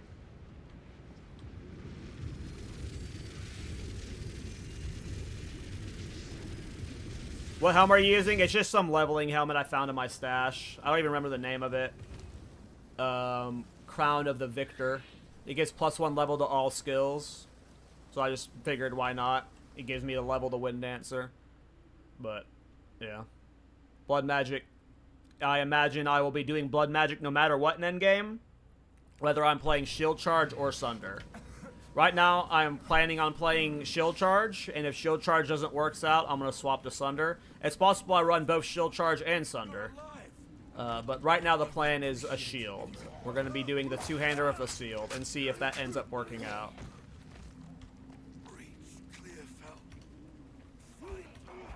Time is it?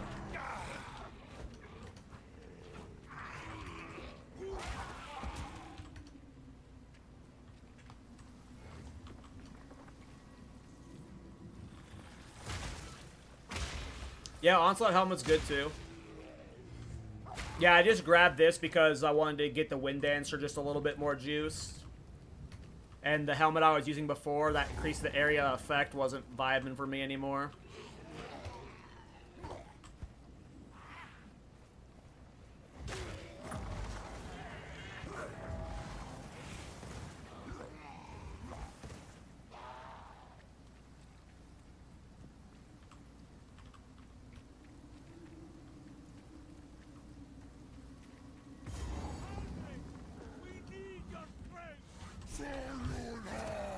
Brannock?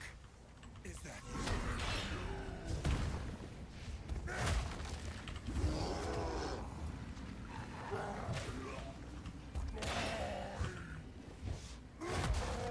I mean, that's pretty cool.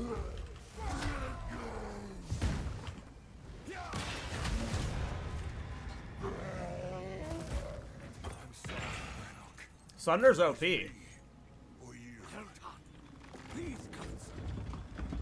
I might need to do a Sunder build at some point. Sunder seems fun.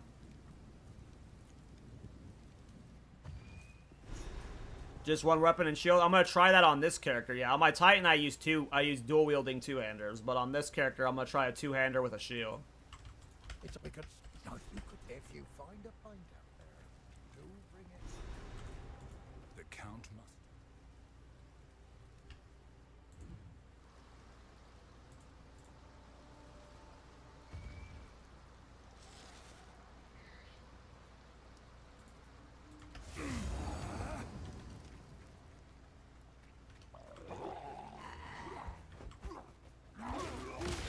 I love the explosions. It just makes it so chill.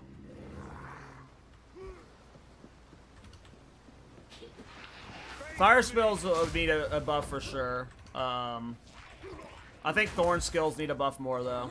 Fire can wait. Buff my Thorns first, please. Flee before me. I mean, the damage is awesome, right? Like, this is awesome, beats. I mean, come on, that's as good as it gets, right? Another fantastic reflect leveling build that takes 0 effort. Oh, this crap, I don't care about it.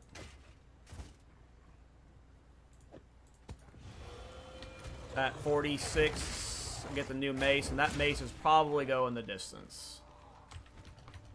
Until Endgame.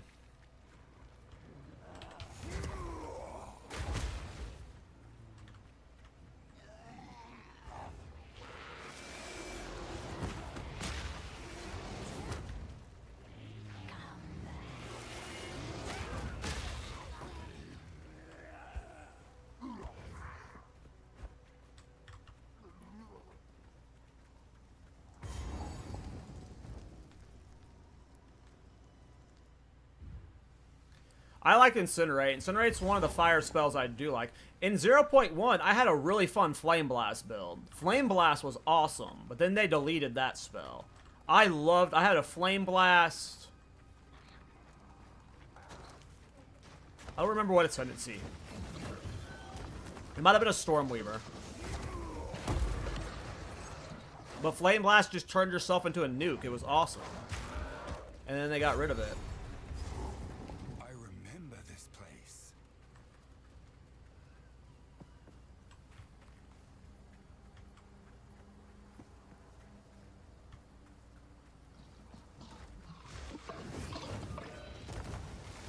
Yeah, Head Splash was one of the my first builds I did.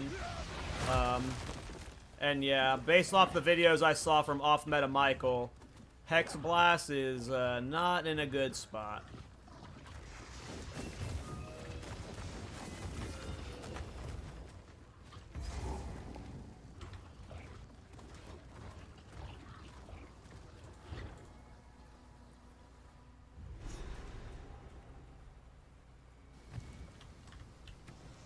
Yeah, what? I don't even know. What do you put in Sunder?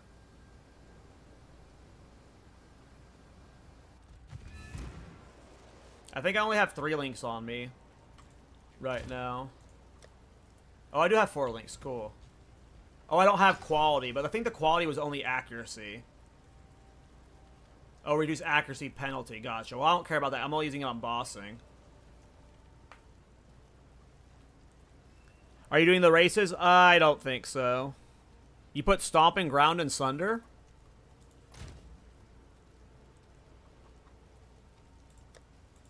Stomping Ground just goes in everything, huh?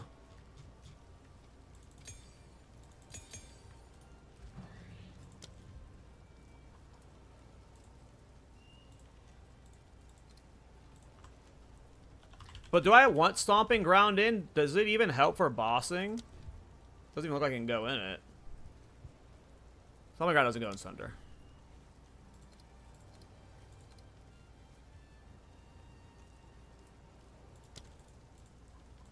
Aftershock. I just wanted to hit harder for bossing, because it's literally just a boss one-shot for me. So, like, I'm guessing I want concentrated effect, right?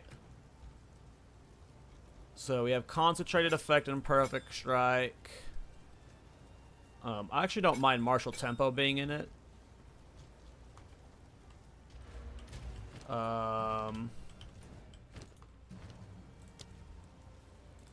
Isn't there a crit damage bonus one?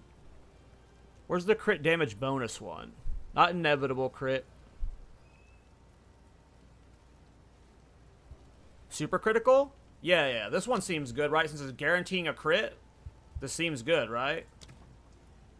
Option cannot be completed. Why? Can it not go in there? Or do I not have enough support gems for it? Might be an int issue. It's probably an int issue.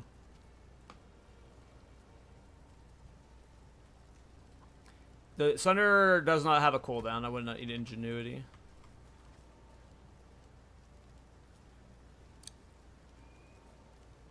Fist of War.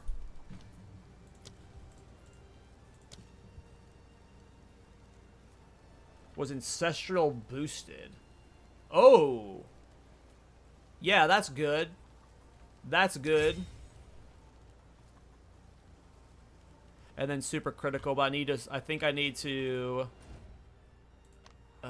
is he going to be in my hideout? I need to change a passive for int, so I can get super critical in. There you go. And now super critical should go in. And I bet you, with this change right here, I am now, like, clobbering bosses. Just with that setup swap right there.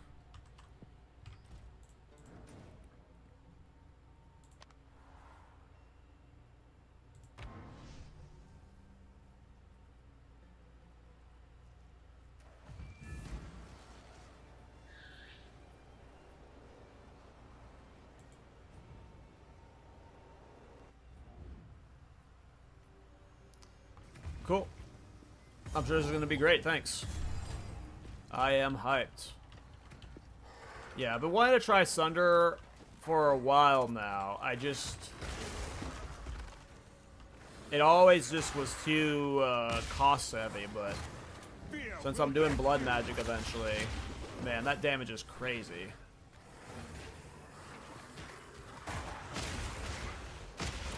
Oh, you're good, Lucas. I appreciate the help, bro.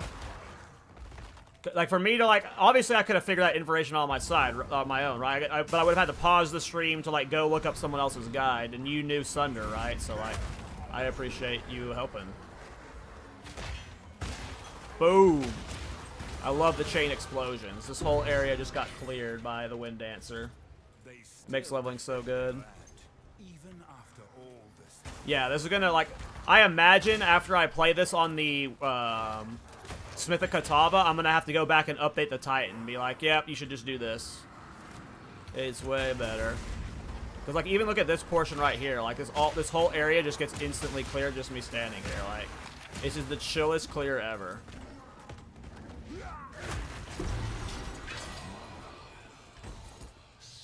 I might need more leech, but... Because we've invested purely into attacks right now. We have no defensives. Alright, my single defensive is my Ascendancy, plus I've got 5% leech on this, ring. Why Smith over Titan? I already have a Titan in Endgame, but my Titan was, like, already leveled. And people have been asking for a leveling guide. I didn't want to level another Titan, and I haven't leveled a Smith yet. Also, the build has gotten very expensive, and because Smith lets you, like, navigate defensives better and cheaper, maybe Smith ends up being, like, a pseudo-budget option. But if you're talking, like, pure min-max with good money, like, Titan's definitely better. Oh, he was proxy.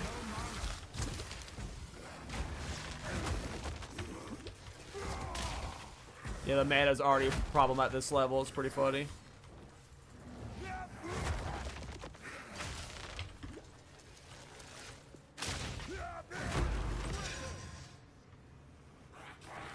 Like, I don't think trample... Like, you could use trample, but I don't think it's needed. The armor explosion poison tech clears alone on its... well enough on its own. So, like, trample toe is just, like, overkill.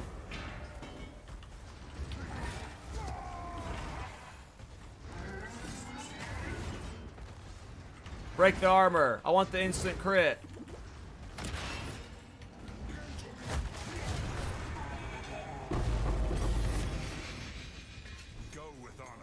I'm about that. Nothing left to defend. I'm about that life. Out of mana.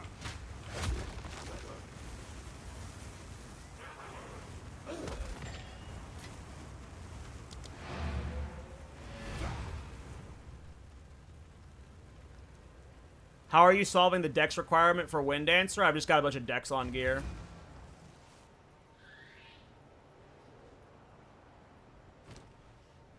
That's the only solution. Which is why Smith also helps, because you don't have to invest so much into resistances, so you can get strength and dex on most pieces. But, like, this ring has strength dex, this next has strength dex, like... If you go look at my Titan video, that I released today, like, every single one of my piece has, like, 30 strength on it and a bunch of dex. Theory, I would ask what you... Till next time.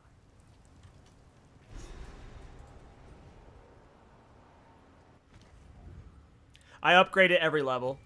If I have a spirit gem for it, I'm upgrading it. You want to upgrade the core gem. If you don't have the dexterity for it, obviously you don't, and you just upgrade it primarily through melee skills. But if you have the spirit gems and you have the dex to be able to wear it at that time, upgrade it. The highest possible level of your Wind Dancer, the better. It's not required, but the better. It scales very high off of gem skill level.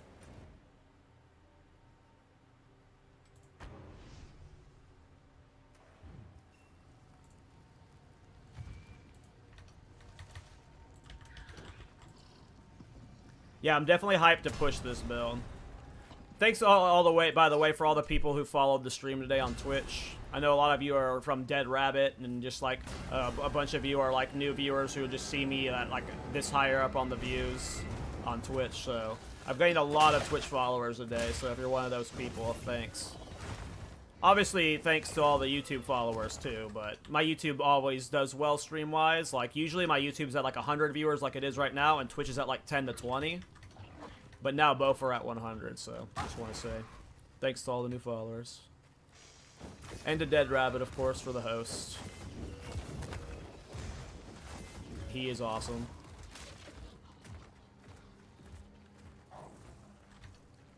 I don't, yeah.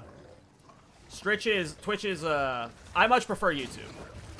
I only do Twitch because... For a while, I was only streaming on YouTube. I used to do only YouTube streaming.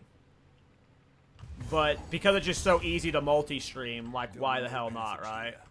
For now. And there's a lot of benefits to Twitch as well, but... I most certainly prefer, like, YouTube, like, I love just making the videos, right? The streaming is, like, a side thing to me.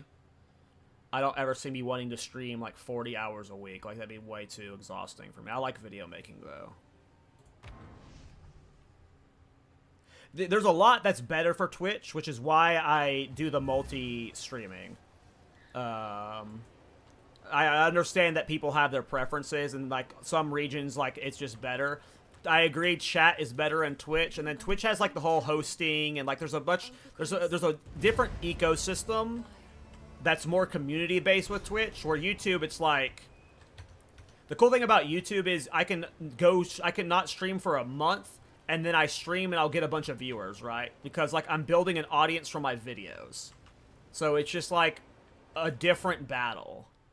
And I like the YouTube battle more. Twitch, you really have to be consistent and have a schedule. Because, like, nobody knew I was going to be streaming this morning. I just happened to wake up early and then was like, hell yeah. Let's stream today. Fuck it. Are you a full-time dev? Yeah. I work 40 to 60 hours a week right now on game development. And honestly, I'm working about 40 hours a week on PoE right now. With the Mobalytics, I got partnered with Mobalytics, and I've been taking that, like... I wouldn't say super, like, seriously is the right word, I guess, but I've been trying to improve at the guide making to get, like, better at that aspect of it, so PoE has just become almost as consuming. But yeah, full-time dev. I don't make much money from the content creation stuff. The YouTube channel makes like anywhere from $500 to $1,000 a month, depending on the month. And all that money usually just goes back into the game development stuff, so. But the Mobalytics stuff, now that I'm partnered with them, the money I make from the Mobalytics partnership will be going towards improving the stream, so there's good news there at least.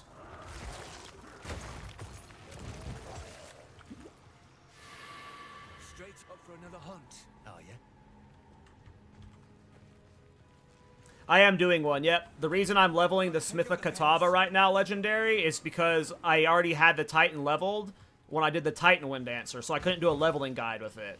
I specifically set out on this journey with the Smith of Kitava to make a leveling guide for this build. So, yes, the answer to your question is yes. I am planning on doing the exact same style of leveling guide I did for the Ritualist with this. Maybe it won't have as much depth, like, because, like, that one had, like, every single level bracket broken down. This one doesn't have that much complexity to it, right? Leveling with Thorns is way more complex, but yes, a leveling guide is coming. Mostly web development? No. I own my own game development studio. I'm the game director. A lot of my job is like in design right now, based off our studio. Like my job shifts based off what we need at the time, or we're a small team, so everyone wears multiple hats, right? I don't just have one job, but my title is game director. But I do a lot of different stuff. But I would say my main thing I do is system designs, balance, gameplay direction, like what a game director would do, right? That is my job. But I do a lot of stuff. Like, the reason this YouTube channel started was because I wanted to teach myself video editing for when we wanted to promote our games, to learn, like, algorithm and, like, get better thumbnails and stuff, right? I'm the one that does all our social media as well.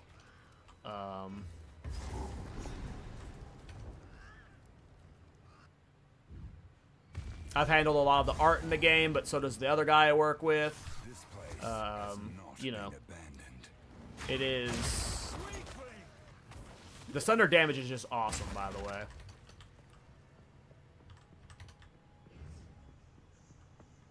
What solid games do you produce? They're all over the place right now. We're still in, like... It's me and a buddy. We own the company, and we're in, like, a...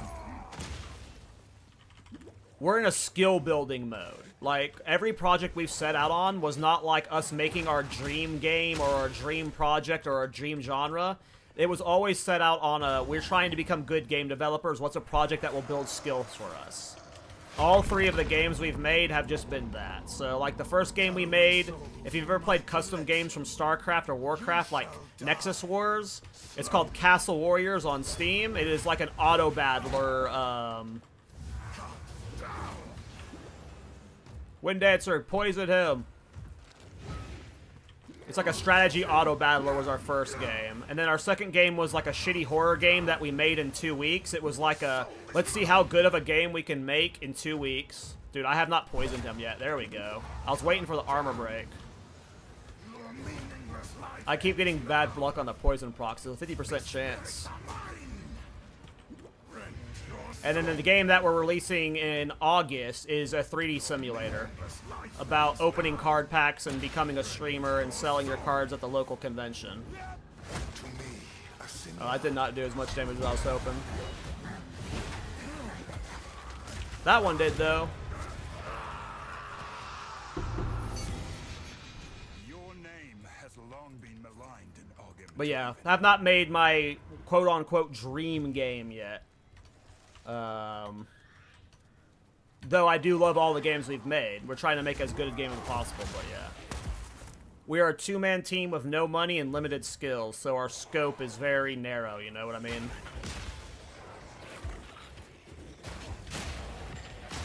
Like, we would love to make online multiplayer PvP games. I feel like both of us have, like, a heavy background in online multiplayer PvP games, but, like...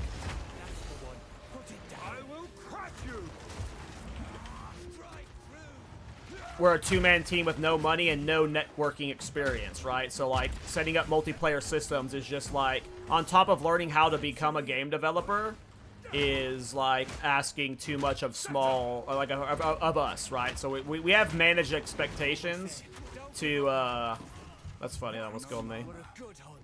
In the games we make.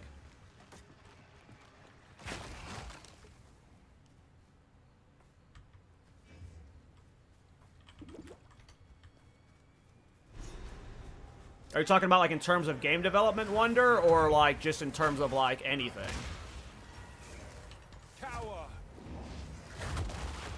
Oh yeah, no, I definitely care about all the games. Like the first game we made that's still in early access, it's called Castle Warriors. We still develop it. We just hit a wall with it currently, but that came from like us loving custom games from Warcraft 3 and StarCraft 2, and we wanted to make it as good as possible. We just understood that, you know, we weren't going to be able to make the perfect game we envision, right? If you were to start from zero, the best way is, there's these, I'm sure you're aware of them, or at least some form of like skill building exercises like them. They're called game jams. They are the single best way to get started into game development. There are hundreds and hundreds of them that go on every year. And you just sign up for them, you go to them, and then it's like, there'll be a week-long event where you have 1 week to make a game, and you won't know the theme of the event until the event starts. So you'll have like a week, and they'll tell you day of, okay, you have 7 days, make a game that's in black and white, that's about time travel. And you have 7 days to make that game. And during these little sprint processes of you doing these game jams, you learn more in those 7 days than you would being able to, like, trying to create a game on your own. Because if you go and try and create your own game on your own, what's going to happen is you're going to get stuck on the system building process, you're going to get stuck on the art process, like, you're going to be way too picky, right? But when you have 7 days to make a game, you understand that you have to pick your art fast, you have to pick your mechanics fast, you have to, like, you don't have the time to be picky.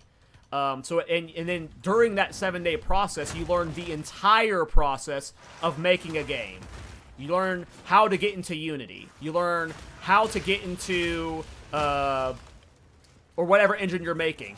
How to start building inside the engine. How to start playtesting. What it's like to finish a game. That entire process from beginning to end is more important than spending 6 months working on a game.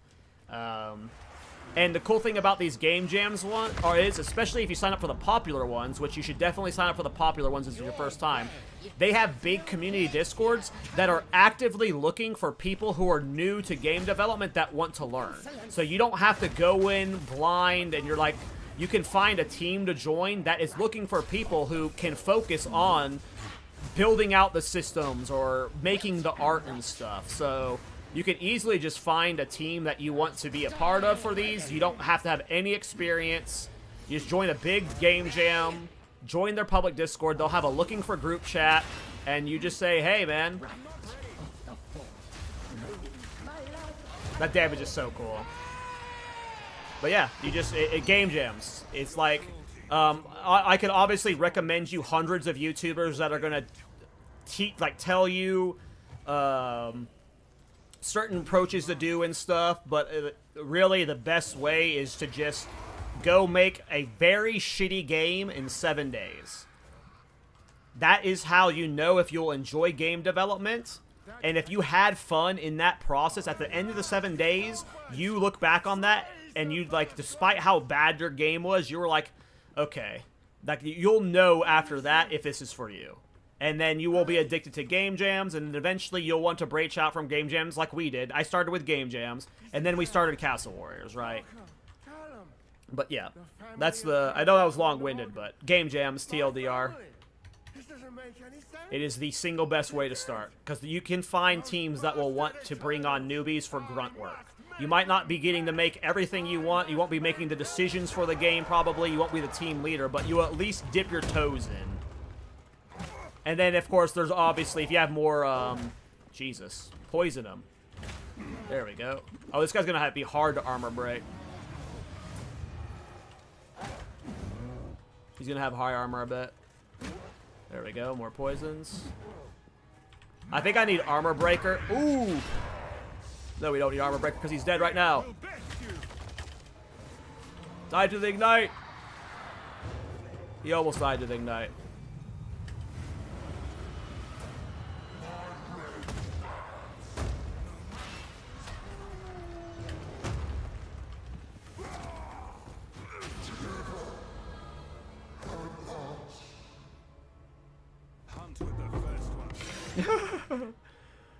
Terraria, the Path of Exile 2. That is quite the host journey you've been on. I'm hyped you still play Terraria in 2025, though, man. Keep up that grind. Or at least watch it. I love me some Terraria. I have not played it in forever. Corruption has twisted these wilds beyond recognition. I don't know if game jams would. Game jams are a lot more small scale than that, Wonder. Hey, nice, Wonder.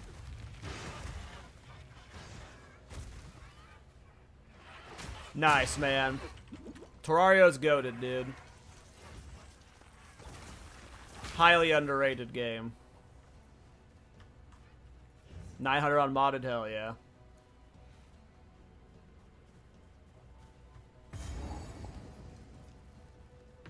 See, like, even after working in it for 3 years, Ziphoros, I've been working in game development now for over 3 years, and I had experience in it beforehand as, like, a freelancer.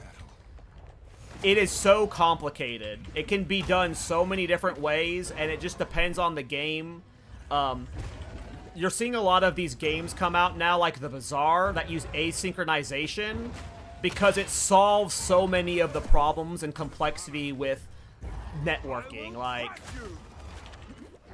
you have to, like, and there's always the cost with it and stuff. Like, you have to have server hosting and stuff. Like, if you are a small studio with no money, like, getting into multiplayer is just much more than just, like, figuring out how to code two computers connecting together. Like, if you want, like, real, like, matchmaking systems, right? Like, you know how complicated it is setting up a matchmaking system? Like, so if you have a real MMR system, like, that just makes it way more difficult. I'm about to die. I'm out of life flask. I'm not poisoning enough right now for bosses to be able to guarantee the Sunder,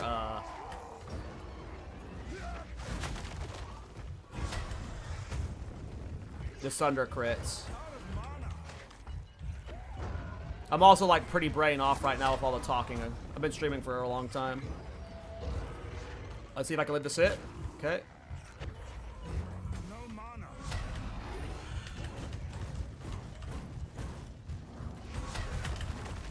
Oh, that hit me, damn. I thought I rolled out of its range. He would have phased right then, too. Alright, now I have full flask going into this, and I'll be more mindful of my life. Do I need to upgrade my life flask? I probably do. Custom games were wild back. Dude, old custom games are the best, man. When we did game jams for a while.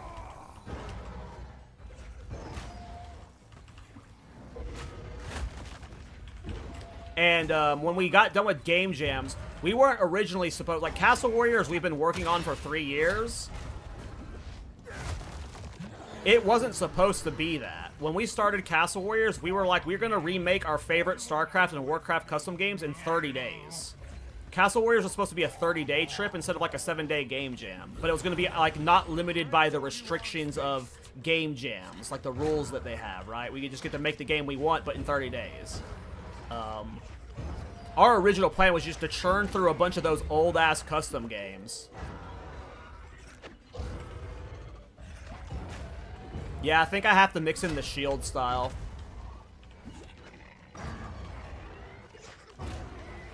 I'm not breaking armor enough. I think I need to at least mix an armor breaker to guarantee the Sunder kills. Because relying purely on armor break from poison is just a little bit too inconsistent.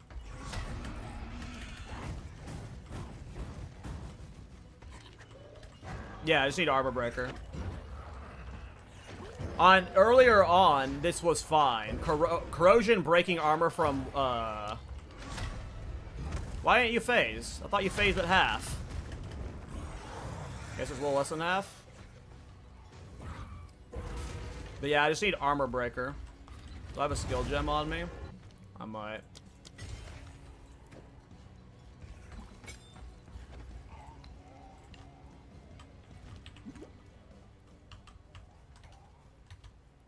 Two brain off. Stream's been going on forever. Okay.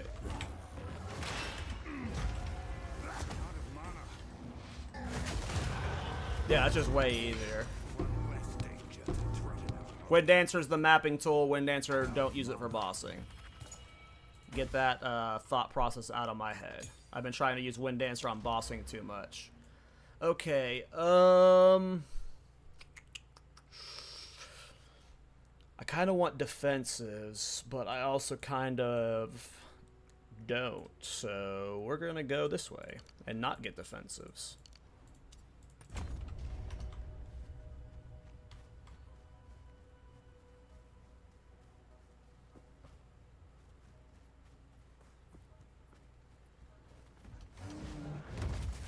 Yeah, I need to do more of the fresh start experience so I can have that whole mapped out better wonder like you do. Because sometimes I just straight up skip side content. Like sometimes I won't do Frey 4 until way deeper and stuff because I don't need the Spirit Gem initially, but that's because I do a bunch of twink alts. What build are you currently doing? I'm doing Wind Dancer Smith the Kitava. It's my Titan build that I posted the other day on my YouTube, except I'm leveling it as a Smith now.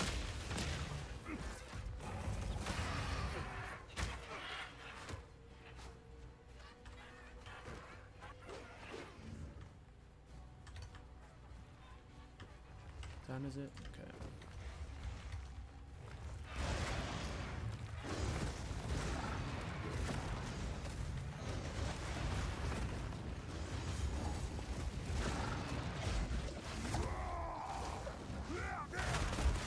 Like even without armor break, I can almost one-shot rares with like just using Sunder alone is nuts. I feel like I am gonna have to take blood magic inevitably though. Like, this is just already getting out of control, and my melee skills are just going to get higher.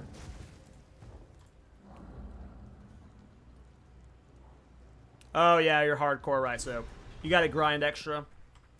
Yeah, I'm always under-leveled. Level 44 to level 49. This is the opposite of hardcore.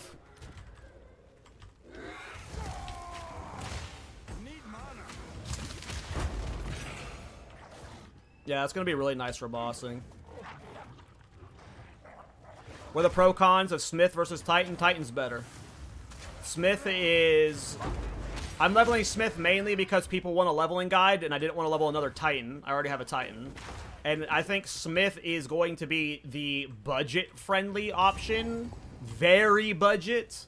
Because you don't have to invest into currency for defensives. Like, you're going to have, like, a lot more investment into offensives, right? But when we're talking, like, ultra endgame, or even having just, like, not even ultra endgame, just, like, red maps and then having, like, decent currency investment, Titan will always outscale Smith. Like, maybe Smith will end up tankier, but I doubt it. Like, even in ultra endgame, like, hulking form is just so good. Like, maybe Smith is tankier, but in terms of damage... But there are some benefits, but if you care, you're just gonna play Titan. You care about that kind of stuff, but... No, I just didn't want to level another Titan. I don't know. I know migrating is a thing. I just don't know what you can migrate to.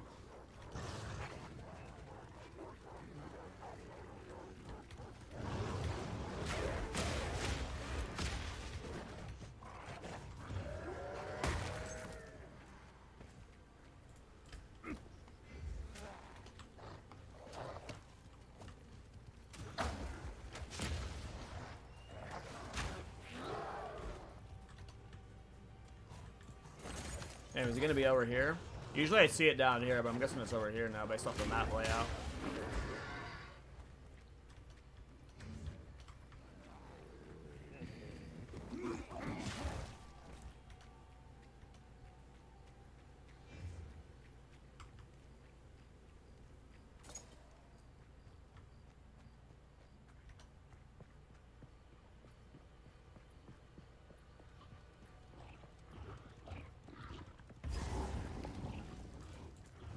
Alright, let's kill the Executioner.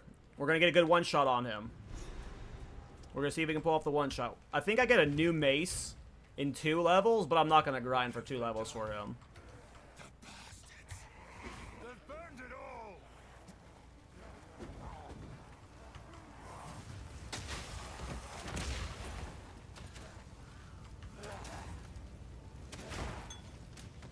I might need to put points in the armor break passives because I'm not really getting the best spreads from the poison on mapping now that I'm at a higher level.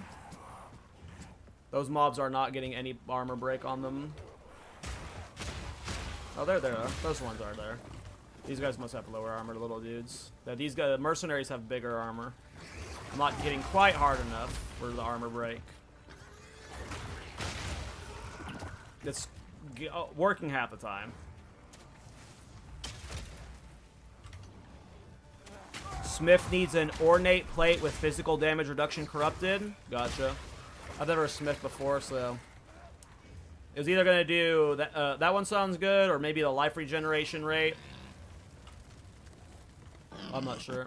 I don't know what can be corrupted on chests, but yeah, I'm gonna have to find something. Right now, I just got something from a vendor. Your luck has run out, foundling. No, it hasn't. Oops, I didn't mean to do that. Out of mana. Fear will best you. Cowards! Fight or die! I mean, that damage is just nuts. Death is not revenge enough for what you've done.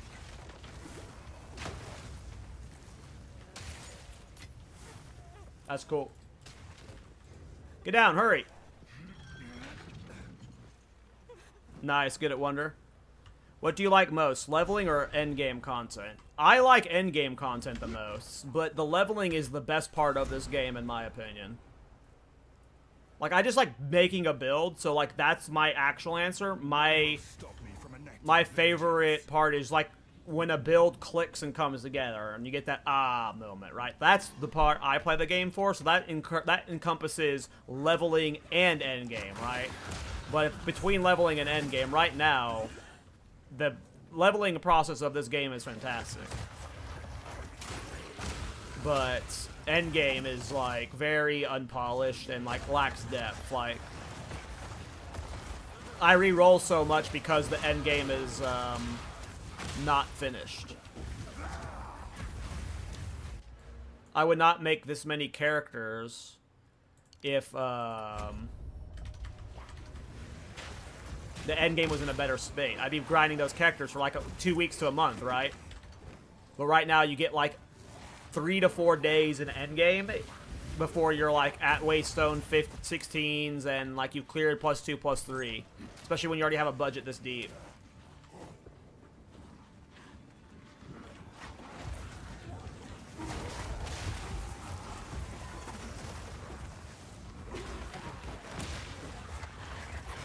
So it does, Wind Dancer does scale off of the elemental damage, and getting elemental damage on your weapons is fine, especially if you're trying to do a shock or a freeze version. Like if you're trying to do the freeze Herald of Ice version, like getting cold damage on your stuff is nice. You're going to be doing more cold damage, but the reason physical damage is better is because of Leech. Leech is our primary defensive measure, and we leech through physical damage. So you are tankier and you heal more through physical damage. So that's why we prio physical damage, but if you have elemental damage, it's not bad.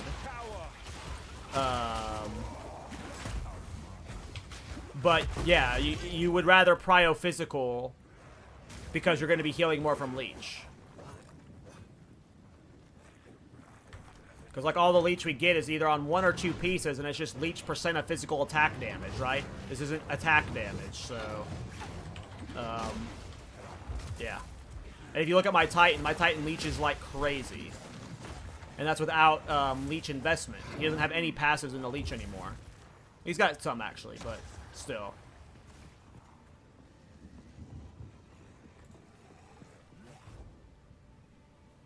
Making rails is the reason you play the game? It's the only reason to play right now, I feel. Just try stuff out. Like, everything you do right now is like learning the game for future patches.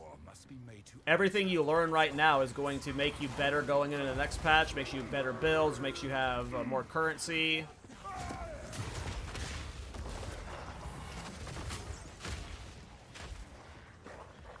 So yeah, I agree, man.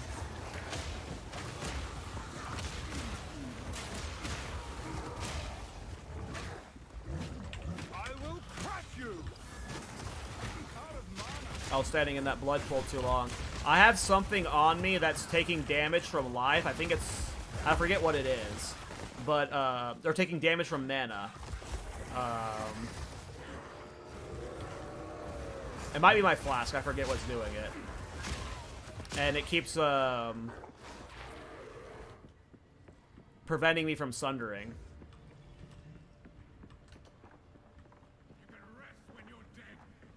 But otherwise, I mean, the Sunder tech is insane. I understand why so many people play it now. I mean, I had so many people telling me to do Sunder on my Titan, and I was just like, yeah, but I'm doing Maze Strike. I'm having fun with Maze Strike. But nope, Sunder is cracked. I get why people are one-shotting tier 4 bosses with it, and I imagine it's getting nerfed for 0.3. But maybe not.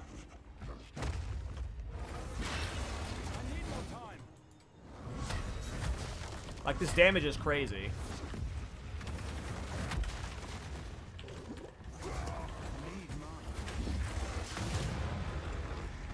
And I'm about to get a damage increase from my, my new mace. In half a level.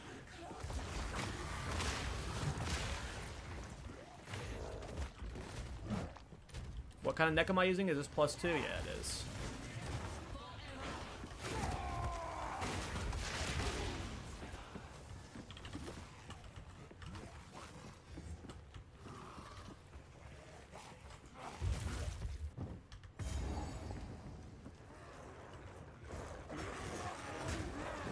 Oh, it has it? I never used Thunder in 0.1. That's cool.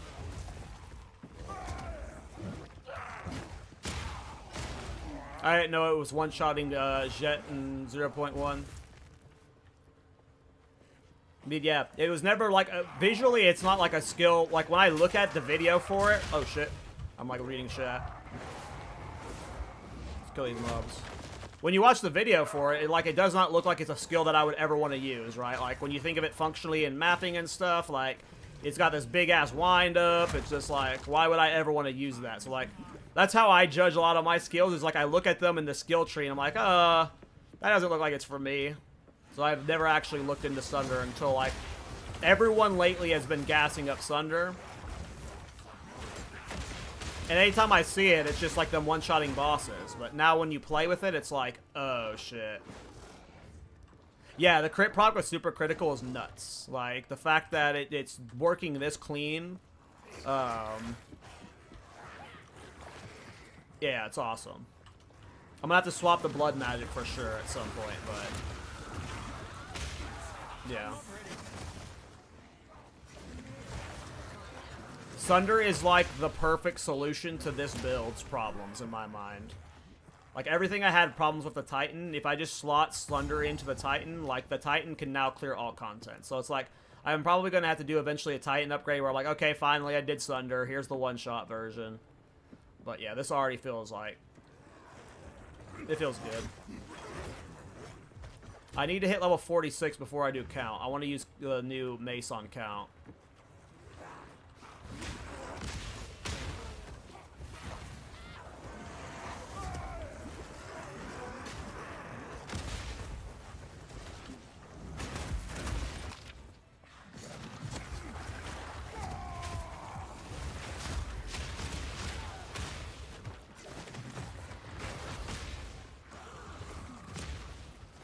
Okay, here's Count.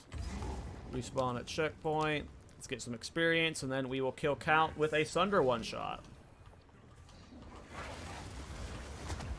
We won't kill him with a Sunder one-shot, but we're going to hit him a lot harder than we're currently hitting.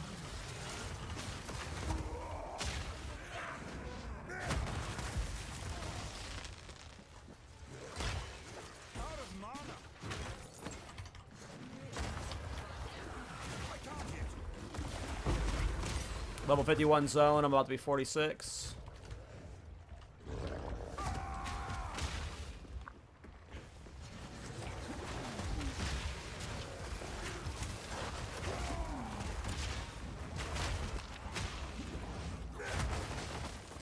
The auto crit is crazy.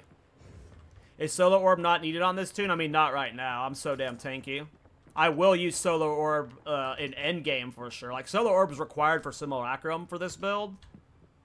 But, like, for leveling, like, I've had the easiest leveling process. I think I've died twice, and they were both to, like, bonehead moments. Agreed. Feel my wrath.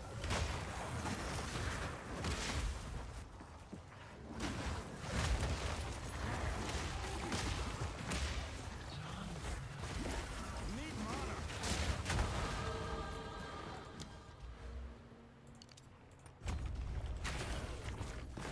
Oh, I forgot I didn't do the loot. Okay, so let's check out my damage. Alright, so Mace Strike, 3460.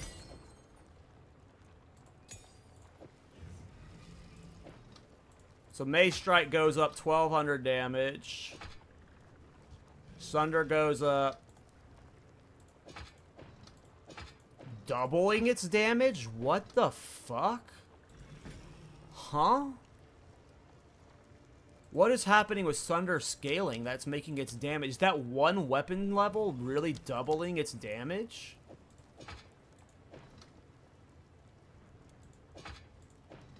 I mean, it's obviously got more DPS, but sheesh. Alright, now let's look at Wind Dancer. Wind Dancer goes from 1189 to 1932. This mace was just a giga damage increase. Holy sheesh.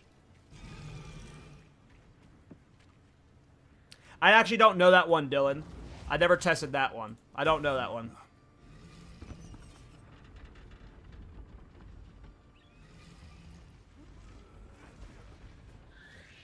Alright, I'm not comparing this to a league start at all. I'm comparing this to every build I've played this season. I am well aware that this is not how a league start goes. But every other character I've twinked out and leveled this season,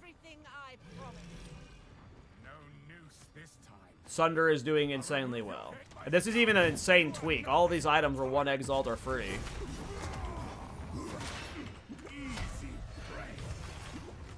Face me. Oh my god. Okay, maybe we can one-shot count. If he doesn't one-shot me when he's doing this, like, bullshit lock-on-you phase.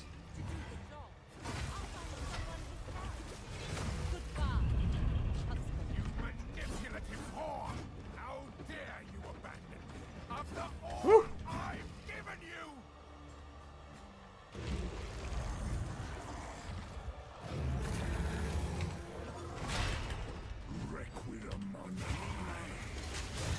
No!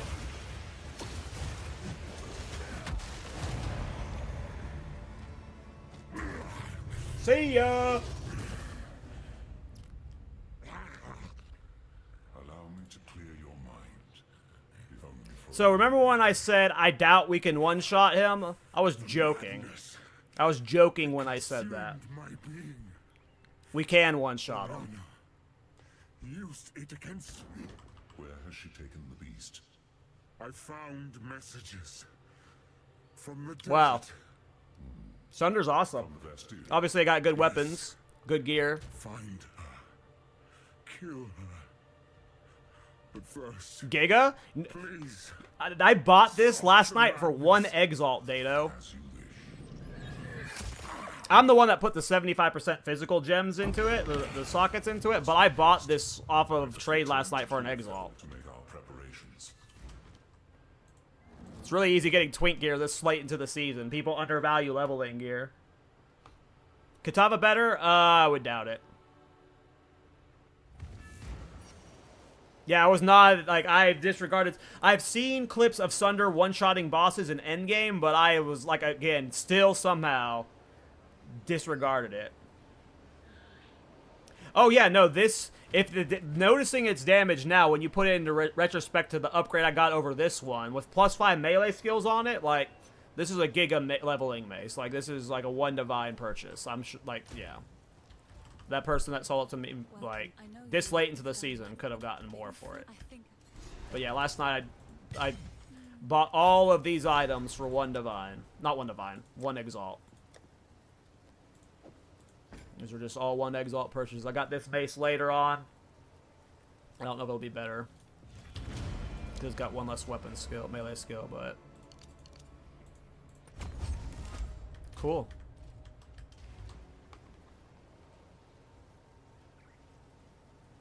Really need to get some real luck to get a better one. It might. I have my maces from my Titan that I could steal. But right now I'm really committed on this being a budget Smith of Kitava. I'm like not going to spend a lot of currency until I hit a very serious wall. And I'm going to be like, okay, this is where I got on the budget.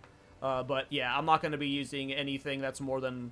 Like maybe I'll spend 5 to 10 exalts on a piece in like Endgame. But everything so far has been 1 exalt purchases. Or things I had in my stash. Like this. Give me a second.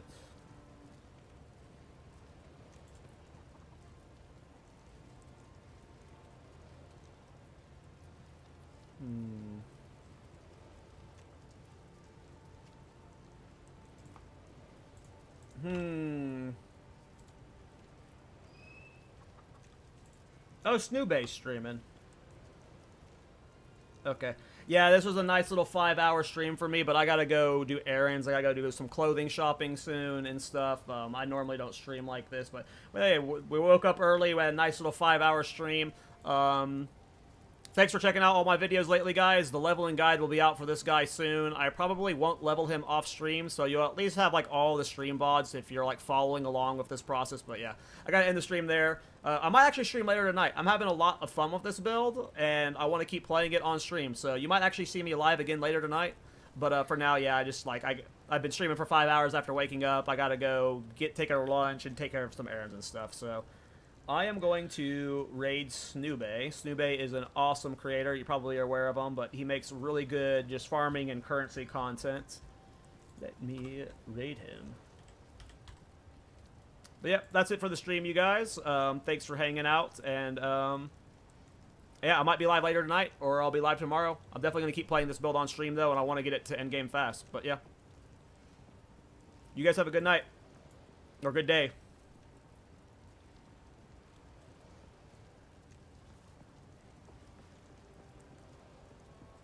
About to do the raid. Alright, take care.